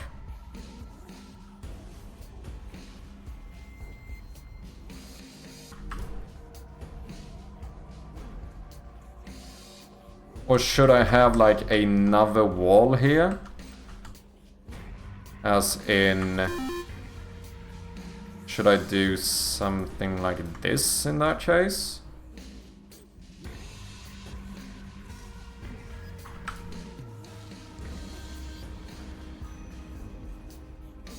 Then you'd have to move the logo, maybe make that one more centered. It does get a little bit messy though. There is definitely like a lot more going on, which I suppose could be both good and bad. Damn, Luasoft with the 15 stream streak. Look at that, cheers man. Sorry guys, we have some ads coming up in a little bit, I cannot skip this one.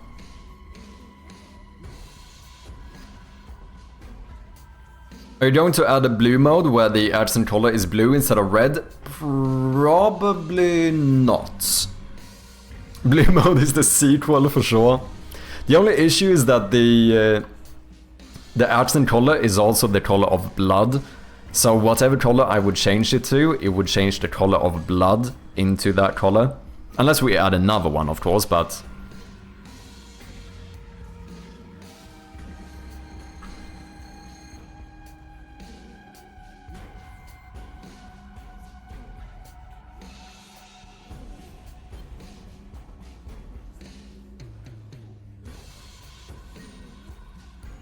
Gotta run, have a good rest of stream, no worries. Thank you very much for stopping by, Bob Turtle, and I'll see you next time.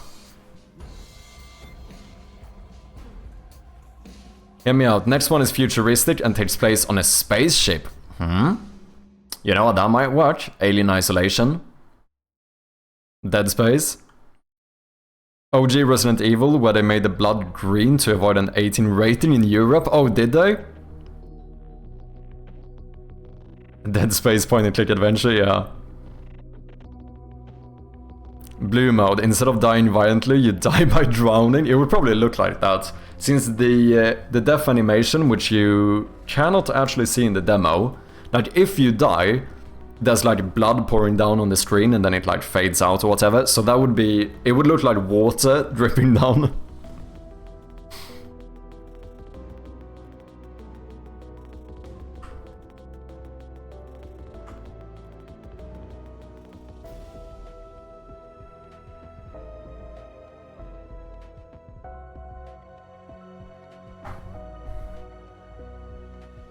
I do think this obviously more clearly shows off the horror element of it, but I do find this a little bit hard to read.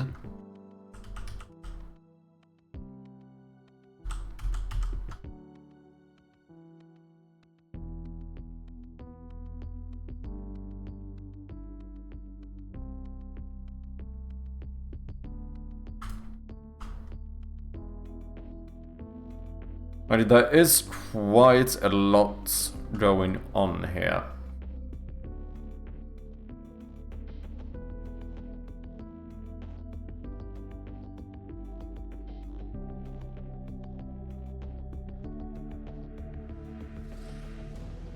Feels too cluttered? I think so as well. And like, it's a bit hard to understand exactly what's going on.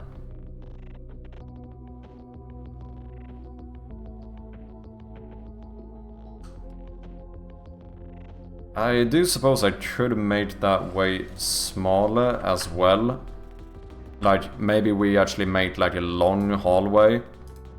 So we just have the door be something like this.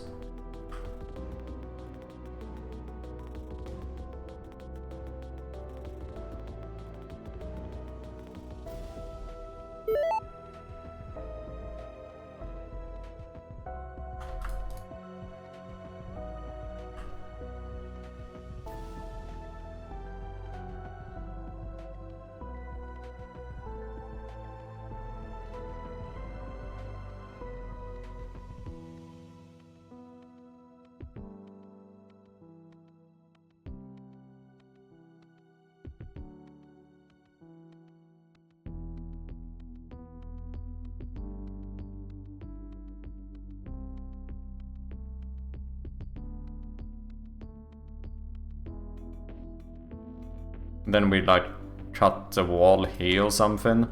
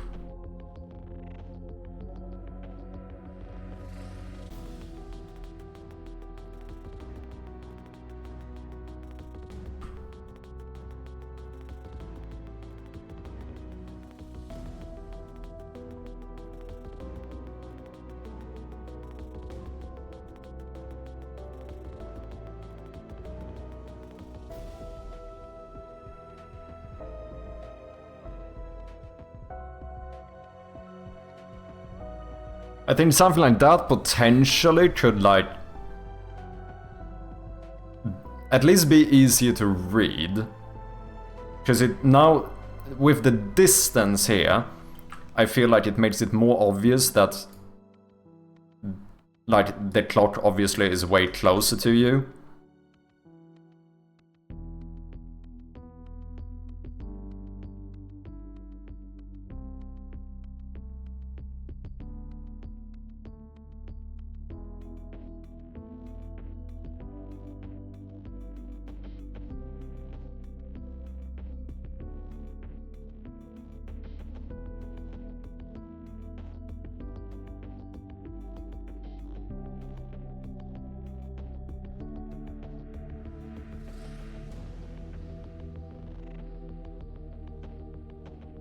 This is a bit left field, but maybe try taking the center of the clock face out and putting your eyes there.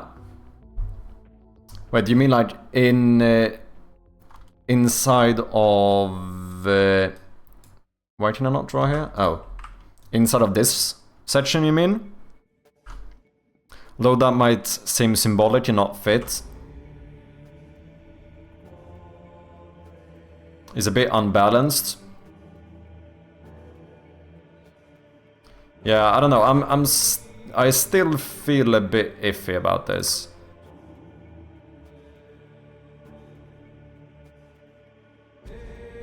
There's like a lot going on. Once again, I do think that the nice thing here is that you can show off both like the horror element and a bit of like the more puzzle element. But like at a quick glance, it's very hard to kind of tell what's going on. Yeah, it's a bit too busy, I think.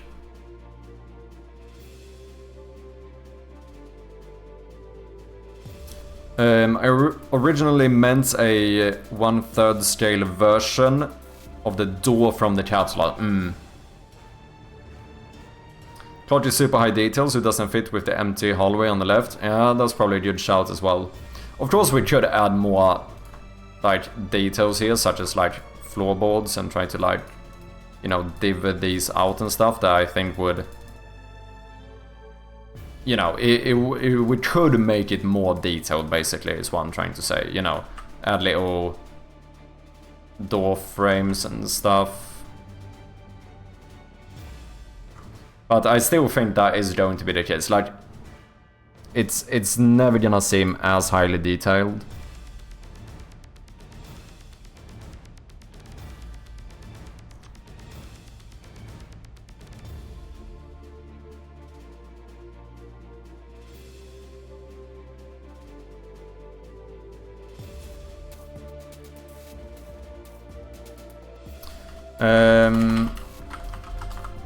Header, capsule,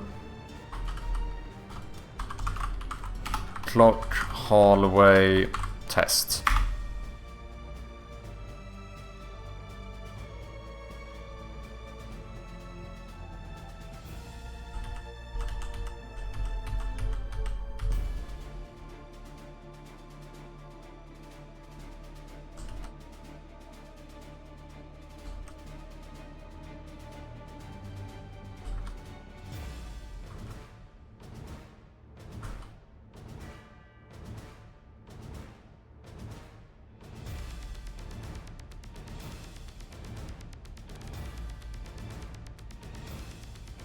This is definitely cleaner.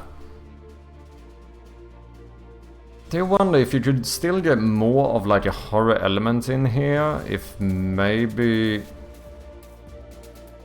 I don't know if I like the logo not being centered vertically though.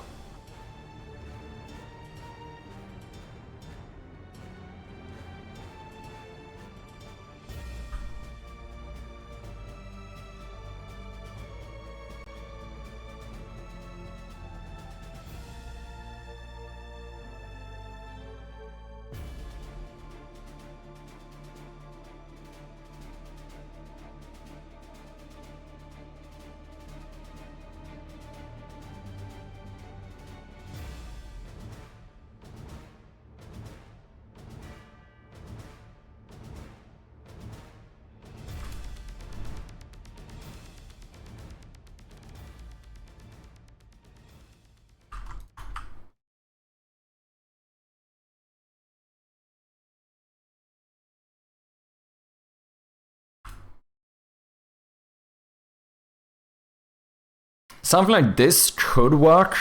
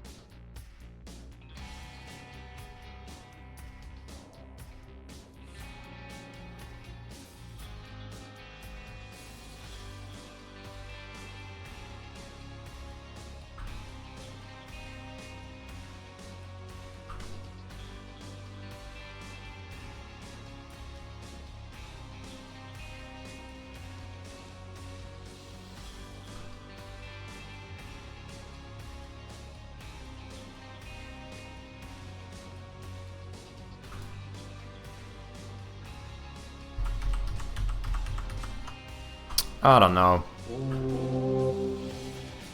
IPO, welcome back, man. How you doing? Pixel perfection, exactly. Lavendudo, thank you very much for the follow as well. Welcome in.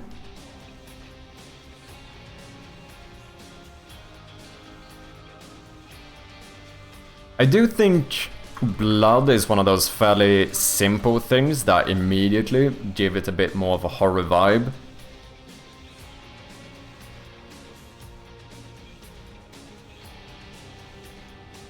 I think it could work.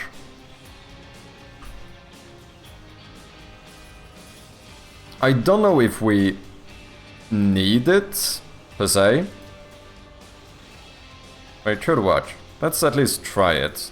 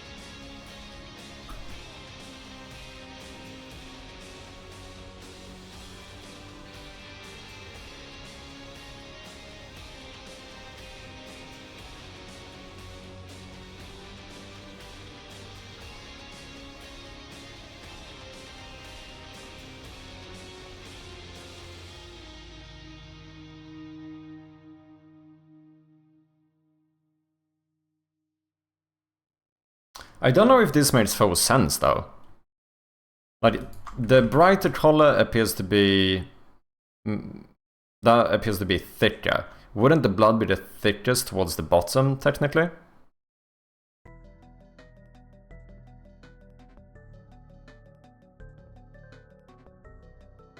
The hole in the wall with the boogeyman looking through it instead of the door.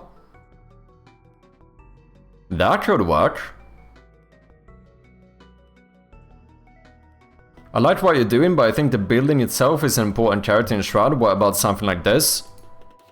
Yeah, I did think about this. I actually did add it to my notes as well. Like, I do think a manor or like a building in the distance or something works very well. The only difficult thing is that in this resolution, it is going to be very small. I actually don't have anywhere where you can see the full manor except for what, like the intro cutscene.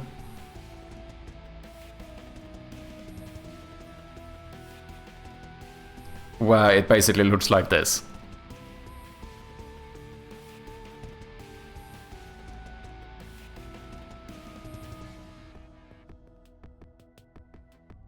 But I think it does kind of show the right vibe.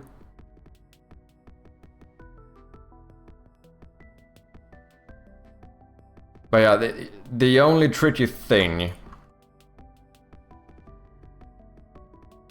is that if we want the logo in here, we would do something like, we have some... Am I on the logo layer? We would have some like hill or something here. Maybe put a few small trees and like foliage here. And then like the size of the manor becomes pretty tiny.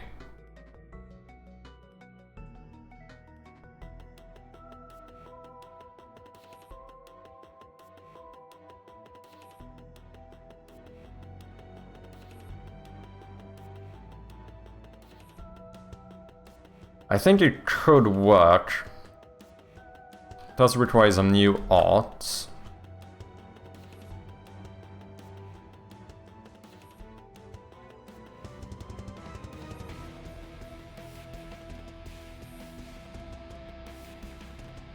But It definitely is another route you could take.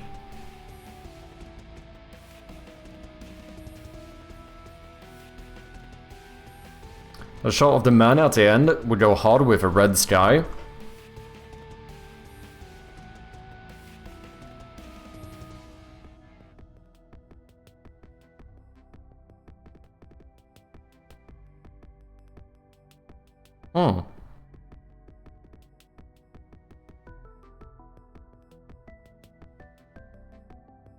It does look kinda interesting, to be honest.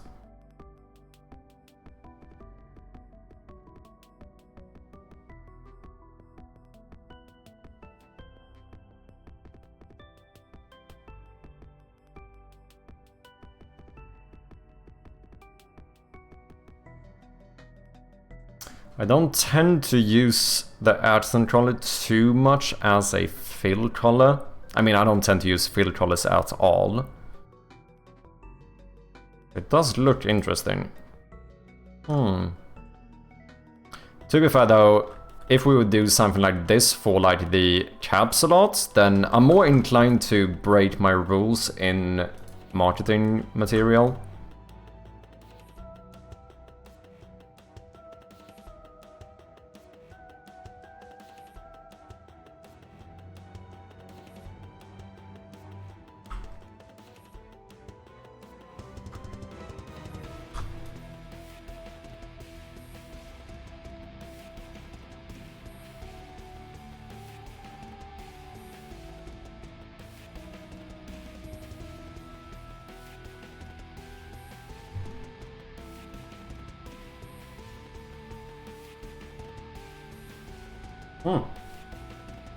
Could work as well, to be honest.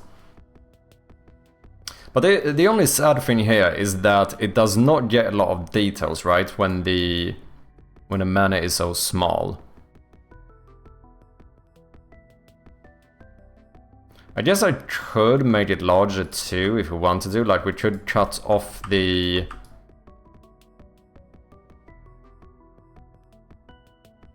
last tree somewhere, so it doesn't look like the tree line continues.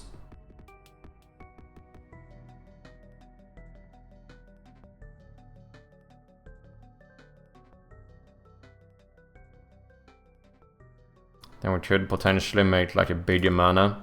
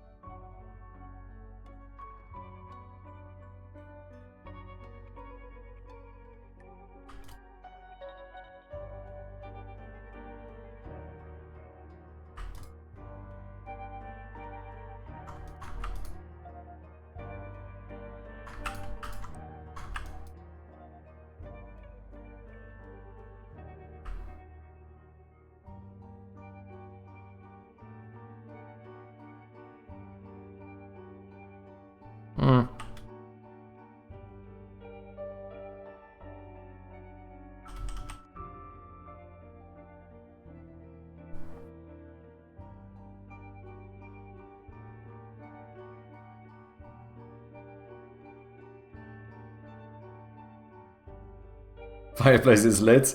Yeah, it does change the vibe a little bit if you have smoke coming out.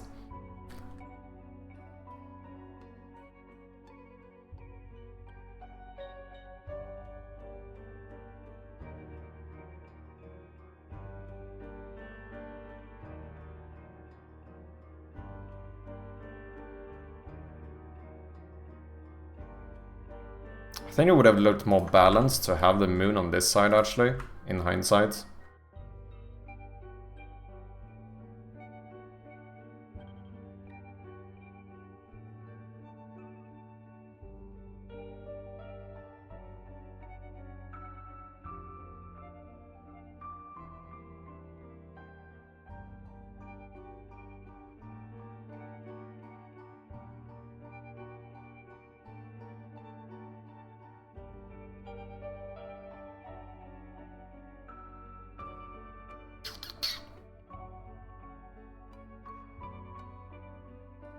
Damn, now you guys are making me a bit indecisive here.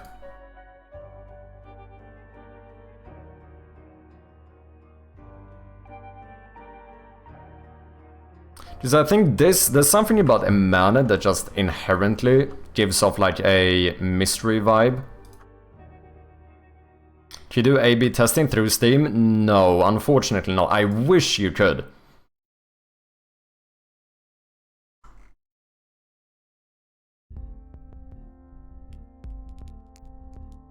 But I don't think that is possible.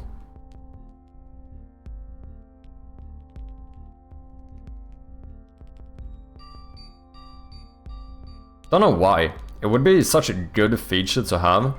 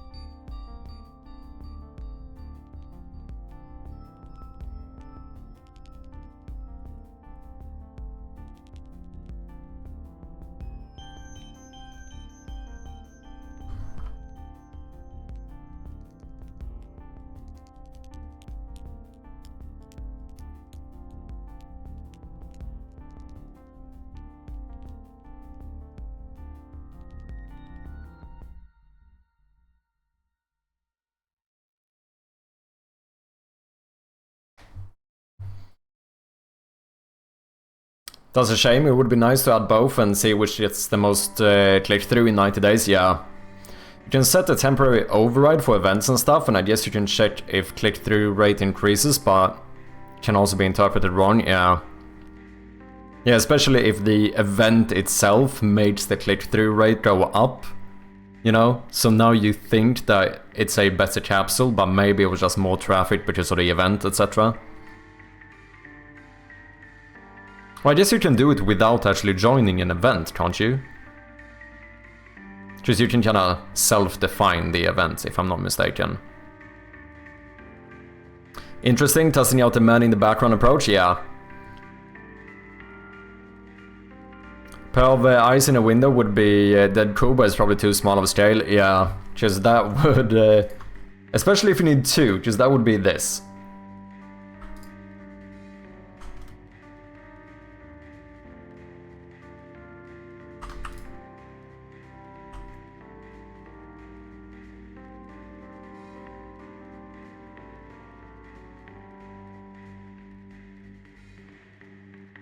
What is the actual size of my... Let's do header capsule.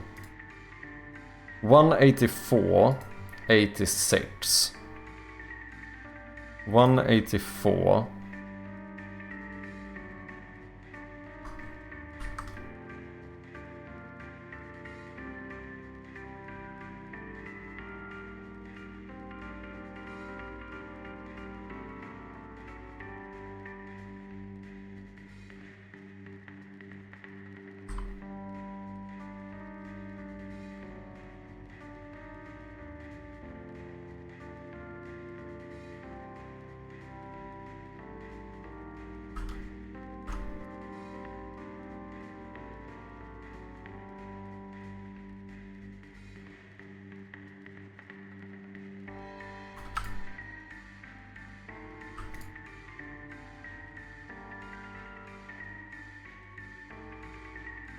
I like how I did no layers whatsoever here.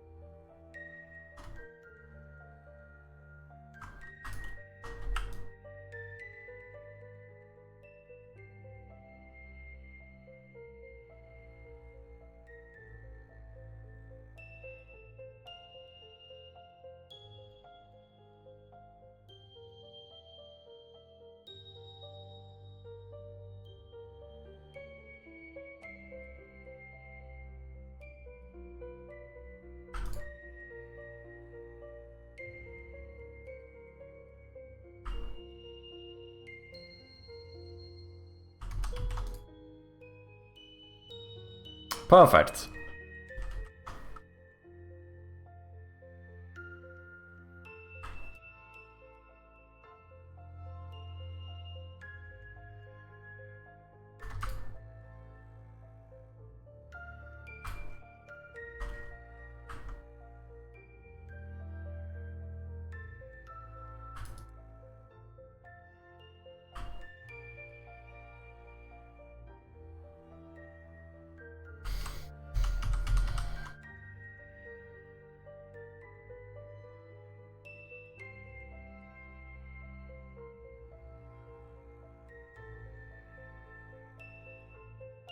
I think it's similar here, where it probably shows off the mystery vibe more than the horror vibe, but... I don't think it's bad either. I think this could work too, which is kinda annoying. Just now I don't know what to do.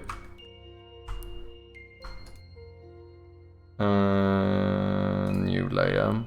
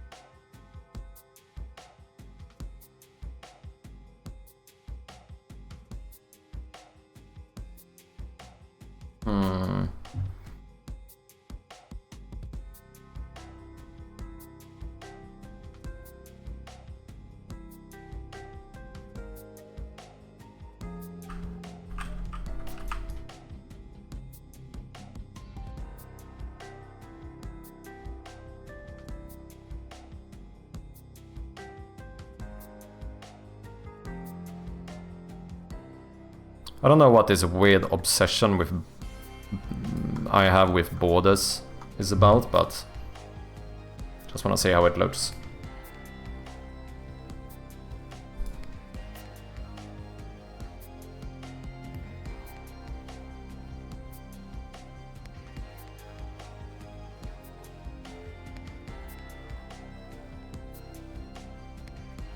We should use a mix of these as well, because maybe one doesn't work as well. Like, this one didn't work well in the vertical, so maybe here we do the mana and the full thingy. And maybe in the small capsule would keep the clock or something. I don't know. Where are you guys leaning at the moment? If we say that... Let's do this.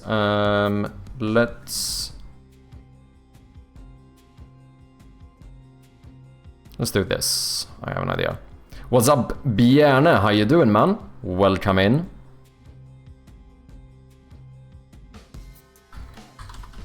Hope you're doing well. Currently trying out some new test art for the Steam capsule. Feel like it might be time to update it yet again.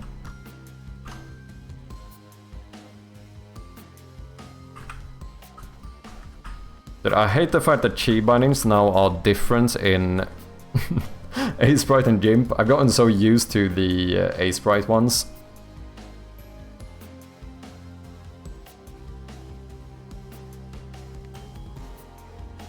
It's giving you off that house on a haunted hill type of vibe.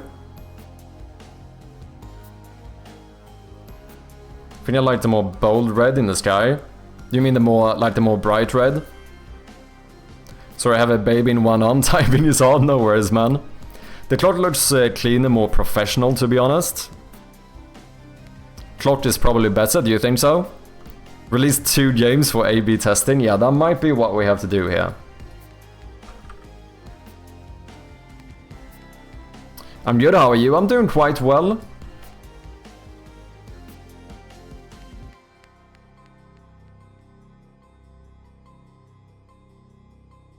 Okay. So, this is what we have. Let's actually do a quick poll and see what you guys think.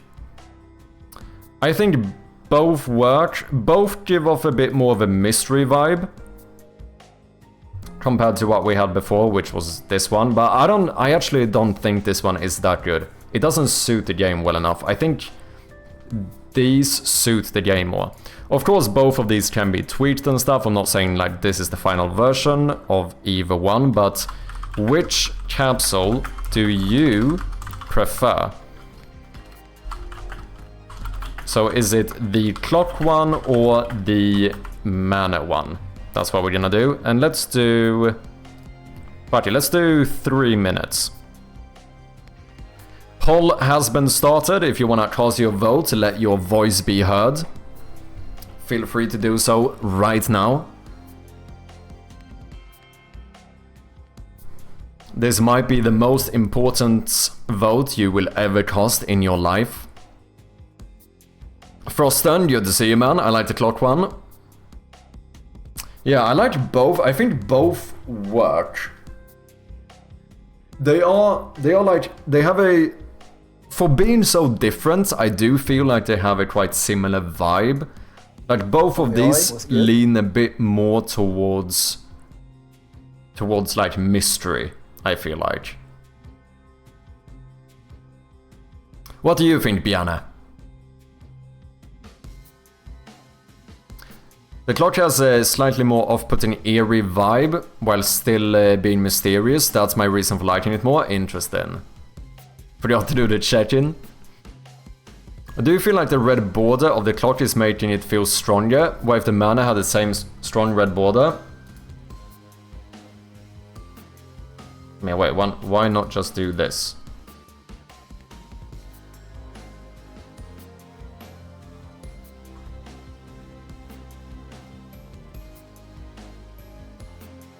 I don't know, I know some people are not really a fan of these borders that I tend to do, but I actually really like them. I don't know why, I just think borders make the whole thing pop a bit more, you know?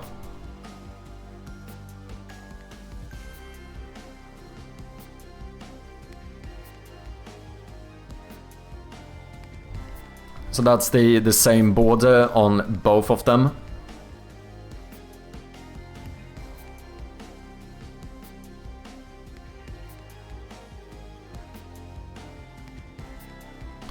The clock reminds me of Nancy Drew Mystery of Dollhouse that supposedly was haunted and changed depending on the clock time. I don't like the loader alignment on the mana version. Yeah, I would probably move that one up, but I didn't do layers on the test data, so it's a bit annoying because I'm gonna mess up the trees. But with either one, like I said before, we can do like minor tweaks and stuff. This is not about like which one has the exact pixels in the right place or like exactly which tone it is. More so about like the general concept of which one you prefer.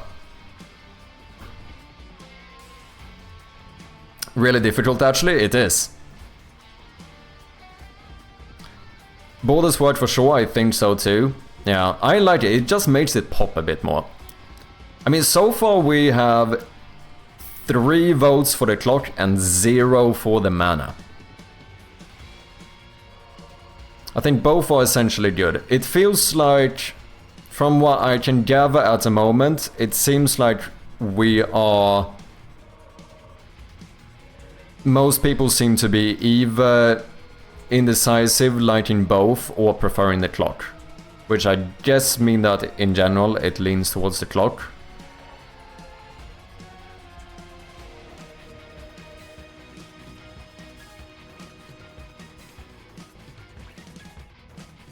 I like the title in the right one better. That it's more to the bottom left. Don't know if it would work with the clock one as well. Can always try it. I think the clock looks intuitively cleaner because the lines are framing the logo.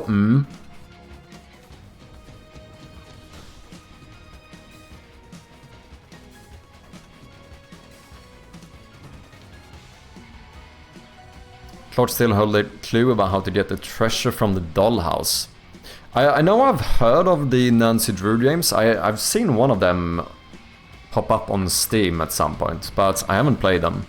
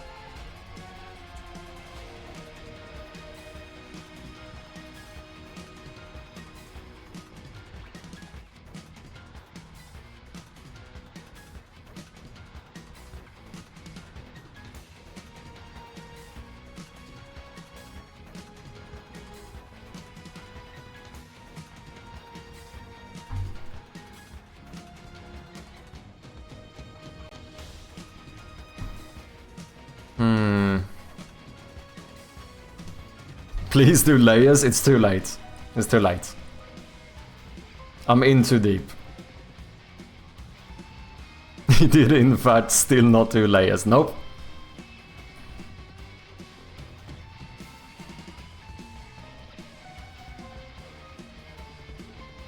It would be interesting to see a version with the flashlight from the game lighting up the title, yeah.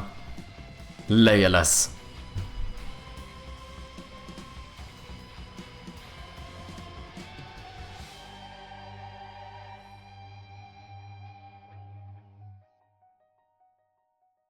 Yeah, this shit is really difficult.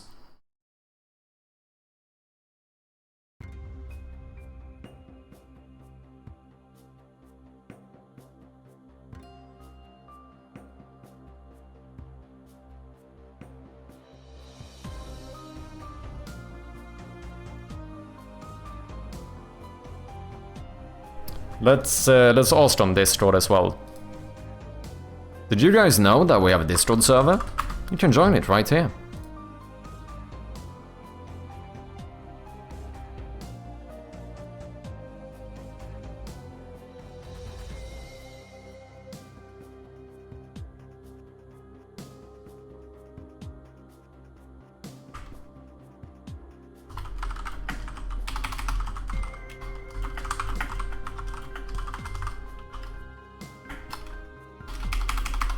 Wait, I can do polls as well, right? Yeah, create poll.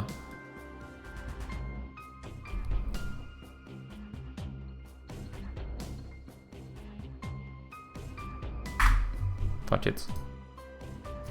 Boom, and then create poll. Which capsule do you prefer?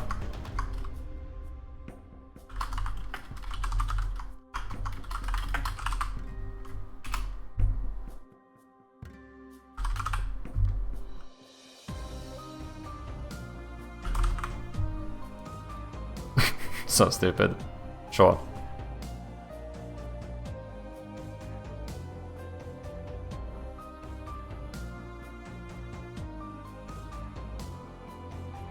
Let's see what the community on Discord says as well.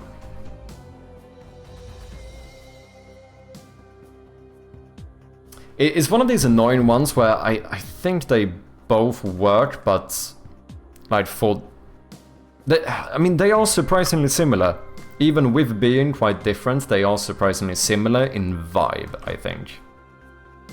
Whereas, like, the old one obviously has a very different vibe. This feels like any generic horror game. These feel like a little bit more towards, like, maybe a dark mystery game. But I think that might actually be a better thing for us to aim for. But at least here, it seems like people in general are preferring the clock one. I'm actually really indecisive here. Nonetheless, once again, nothing says we can't do more updates. I think both are better than what I have in terms of like representing the game.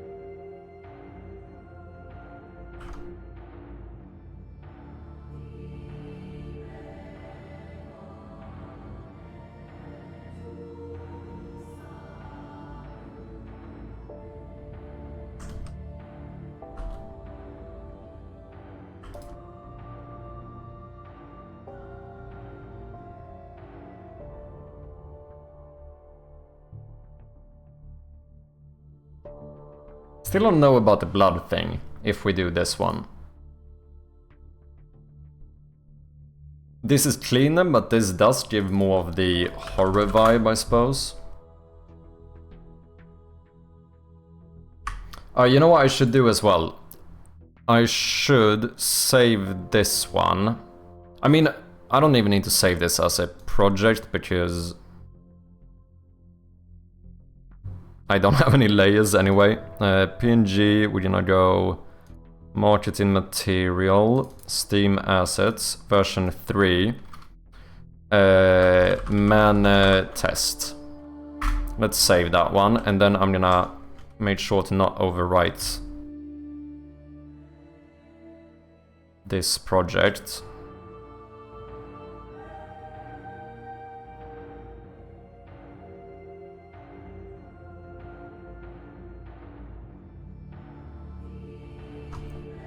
I mean, wait, can I not just close this without saving? Fuck it.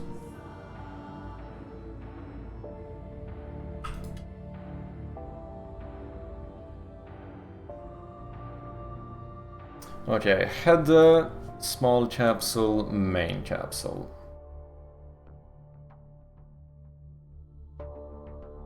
Undo version control, very nice.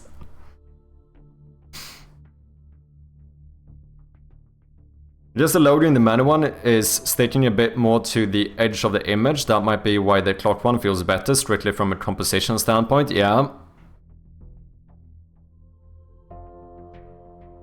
That should definitely be the case.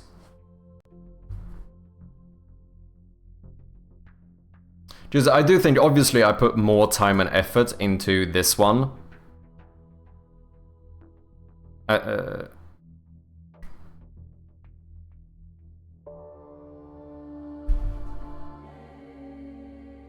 Oh my fucking god, I undid all of the changes and then I didn't save. Since I saved this as a PNG, when I saved I overwrote the the test one I did instead of saving the project that I wanted to. Holy shit, that is fucking hilarious. Is this one correct at least? Yeah. Don't forget to save. Well, that's kind of funny. So I lost that one. I don't even think, since I technically never saved that one, I actually... Oh no, wait, do I even have this folder in my... No, I don't. This isn't even in my version control. Well, that was fun. And I also closed it, so I can't revert back either. Oh, that is actually funny. Holy Flawless. shit. GG on that one, eh? It's fine, it was just a testing one anyway.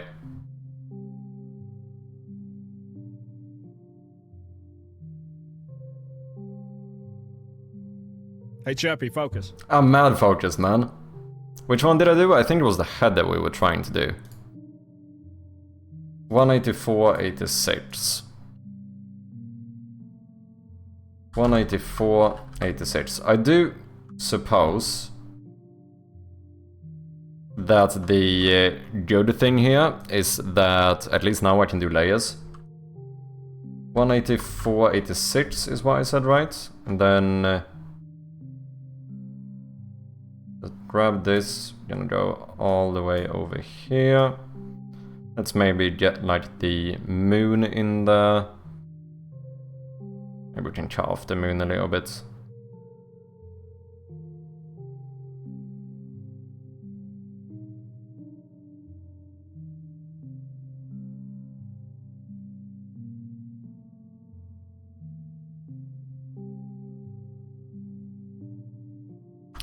Let's just do a quick mock-up here with layers, believe it or not.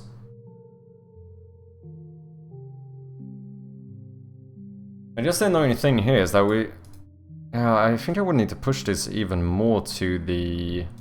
Can I still move this one? I can.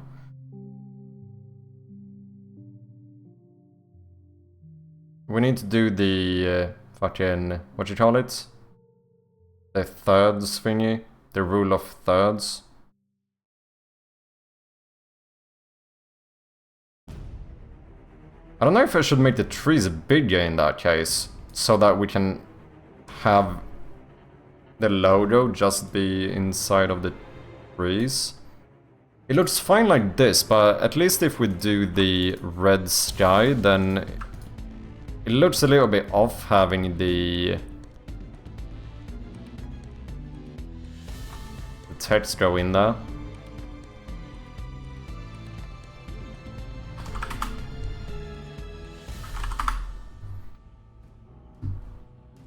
Cheers for the clip, man.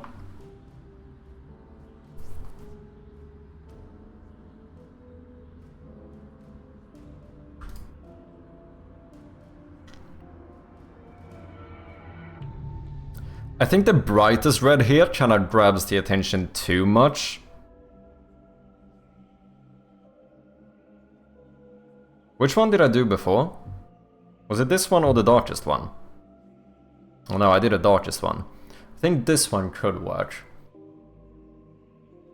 Just this one, like the brightest one, that kind of makes this seem like it's more important than the rest.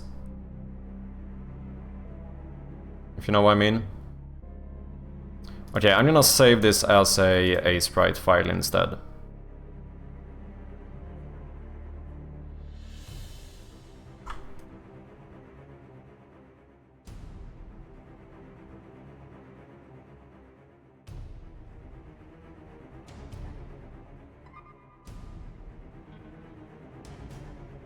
Scheiße.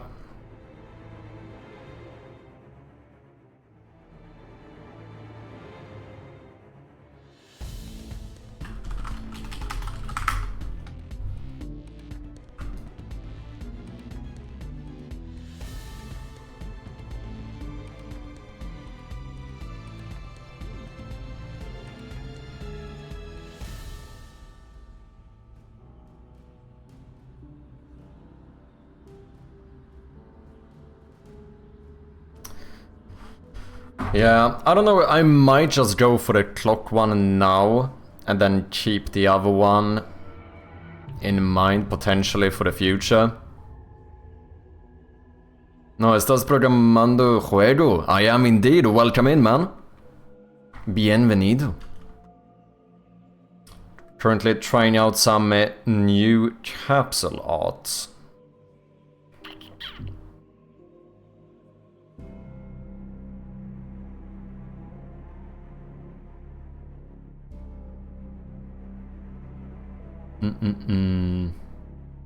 Increíble.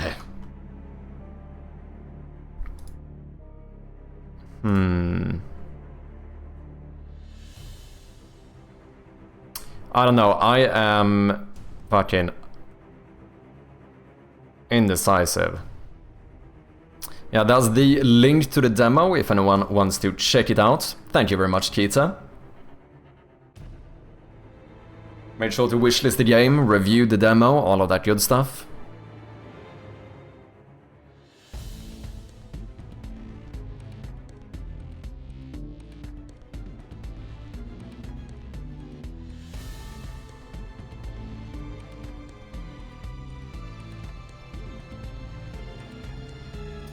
I think the more I look at it, I do kinda like the mana one too.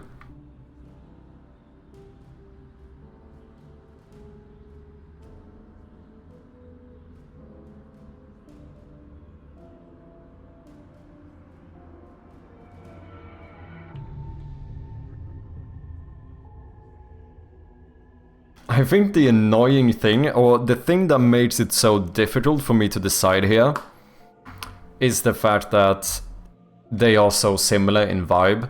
Both have this like kinda antique, mysterious vibe to them. Did I save this? I did.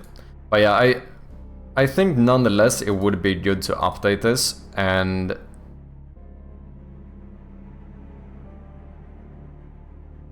I think I might just go for the clock first and then keep the other one in mind.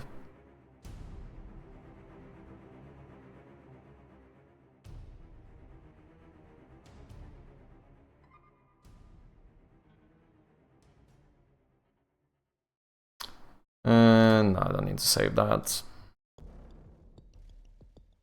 Maybe this is one to sleep on, see what it looks like in the morning. Yeah, I think no matter what, I'm not going to change any of these today. So it's not like too much of a stress. Tomorrow I can see what the poll on Discord ended up as well. Maybe I should have tagged the Shroud of Gloom tag here, maybe.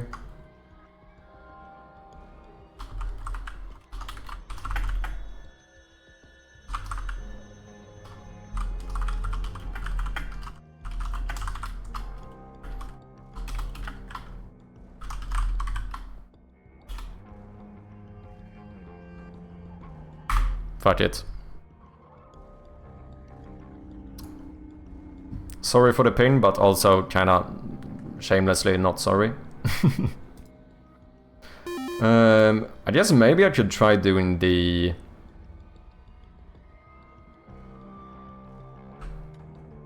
mana on this one. Just to see what it would look like, because I do struggle a bit in this clock to work well. Unless I would make this smaller. Like if we just cut off this section or something. Maybe.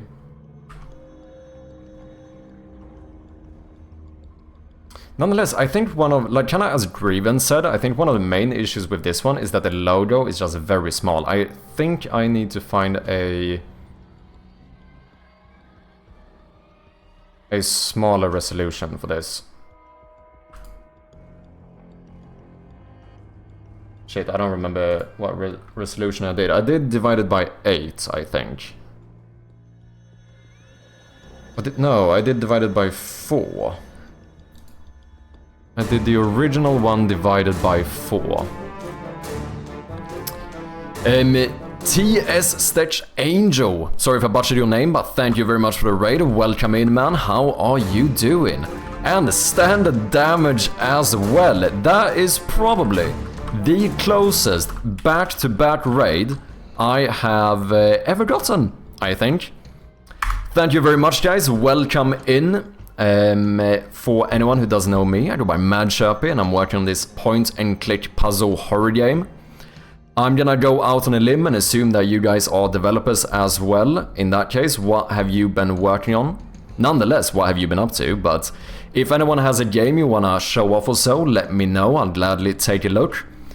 But yeah, for anyone coming in, if you haven't seen my game before, then here's a little trailer for ya.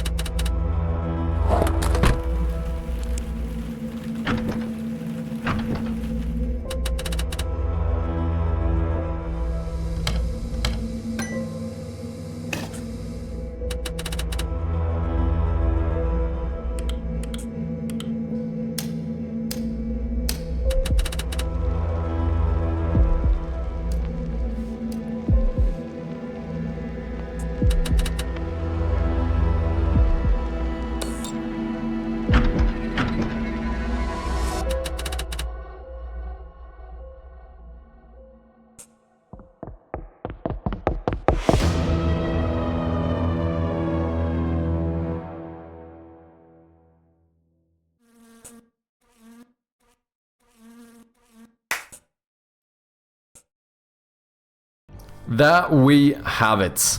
Game, or the demo, is available on Steam if anyone wants to check it out. Yeah, unfortunately very bad timing on the ads here, sorry about that one, guys.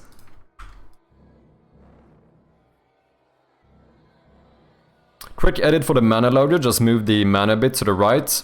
And the logo have more padding on the left and bottom. Yeah, I think this type of composition would work better. But did you measure the rule of thirds here, you little bastard? I'm joking. Oh yeah, here I have the small mana. So technically this one should be a bit bigger.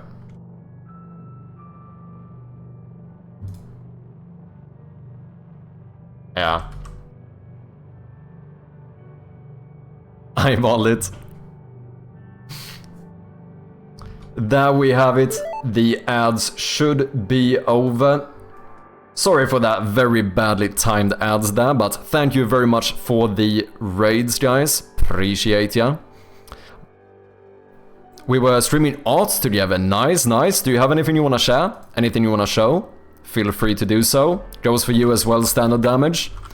Thank you very much for the raid too. Let me throw you a shout out as well. Let's see. Let me throw you guys follows as well so I can check out what you're doing.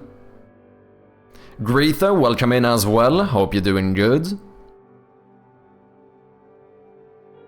Thank you for joining the raid. I don't know if half of you probably missed the trailer I showed off, but this is the game that I'm working on. It's a point-and-click horror puzzle game called Shroud of Gloom, which we have the demo out on Steam as we speak. 23 reviews away from 100, not too shabby at all. Here's the link again in case anyone wants to check it out. And if there's anything you want to show off, guys, feel free to do so. Yeah, I was thinking about expanding the trees to make space for the loader background. Good job. Wait, so how did you do it? Yeah, the way I mentioned. Yeah. I think that is better because there is something with this one. There's something that feels a bit odd about the logo sticking up here. Especially, it looks better with the dark sky. It's not as noticeable, but this does look a bit weird. In that case, I do think the right course of action would probably be to maybe do something like this.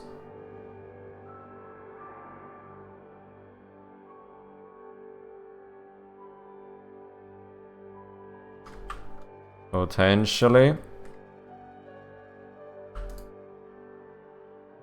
Now that does look a little bit weird. Oh, I guess this tree just has to be bigger now. So this is the line of that one, and then we can kind of merge this together a little bit. Maybe. Basically, so the trees almost frame the logo.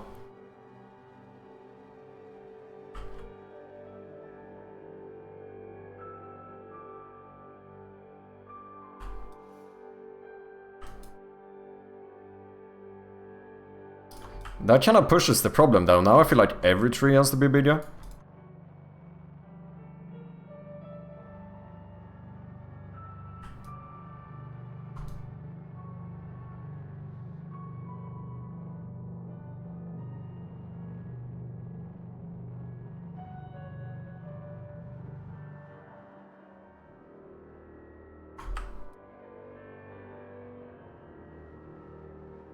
That's a thick tree, exactly.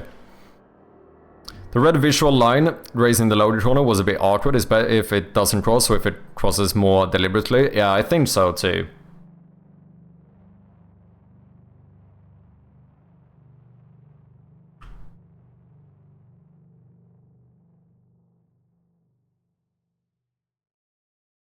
I don't know, this is really tricky.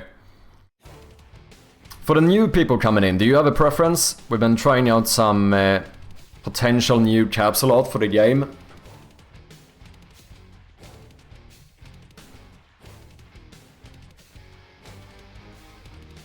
It is tricky though.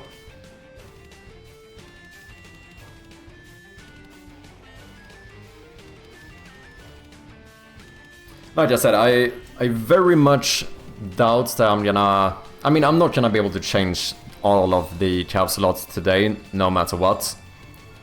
So it's not like it's too stressful, but... And like I said, the good thing is that I think both are better than what we had before. This one feels more just a bit more generic. Just like... I feel like this gives off the vibe of like a generic horror game. These feels a bit more like they... Maybe less horror, but more like... Okay, it's like a 1-bit pixel art mystery game or something. But I think that is at least... I think that better represents the game. Yeah, I think we have a... decision. Greether likes the clock one better. And we just started getting some votes on the Discord as well. And so far we have 6 votes for the clock, 0 for the mana. Technically 7, since we have a girlfriend that also shows the clock. Now, there could be some slight bias here, because I did, like, I think it's fair to say that I did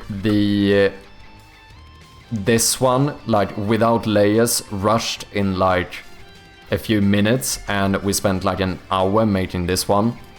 That is something to keep in mind. Nice clock, bro.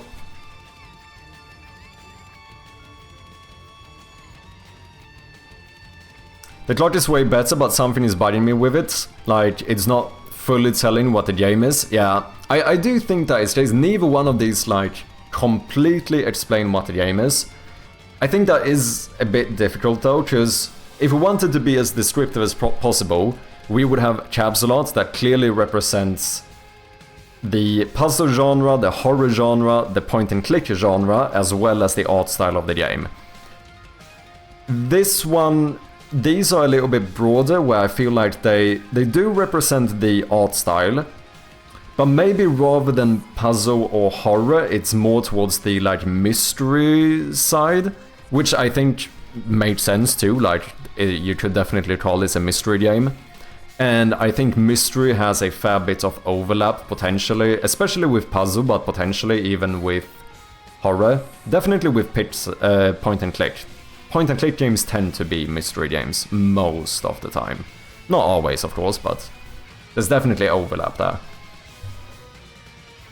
I do think it represents the game better than the old one, but I think the main thing... I think it's very hard to, like, objectively get the representation of point-and-click in here.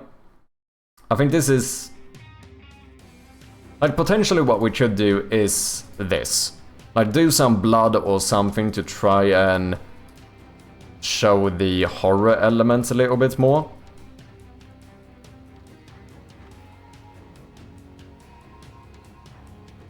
Potentially. It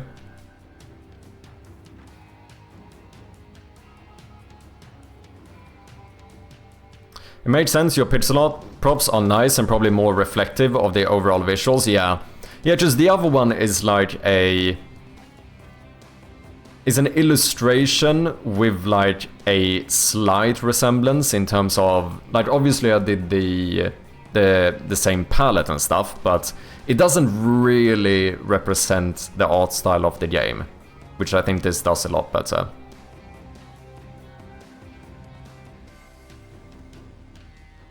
On the clock banner, I would switch the clock hand and make it 30 minutes to the 11th hour. That's probably a good shout.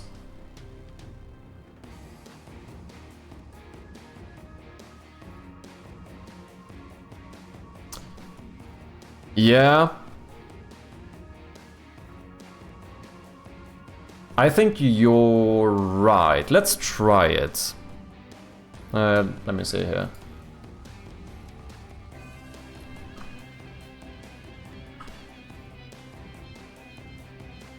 Let me grab this. Let's do the... which one should we do? The header capsule, that's like the main one. Clock, let's paste this one in. Is that right? Yeah. Boom. Okay, I really need to fix this border. I keep procrastinating this. For some reason I have the border on the clock layer here.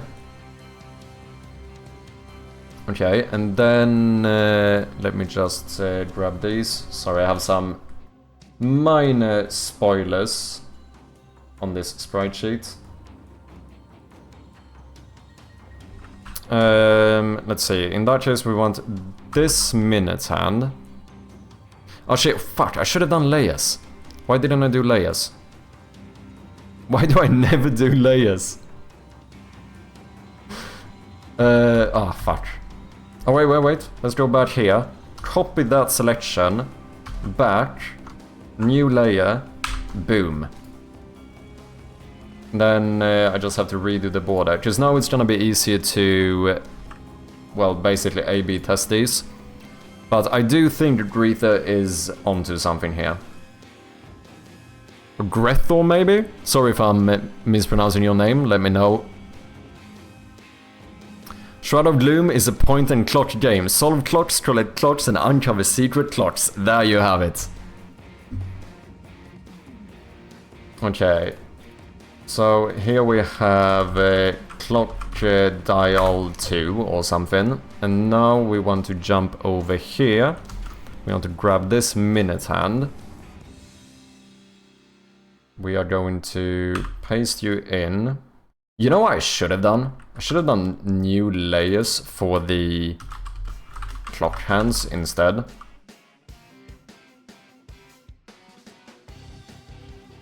That's what I should have done.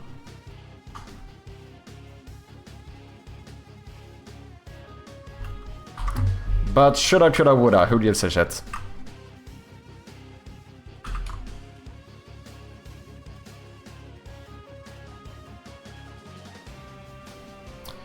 And then we want this one. Yes.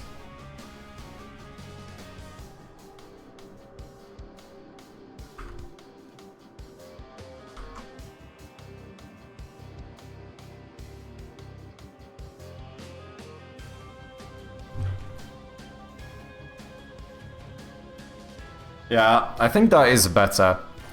It feels more natural to have it like half past something rather than... like this is such a... it's a very random time. Like 5 minutes to 6 o'clock. I do think this one is better. Corpse Revived, thank you very much for the follow, man. Welcome in. Chirpy dropped his ketchup bottle. The blood would need to be evenly spread out though, feels a bit cheap like this. Do you mean across everything?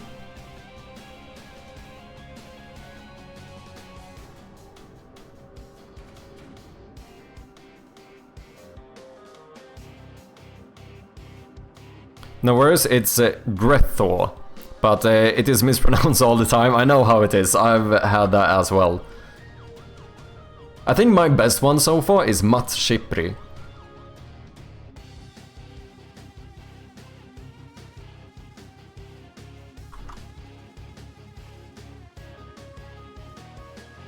I think I prefer this.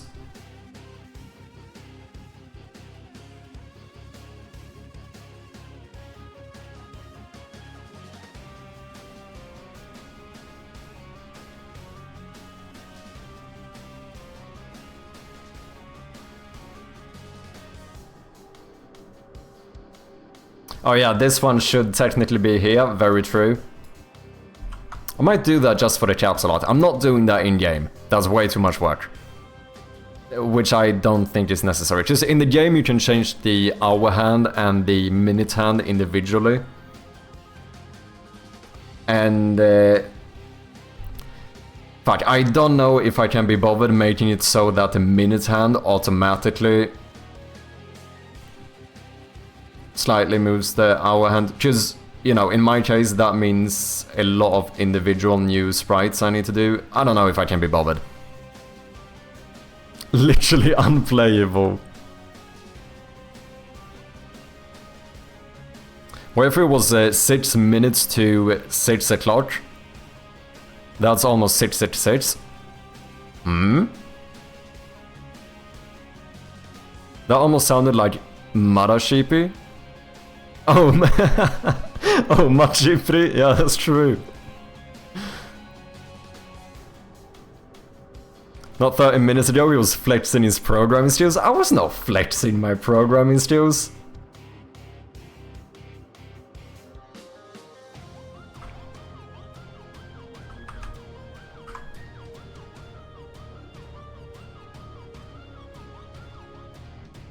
No.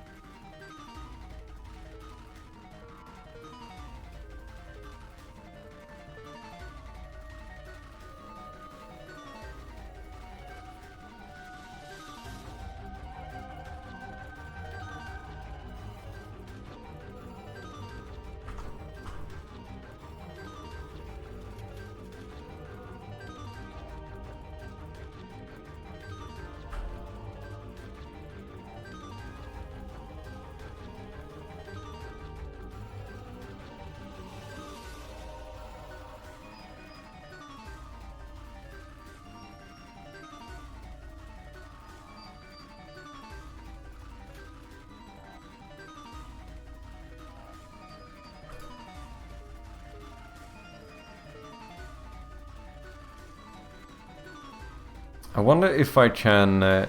should I? No, neither one of these are gonna work, because this one...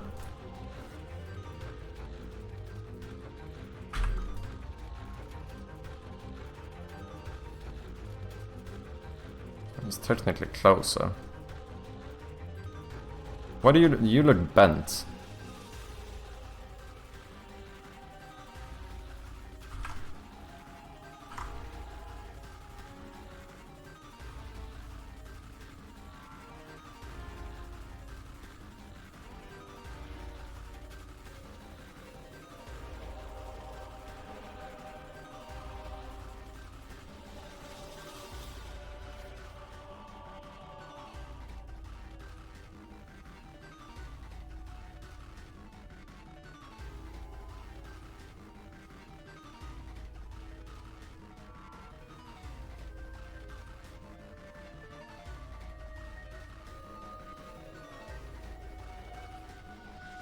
Fucking pizza latte.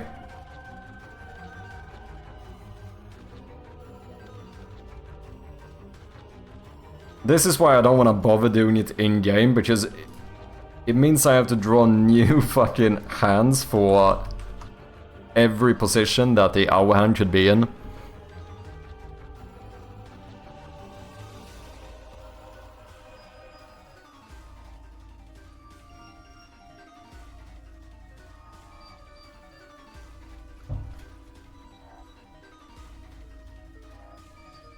I feel like an idiot. Unreal has nothing built in for making 2D turn-based combat in a 3D world, yet I'm doing one.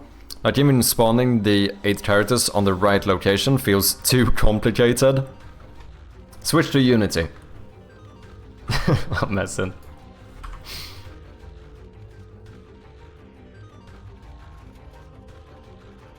I kinda hate the fact that this one changes shape depending on where I move it.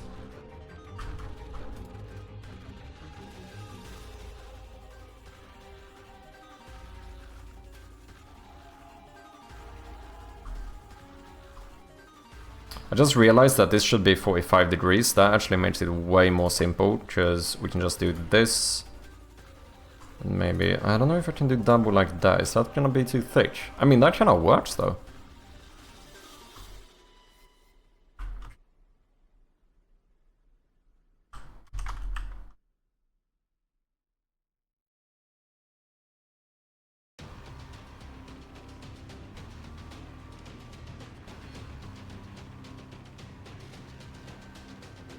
Are you happy now, people? So now I just have to change this on every other one.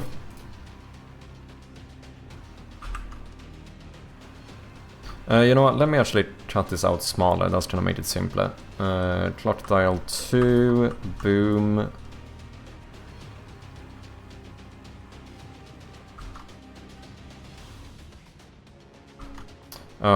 But I do need to cover the other stuff.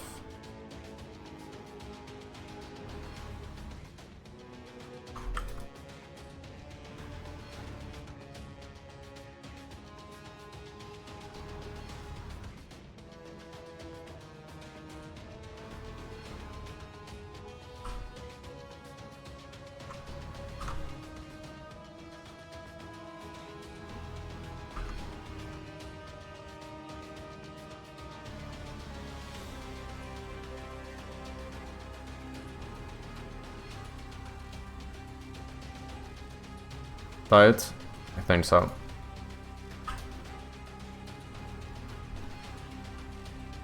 Sorry, I have a soul, can't use Unity. I just dropped the bullet. Most of the Unity devs are so slow you don't need to shoot the bullets. Shut up, Wakacha. It's not our fault Unity takes 3 years to reload and then another 5 to start the game. No border on the smaller one, or you just haven't redone it? Wait, which one? Oh, do you mean this one? Do you mean the mana one? That one I just had it disabled on. Oh, the black border. Yeah. I don't have that on this one either. I did it kind of depending on whether it made it look better or not. So the issue with this one was that if I didn't do the black border here, then we got like 3 random pixels in the corner, which looked a bit odd. Those cannot stand out. On this one the issue is kind of the same, but opposite. If I do the black border here, then this looks a bit weird, right, when it doesn't connect fully.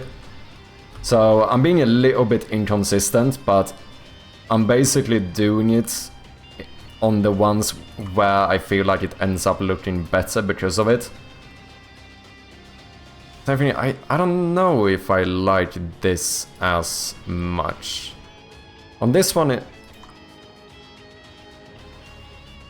don't know, it kinda works on this one. At least I don't get the random lonely pixels. Because on these it just becomes a bit weird, and then it feels like the natural thing to do would be to remove those fully, but now it doesn't look like a circle. I don't know. In reality, I still have nothing against Unity audio though, I just love my blueprints, fair enough. Yeah, I don't think there's anything wrong with any engine, like, use whichever one you want, whichever one works for you, right?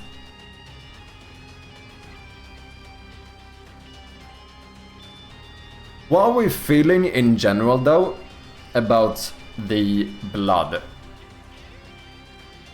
Is blood a yay or a nay?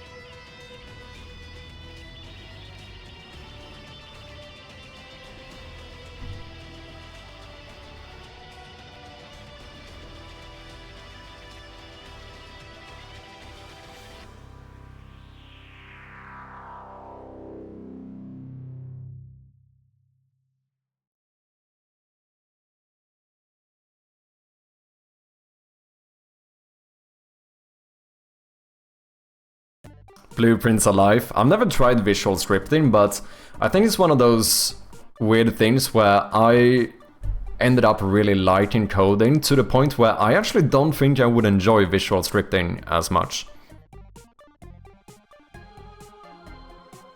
I like it now that you expanded it. I'm sorry. It's funny because as we say in Swedish, the taste is like the behind. That makes no sense in English. Anyway, basically everyone has different opinions in it.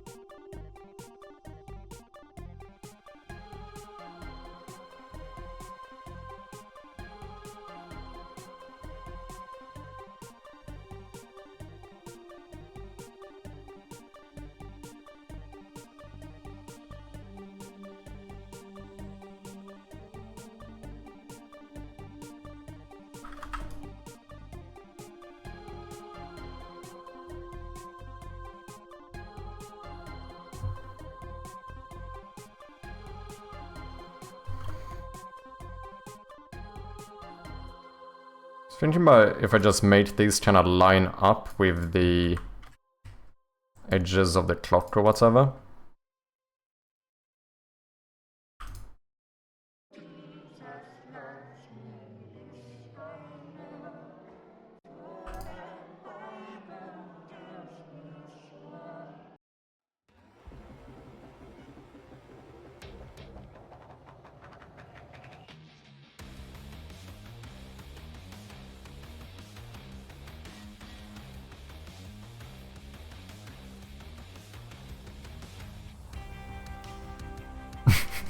You sure you don't want to fill your game with AI slop?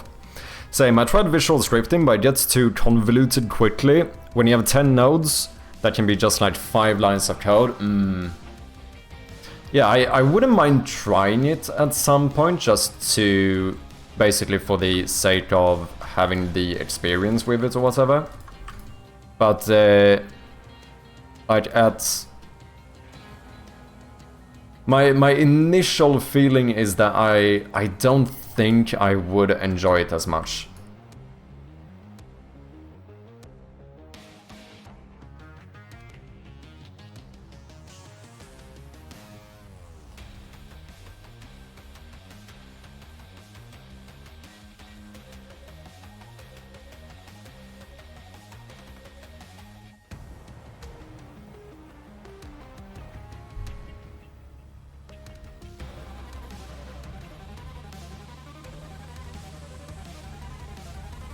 Doing maths in blueprints, such this is true, but I really like blueprints.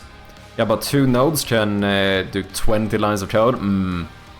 Have bad memory and allow how fast you can make things with blueprints. Yeah, I also think like one of the good things, definitely, is that I feel like visual scripting inherently is a little bit more approachable for like, you know, for like the majority or whatever.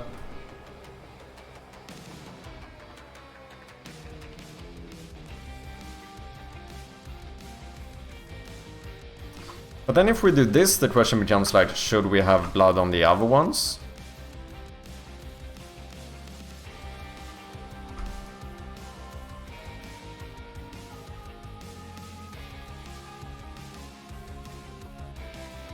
Oh shit, you know what? I'm actually not sure if I dislike the blood actually going into the border like that. Like it's kind of the border that's dripping down.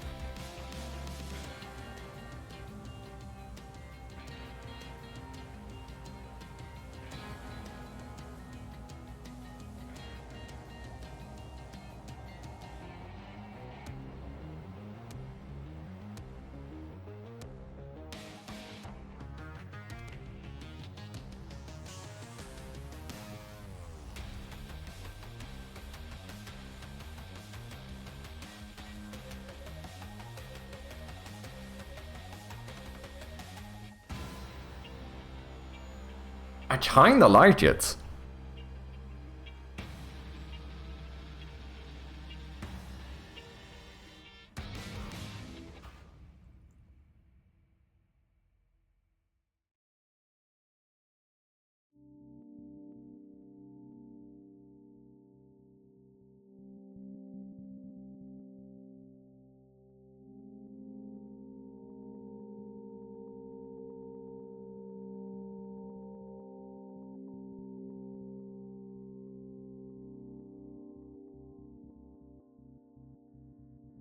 Any thoughts?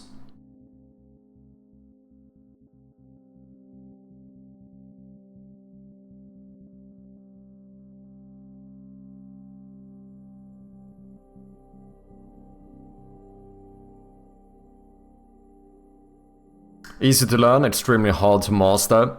Like Mothership said, sometimes you have to add 10 nodes on something simple, because Unreal does not have the logic for it ready-made. Best would be to know C++ and Blueprints, this way you don't get stuck if some logic is missing from Blueprints, and you don't have to pay 20 euros for a plugin. Yeah, I suppose if you are working in Unreal, the best thing, as you said, is probably to know a bit of both, right?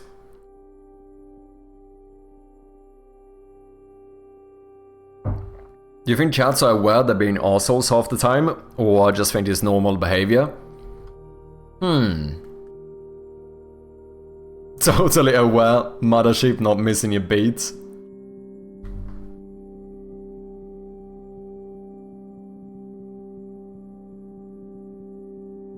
No, I kinda like this more. I think I like this more.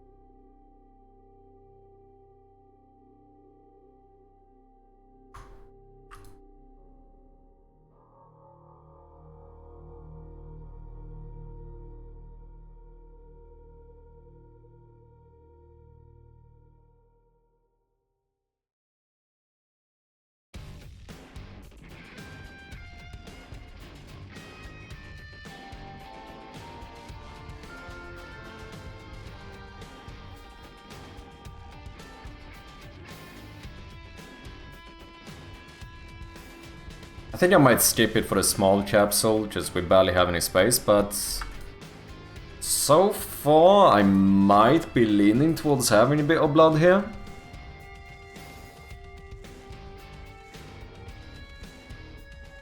Because then we get like, this feels a bit mysterious, dark, blah blah blah, but then this gives a bit of that like horror vibe.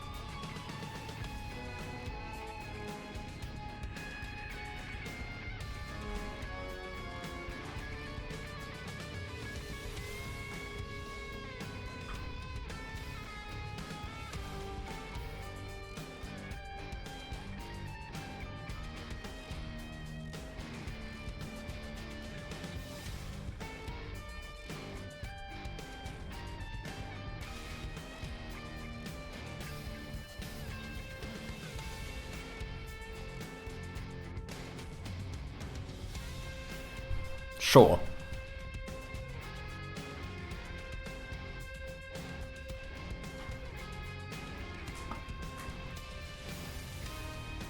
Difference between chat and an arsehole.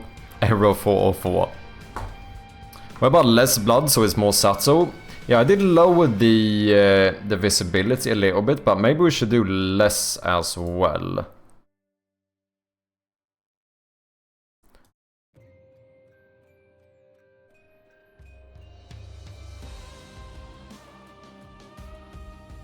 You can't bring down the opacity too much, because at some point it becomes a little bit like, why even have it there?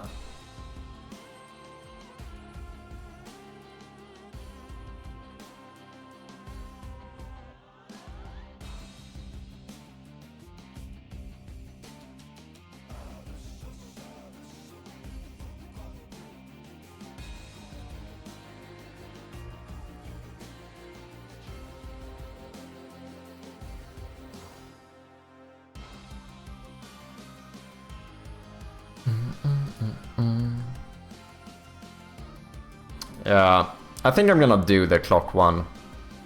At the very least for now. And we'll think about this, but I don't know, there's something where this one does feel a little bit cleaner, I feel like.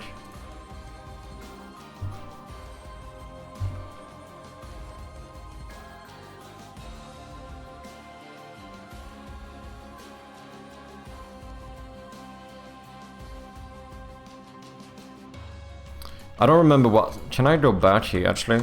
Is that possible? No. Still need to figure out something for this, though. Hmm...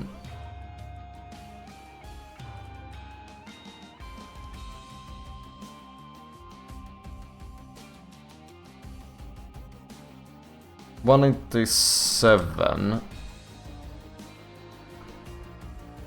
224. Yeah, that's the one we did before, isn't it?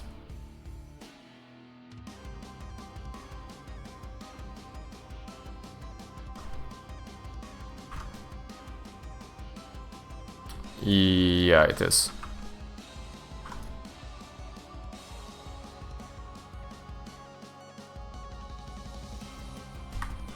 I don't know if I can do the clock on this one. So I do have to get out of it pretty soon as well, but see if... It would be nice if I can at least find the right canvas and get a rough draft for this one. Because that is almost the last one we need, I think. Then I have all... Then I would have all of the store assets done. And then in terms of library assets, it would be... Yeah, I still need the library capsule, which is more similar to this one in resolution. Library header we already have, just that's the same size as the header capsule. And that is basically it. Then I could actually change this. Something else I do need to do is to update my screenshots, which I mentioned before.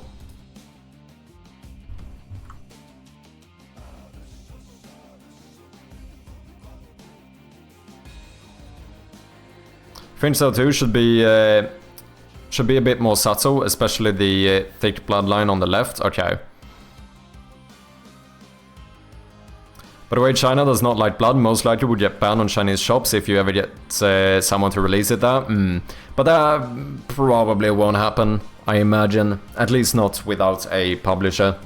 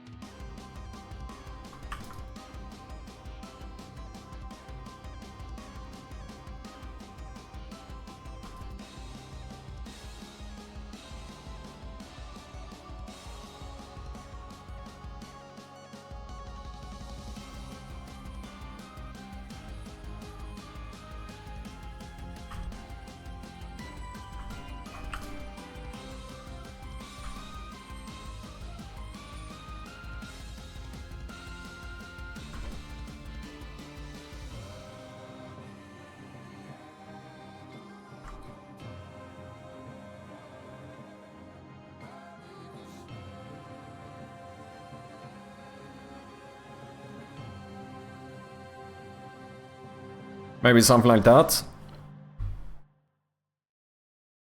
Don't worry, someone in China will rip it and re-release with a different name, probably true.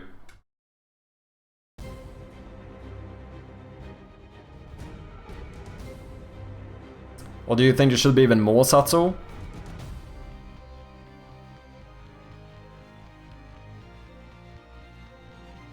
I guess something else we could do, instead of manipulating the opacity, I could just make this a little bit darker.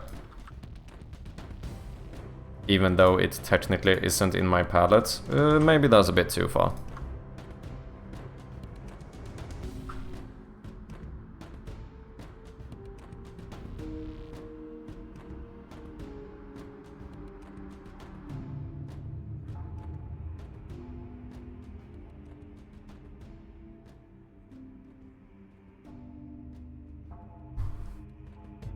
But is this too Satsu instead? Or what do you guys think?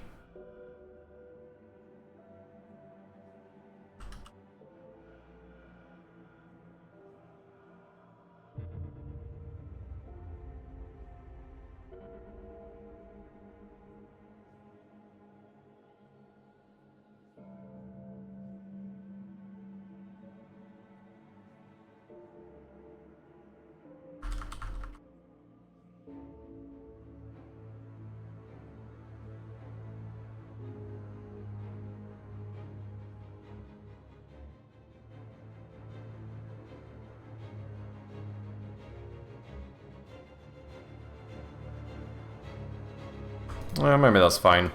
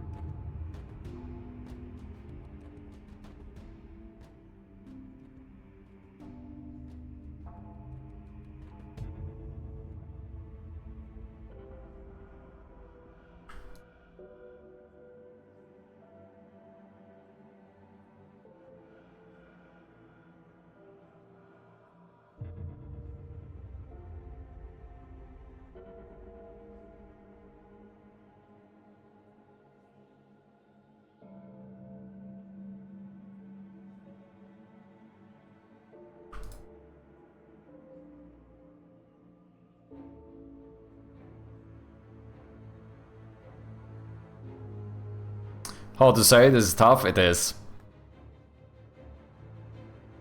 Once again though, it is the whole thing where...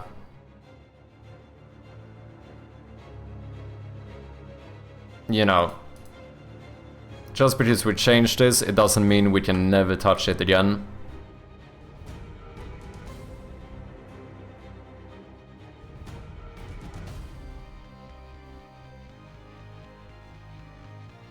Like, if I wanna tweak this at some point, we can do so.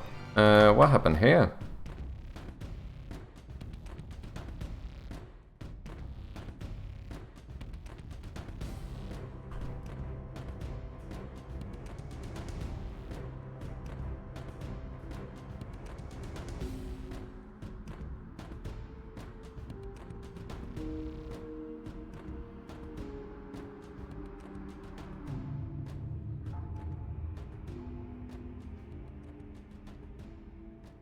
I changed the time in all of these, right? Yeah, I did.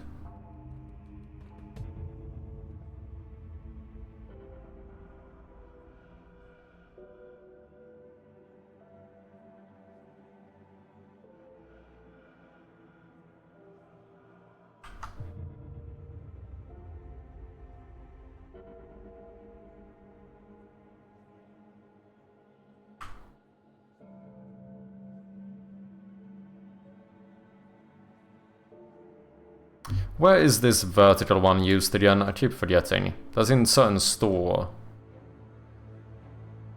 These can appear at the top of the front page during seasonal sales and on other new sale pages. Ben in the dev, welcome in, man. How you doing? Good to have ya. Library, I think there's a separate one. There's also the library capsule. That one does have a very similar resolution though. I feel like the logo should be bigger.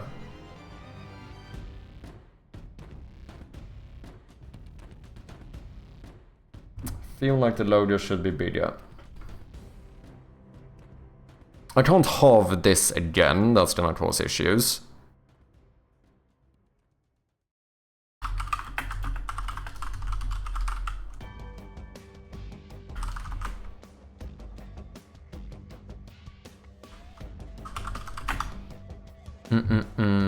Let's have a look.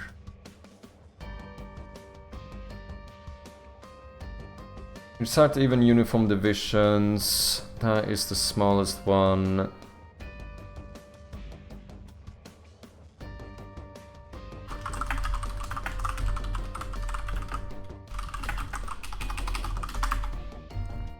I think we might have to do a almost. Yeah, I think this is the smallest exact resolution I can do. But if we do a near match,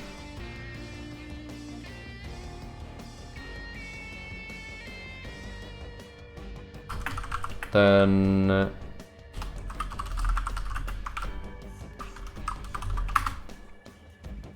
where can we land here?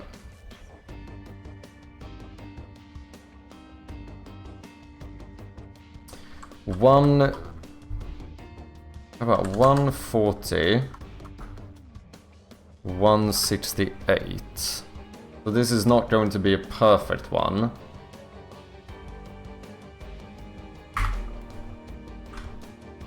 But that seems like a more reasonable size. You're right, I thought it was a 600-900. Yeah, but they are, in aspect, they are fairly similar. How you doing, Ben? I assume from your name that you are a fellow game developer as well. Okay, so if I would need to scale this up, how far off are we here? Let's see. Vertical 748. Oh no, that can't be good.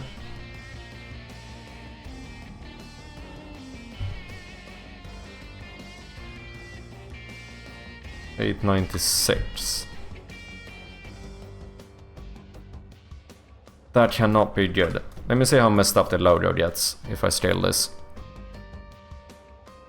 Otherwise we have to do the thing where we scale it perfectly and then just remove some lines or whatever until it's correct. It is not locked the aspect ratio, and then let's go 748, 896.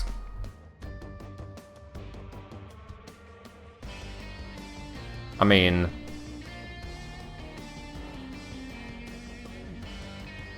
that is not as bad as I thought it would be. This one is a bit tall. But that's almost not noticeable. It could get worse when I add more stuff though.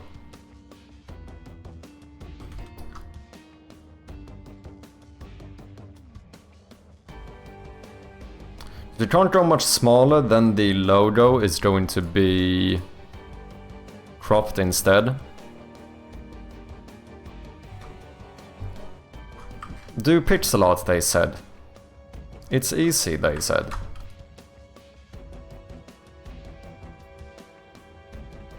The worst thing is that this is like during a sales event, like now, you know, the chance of me ending up on the front page of Steam probably isn't that big. But it is annoying because it would be a fucking wasted opportunity if the art doesn't look good. And then I would end up there.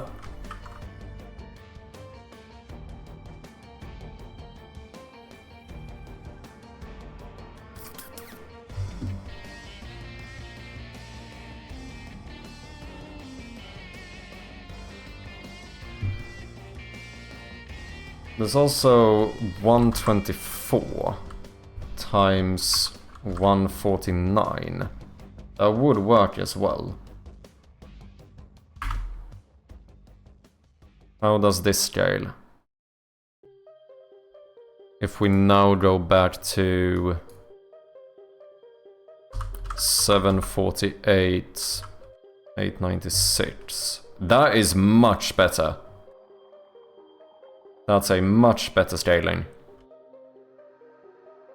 That's way closer. Okay, this is the size we're gonna do.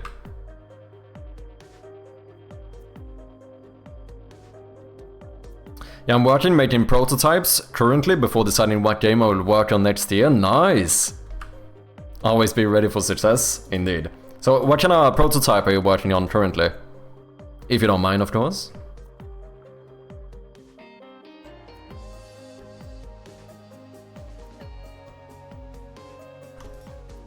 Okay, logo. Background.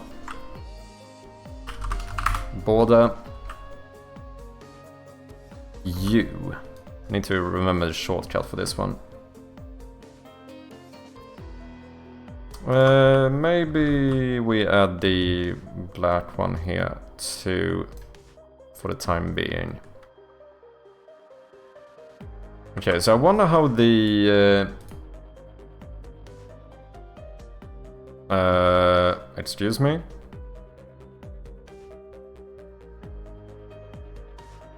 Why are you doing that? That's well annoying. Why doesn't this show correctly? Is it because like one of these layers are too big or something?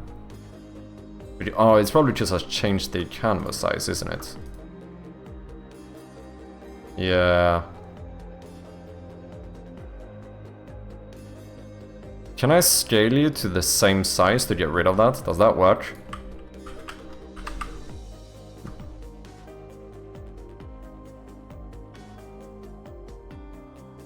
Nope.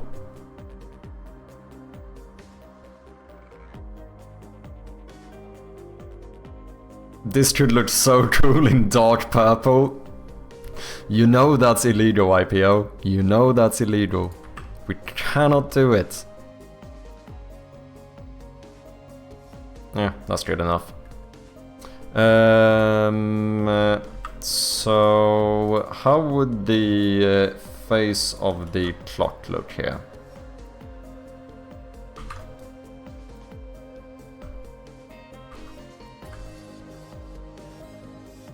Okay, fuck it, so we just do the face of the clock. Let me just grab this real quick.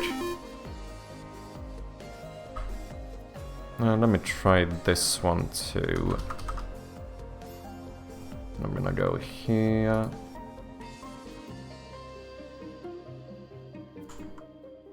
Let's see. I know you guys can't see anything, give me just a second here.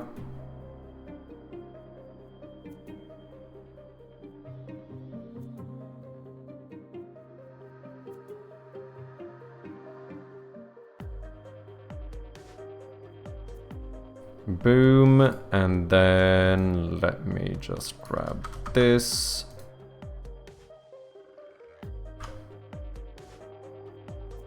And we are done.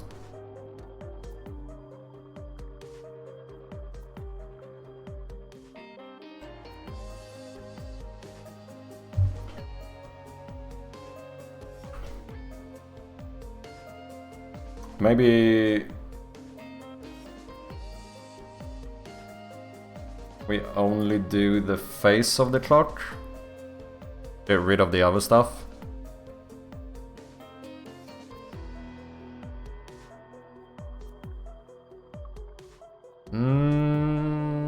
That's a bit tricky actually.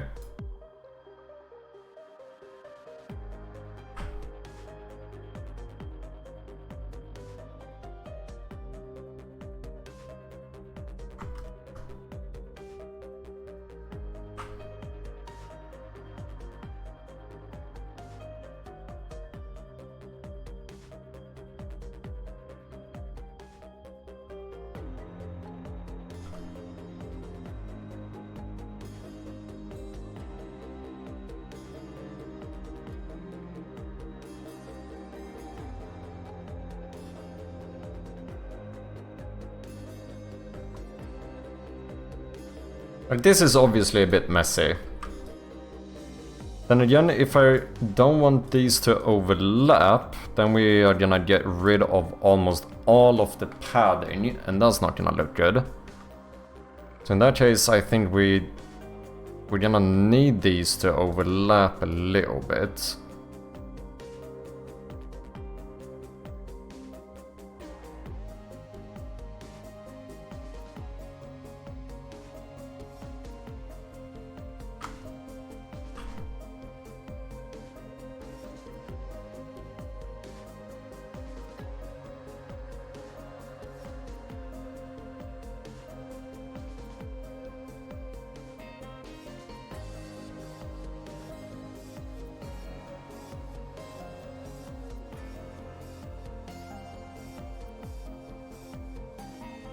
That looks a bit weird. Maybe we should only do the actual dial. Like, we actually get rid of all of this.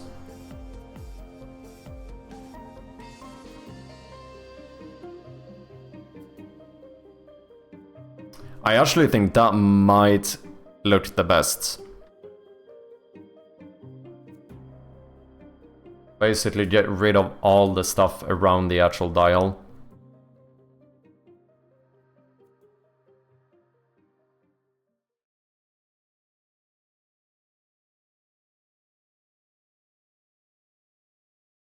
Oh, sorry guys, we have some ads running at the moment.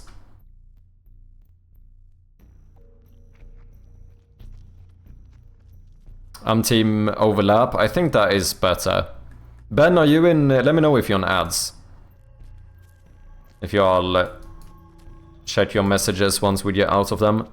You're here? Okay.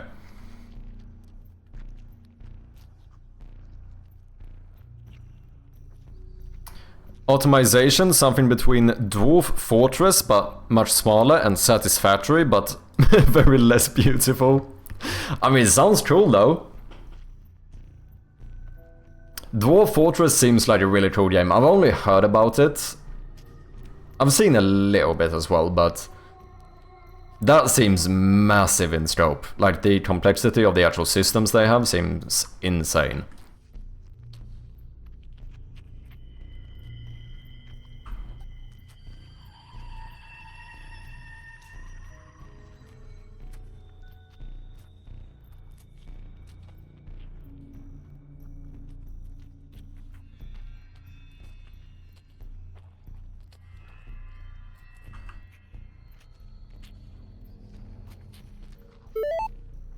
Else should be over. Welcome back, guys.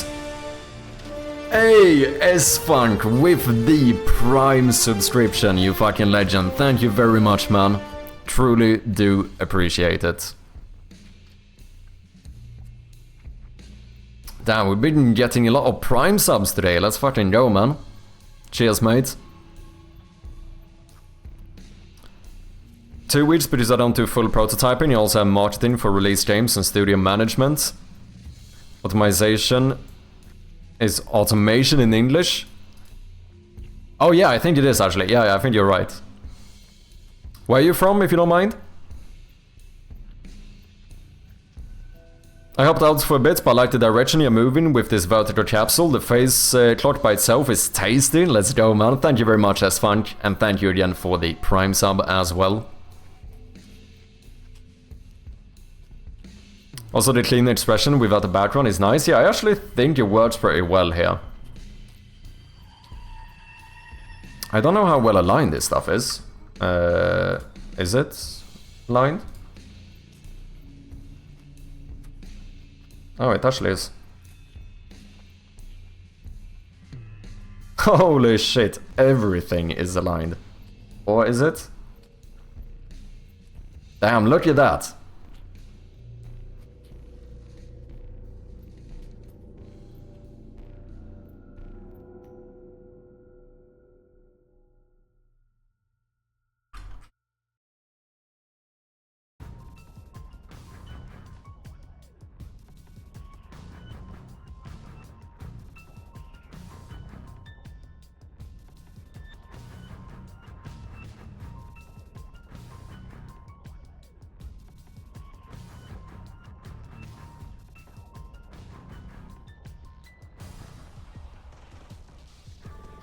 Should we see how it looks with a little bit of blood in here as well? Fuck it, let's just copy the layer.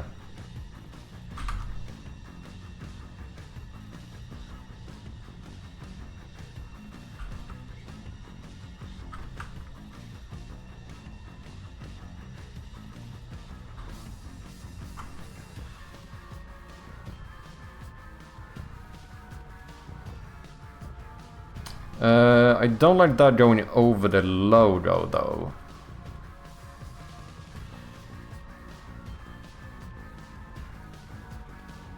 I actually think that looks pretty good. I think it's insane, but it's even more complex. Subsystems everywhere and very few explanations. Yeah, I mean, it would probably be cool to try it at some point. Oh, you're from France? Gotcha. Malheureusement, je ne parle pas français. That's one thing I can say. Pixel perfect eyes becomes a habit, I suppose. Perfection. That's so neat you could print these out for Christmas cards. Maybe that's what I should do. Now, with the blood, I'm kinda wondering if maybe, even though this is centered vertically now, maybe I should push this down a little bit. Like maybe just like 2 pixels.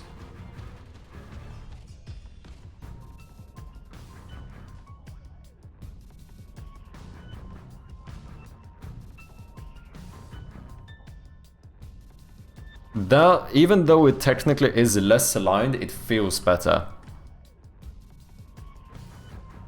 Just, I mean, the blood kind of becomes a bigger border. So I think it makes sense to move this down a little bit. You know, I actually think this is turning out surprisingly well.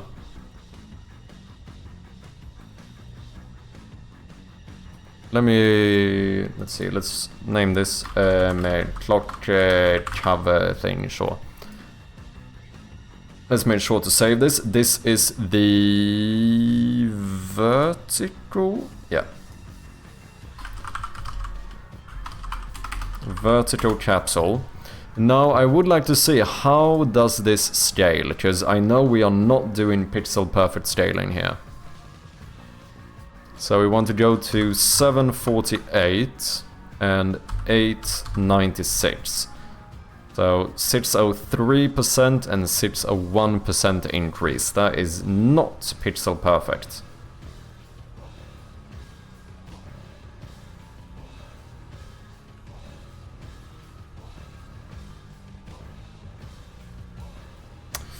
Yeah, there's some weird stuff going on here. But I think if we just clean that up a little bit manually, then I think it's fine. And just delete these lines completely, as well as that one, this one, this one. Color in this one completely in the dark color. Align this. Like, I feel like if I manually clean this up a little bit, I don't think it's gonna be that noticeable. This is a bit incorrect as well, but I could maybe even raise these two a little bit. It's a useful sentence in France. Looks like a sick box art. I would definitely pick up and look at the game with this box art in the start. Cheers, man. Off to bed now. Thank you for the stream, Chappie. No worries, Mothership. Thank you for hanging out. Always nice to have you here, mate. I do need to get out of here pretty soon as well. Gotta head out, see you later. No worries, Frosten. Cheers for dropping by. But yeah, I actually think this turned out quite nice. Hey, Ben, thank you very much for the follow as well.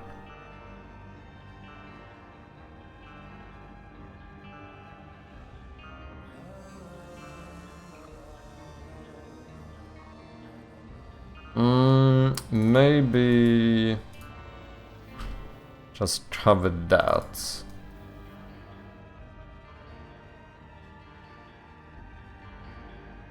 Sure.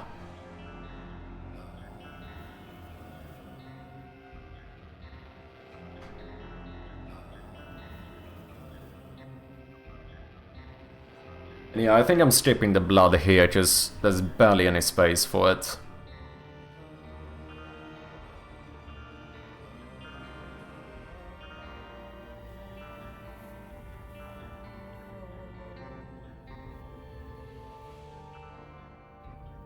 The only thing is,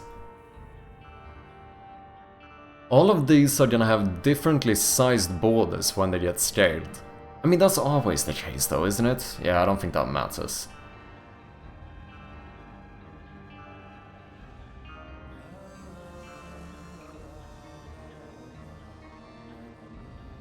I think these are a lot better compared to what we had. Did I try this one with blood here? I did. But that's with the maybe less subtle blood.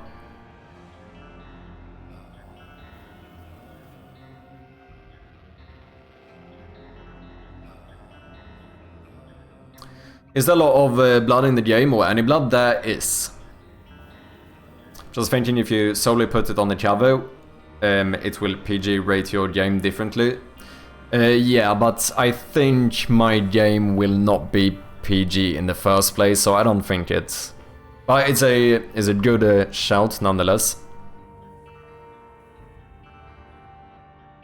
But yeah, I do have blood in the game, and I might even... There's gonna be some non-PG stuff in the game. Nothing like too crazy, but... It's not going to be a children's game. I guess that's the way we can put it. Dude, I feel really good about these.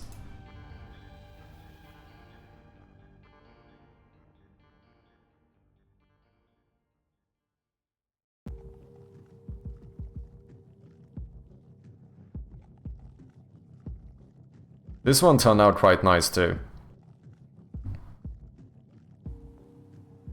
So the only other ones I need to sort out will be the library capsule. And I guess maybe a new library hero. The actual banner. Like this one. And I guess now we need to switch this into a pixel art logo as well, since if I'm...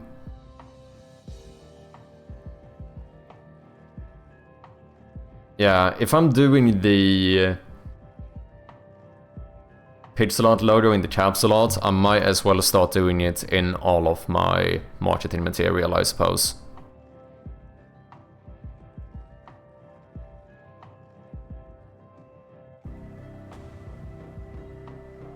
Smalls the Kobold, welcome in, man, how you doing? This stream capsule fucking slaps, dude, thank you so much, man. Feels a lot more cohesive now too. What's the story premise? Also, what up, Chirpy? Been lurking and watching the blood drip. What is up, Whitechapel? Welcome in as well, good to see you, mates.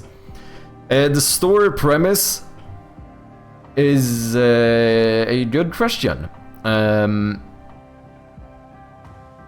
Like, I don't know how much in general I will share, like, in marketing material or so and so on. Like, the setup now in the game will be, and this is not in the demo yet, but the setup will basically be you being somewhat of a private investigator going to investigate something in a house, which neither you nor the client really knows what, but there's like something is wrong and you're going there to check it out. And the rest of it will kind of unfold as you play the game, if that makes sense. So like, I'm actually a bit unsure. I don't think I'm gonna do very much of like a synopsis or whatever you wanna call it on like Steam and so on.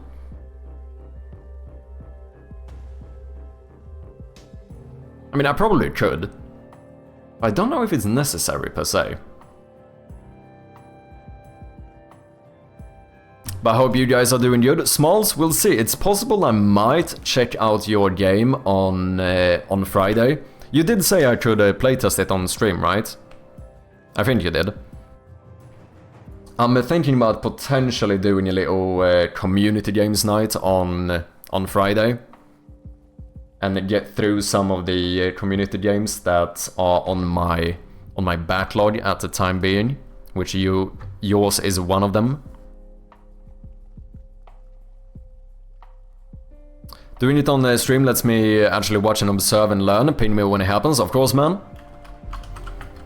Also, for anyone who doesn't know, Smalls is yet another game developer on twitch.tv. Go and check him out if you haven't. Oh, yeah, wait. Do I have the Chinese logo everywhere? I have this one. I have that one. The logo is a little bit small here, but there's not really a lot I can do about it. I feel like here it could have been a bit bigger, but oh well. We do need one here.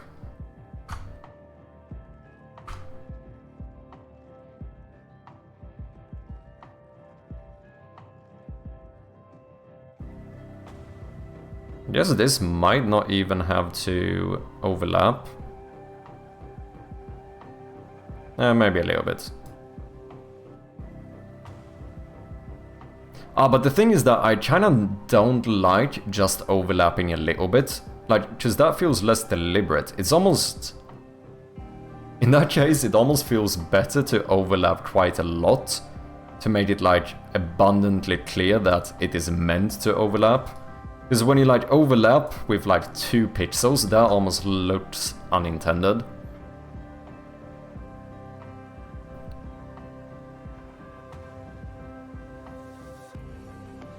Shit, maybe I should... Maybe I need to actually change the layout here a little bit for the Chinese one. Like, it would almost look better to...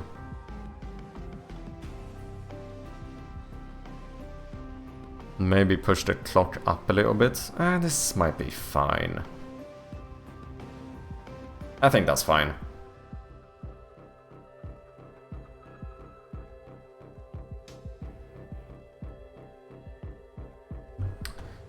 We'll see, I might try to sort this stuff out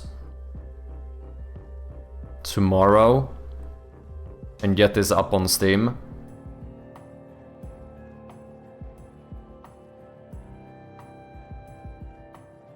I feel like this is gonna be a pretty big improvement.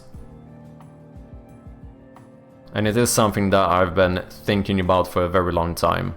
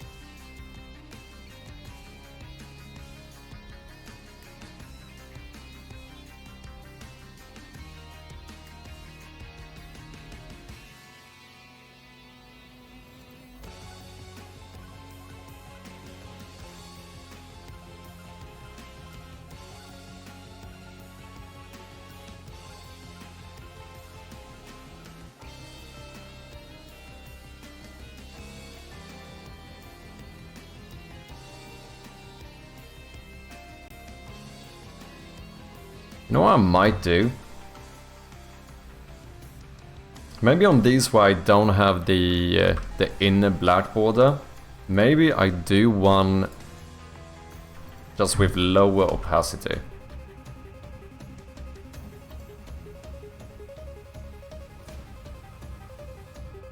That is not what I wanted.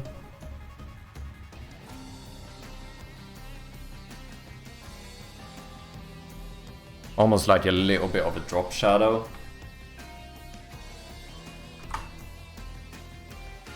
Yeah, fuck it. Sure.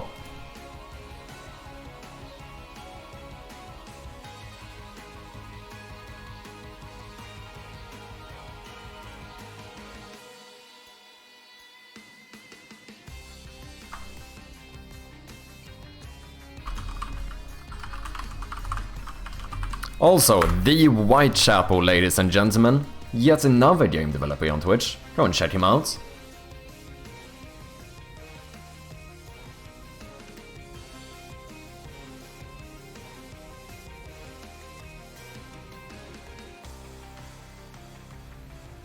I am feeling pretty good about this.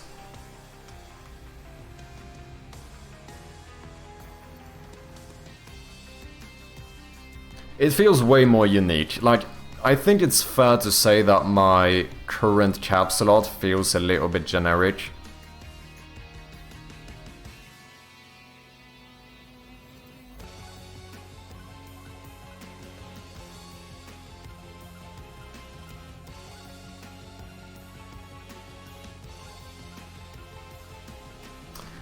Oh shit, wait.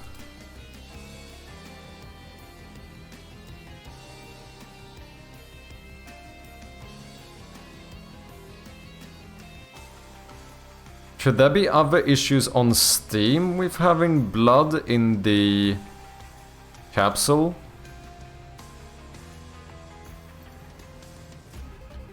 But I didn't think about that. Like, not just in terms of, like, PG stuff, but...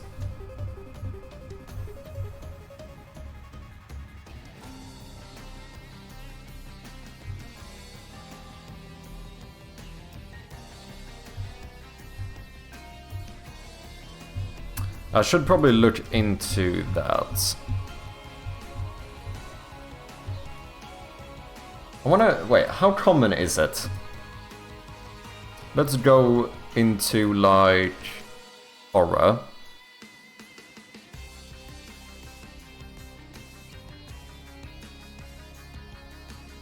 It's way better than the Steam capsule, not gonna lie. Cheers, mate.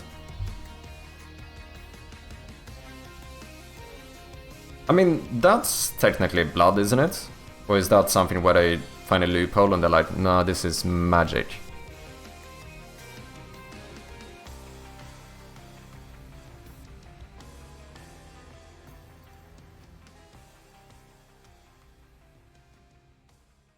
Like, obviously I'm going to have blood in the game, but just started thinking now, could I be doing myself a disservice? I mean, maybe not. Fucking the forest have open wounds and shit.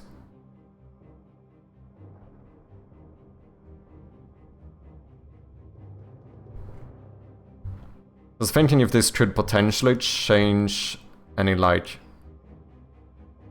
settings I have to do. Blood should be fine. I think so too, right?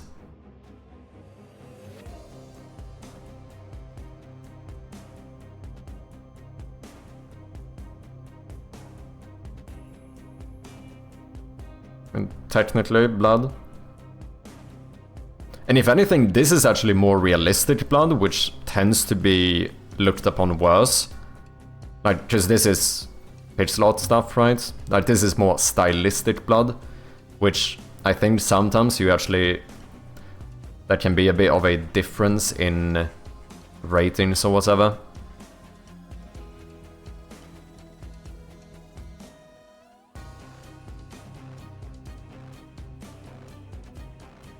Technically little blood splashes.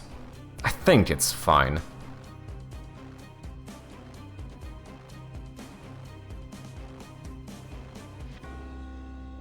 I think so. I mean, otherwise, worst case, Steam will, like, slap me on the fingers and then I'll have to change it.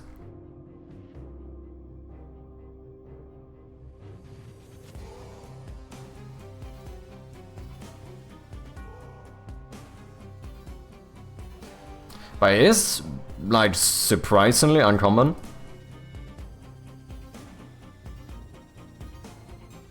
But even lots of these very proper horror games.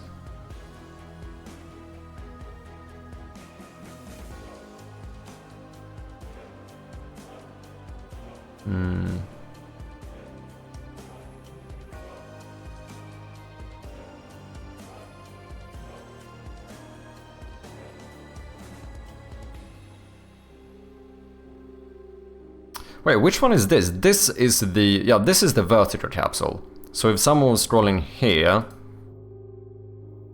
This is the one they would see from my game, right? Yeah, that looks like the same aspect.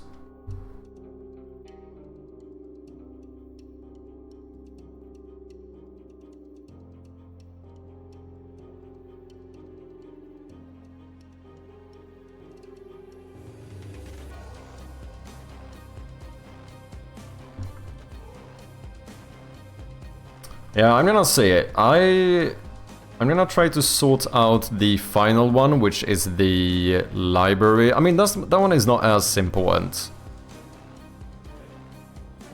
I guess the store page ones are the most important ones at first, because the library one will only be visible on the people who have the demo installed. But I am feeling good about this. However, ladies and gentlemen, I really do need to get out of here. So let's see if we can find someone to throw a little raid at. So please stick around for the raid, and let's try and support another fellow developer on Twitch. As always, thank you guys for hanging out. If you haven't, of course, make sure to wishlist the game and go and check out the demo. If you haven't played the demo, make sure to leave a review. We are currently 23 reviews away from 100 reviews on the demo, which would be quite the achievement, if I may say so myself. Thank you for the stream, thank you for dropping by Whitechapel, always nice to have ya. Also, if anyone wants to connect more with the community, of course, go ahead and join the Discord. Who should we go to today? Let's head on over to... Let's go to Boolean. I think it was a little while ago since I read Boolean. So let's do just that. I will be back on Friday as per usual. Like I said, it's possible that we might try and do a little bit of a community game stream on Friday. Maybe play through some games made by other developers here in the community or on Twitch. I think that could be fun. But yeah, other than that, thank you all so much for hanging out today. Extra shout out to S-Funk for the Prime sub, as well as TechBox North and Teabag Beercan with the Prime subs. We also had TS Angel and Standard Damage with the raids, very much appreciated. Like I said, I'll be back on Friday, so until then, I hope all of you have a great one. As always, thanks for hanging out, and yeah, I'll see you next time. Cheers.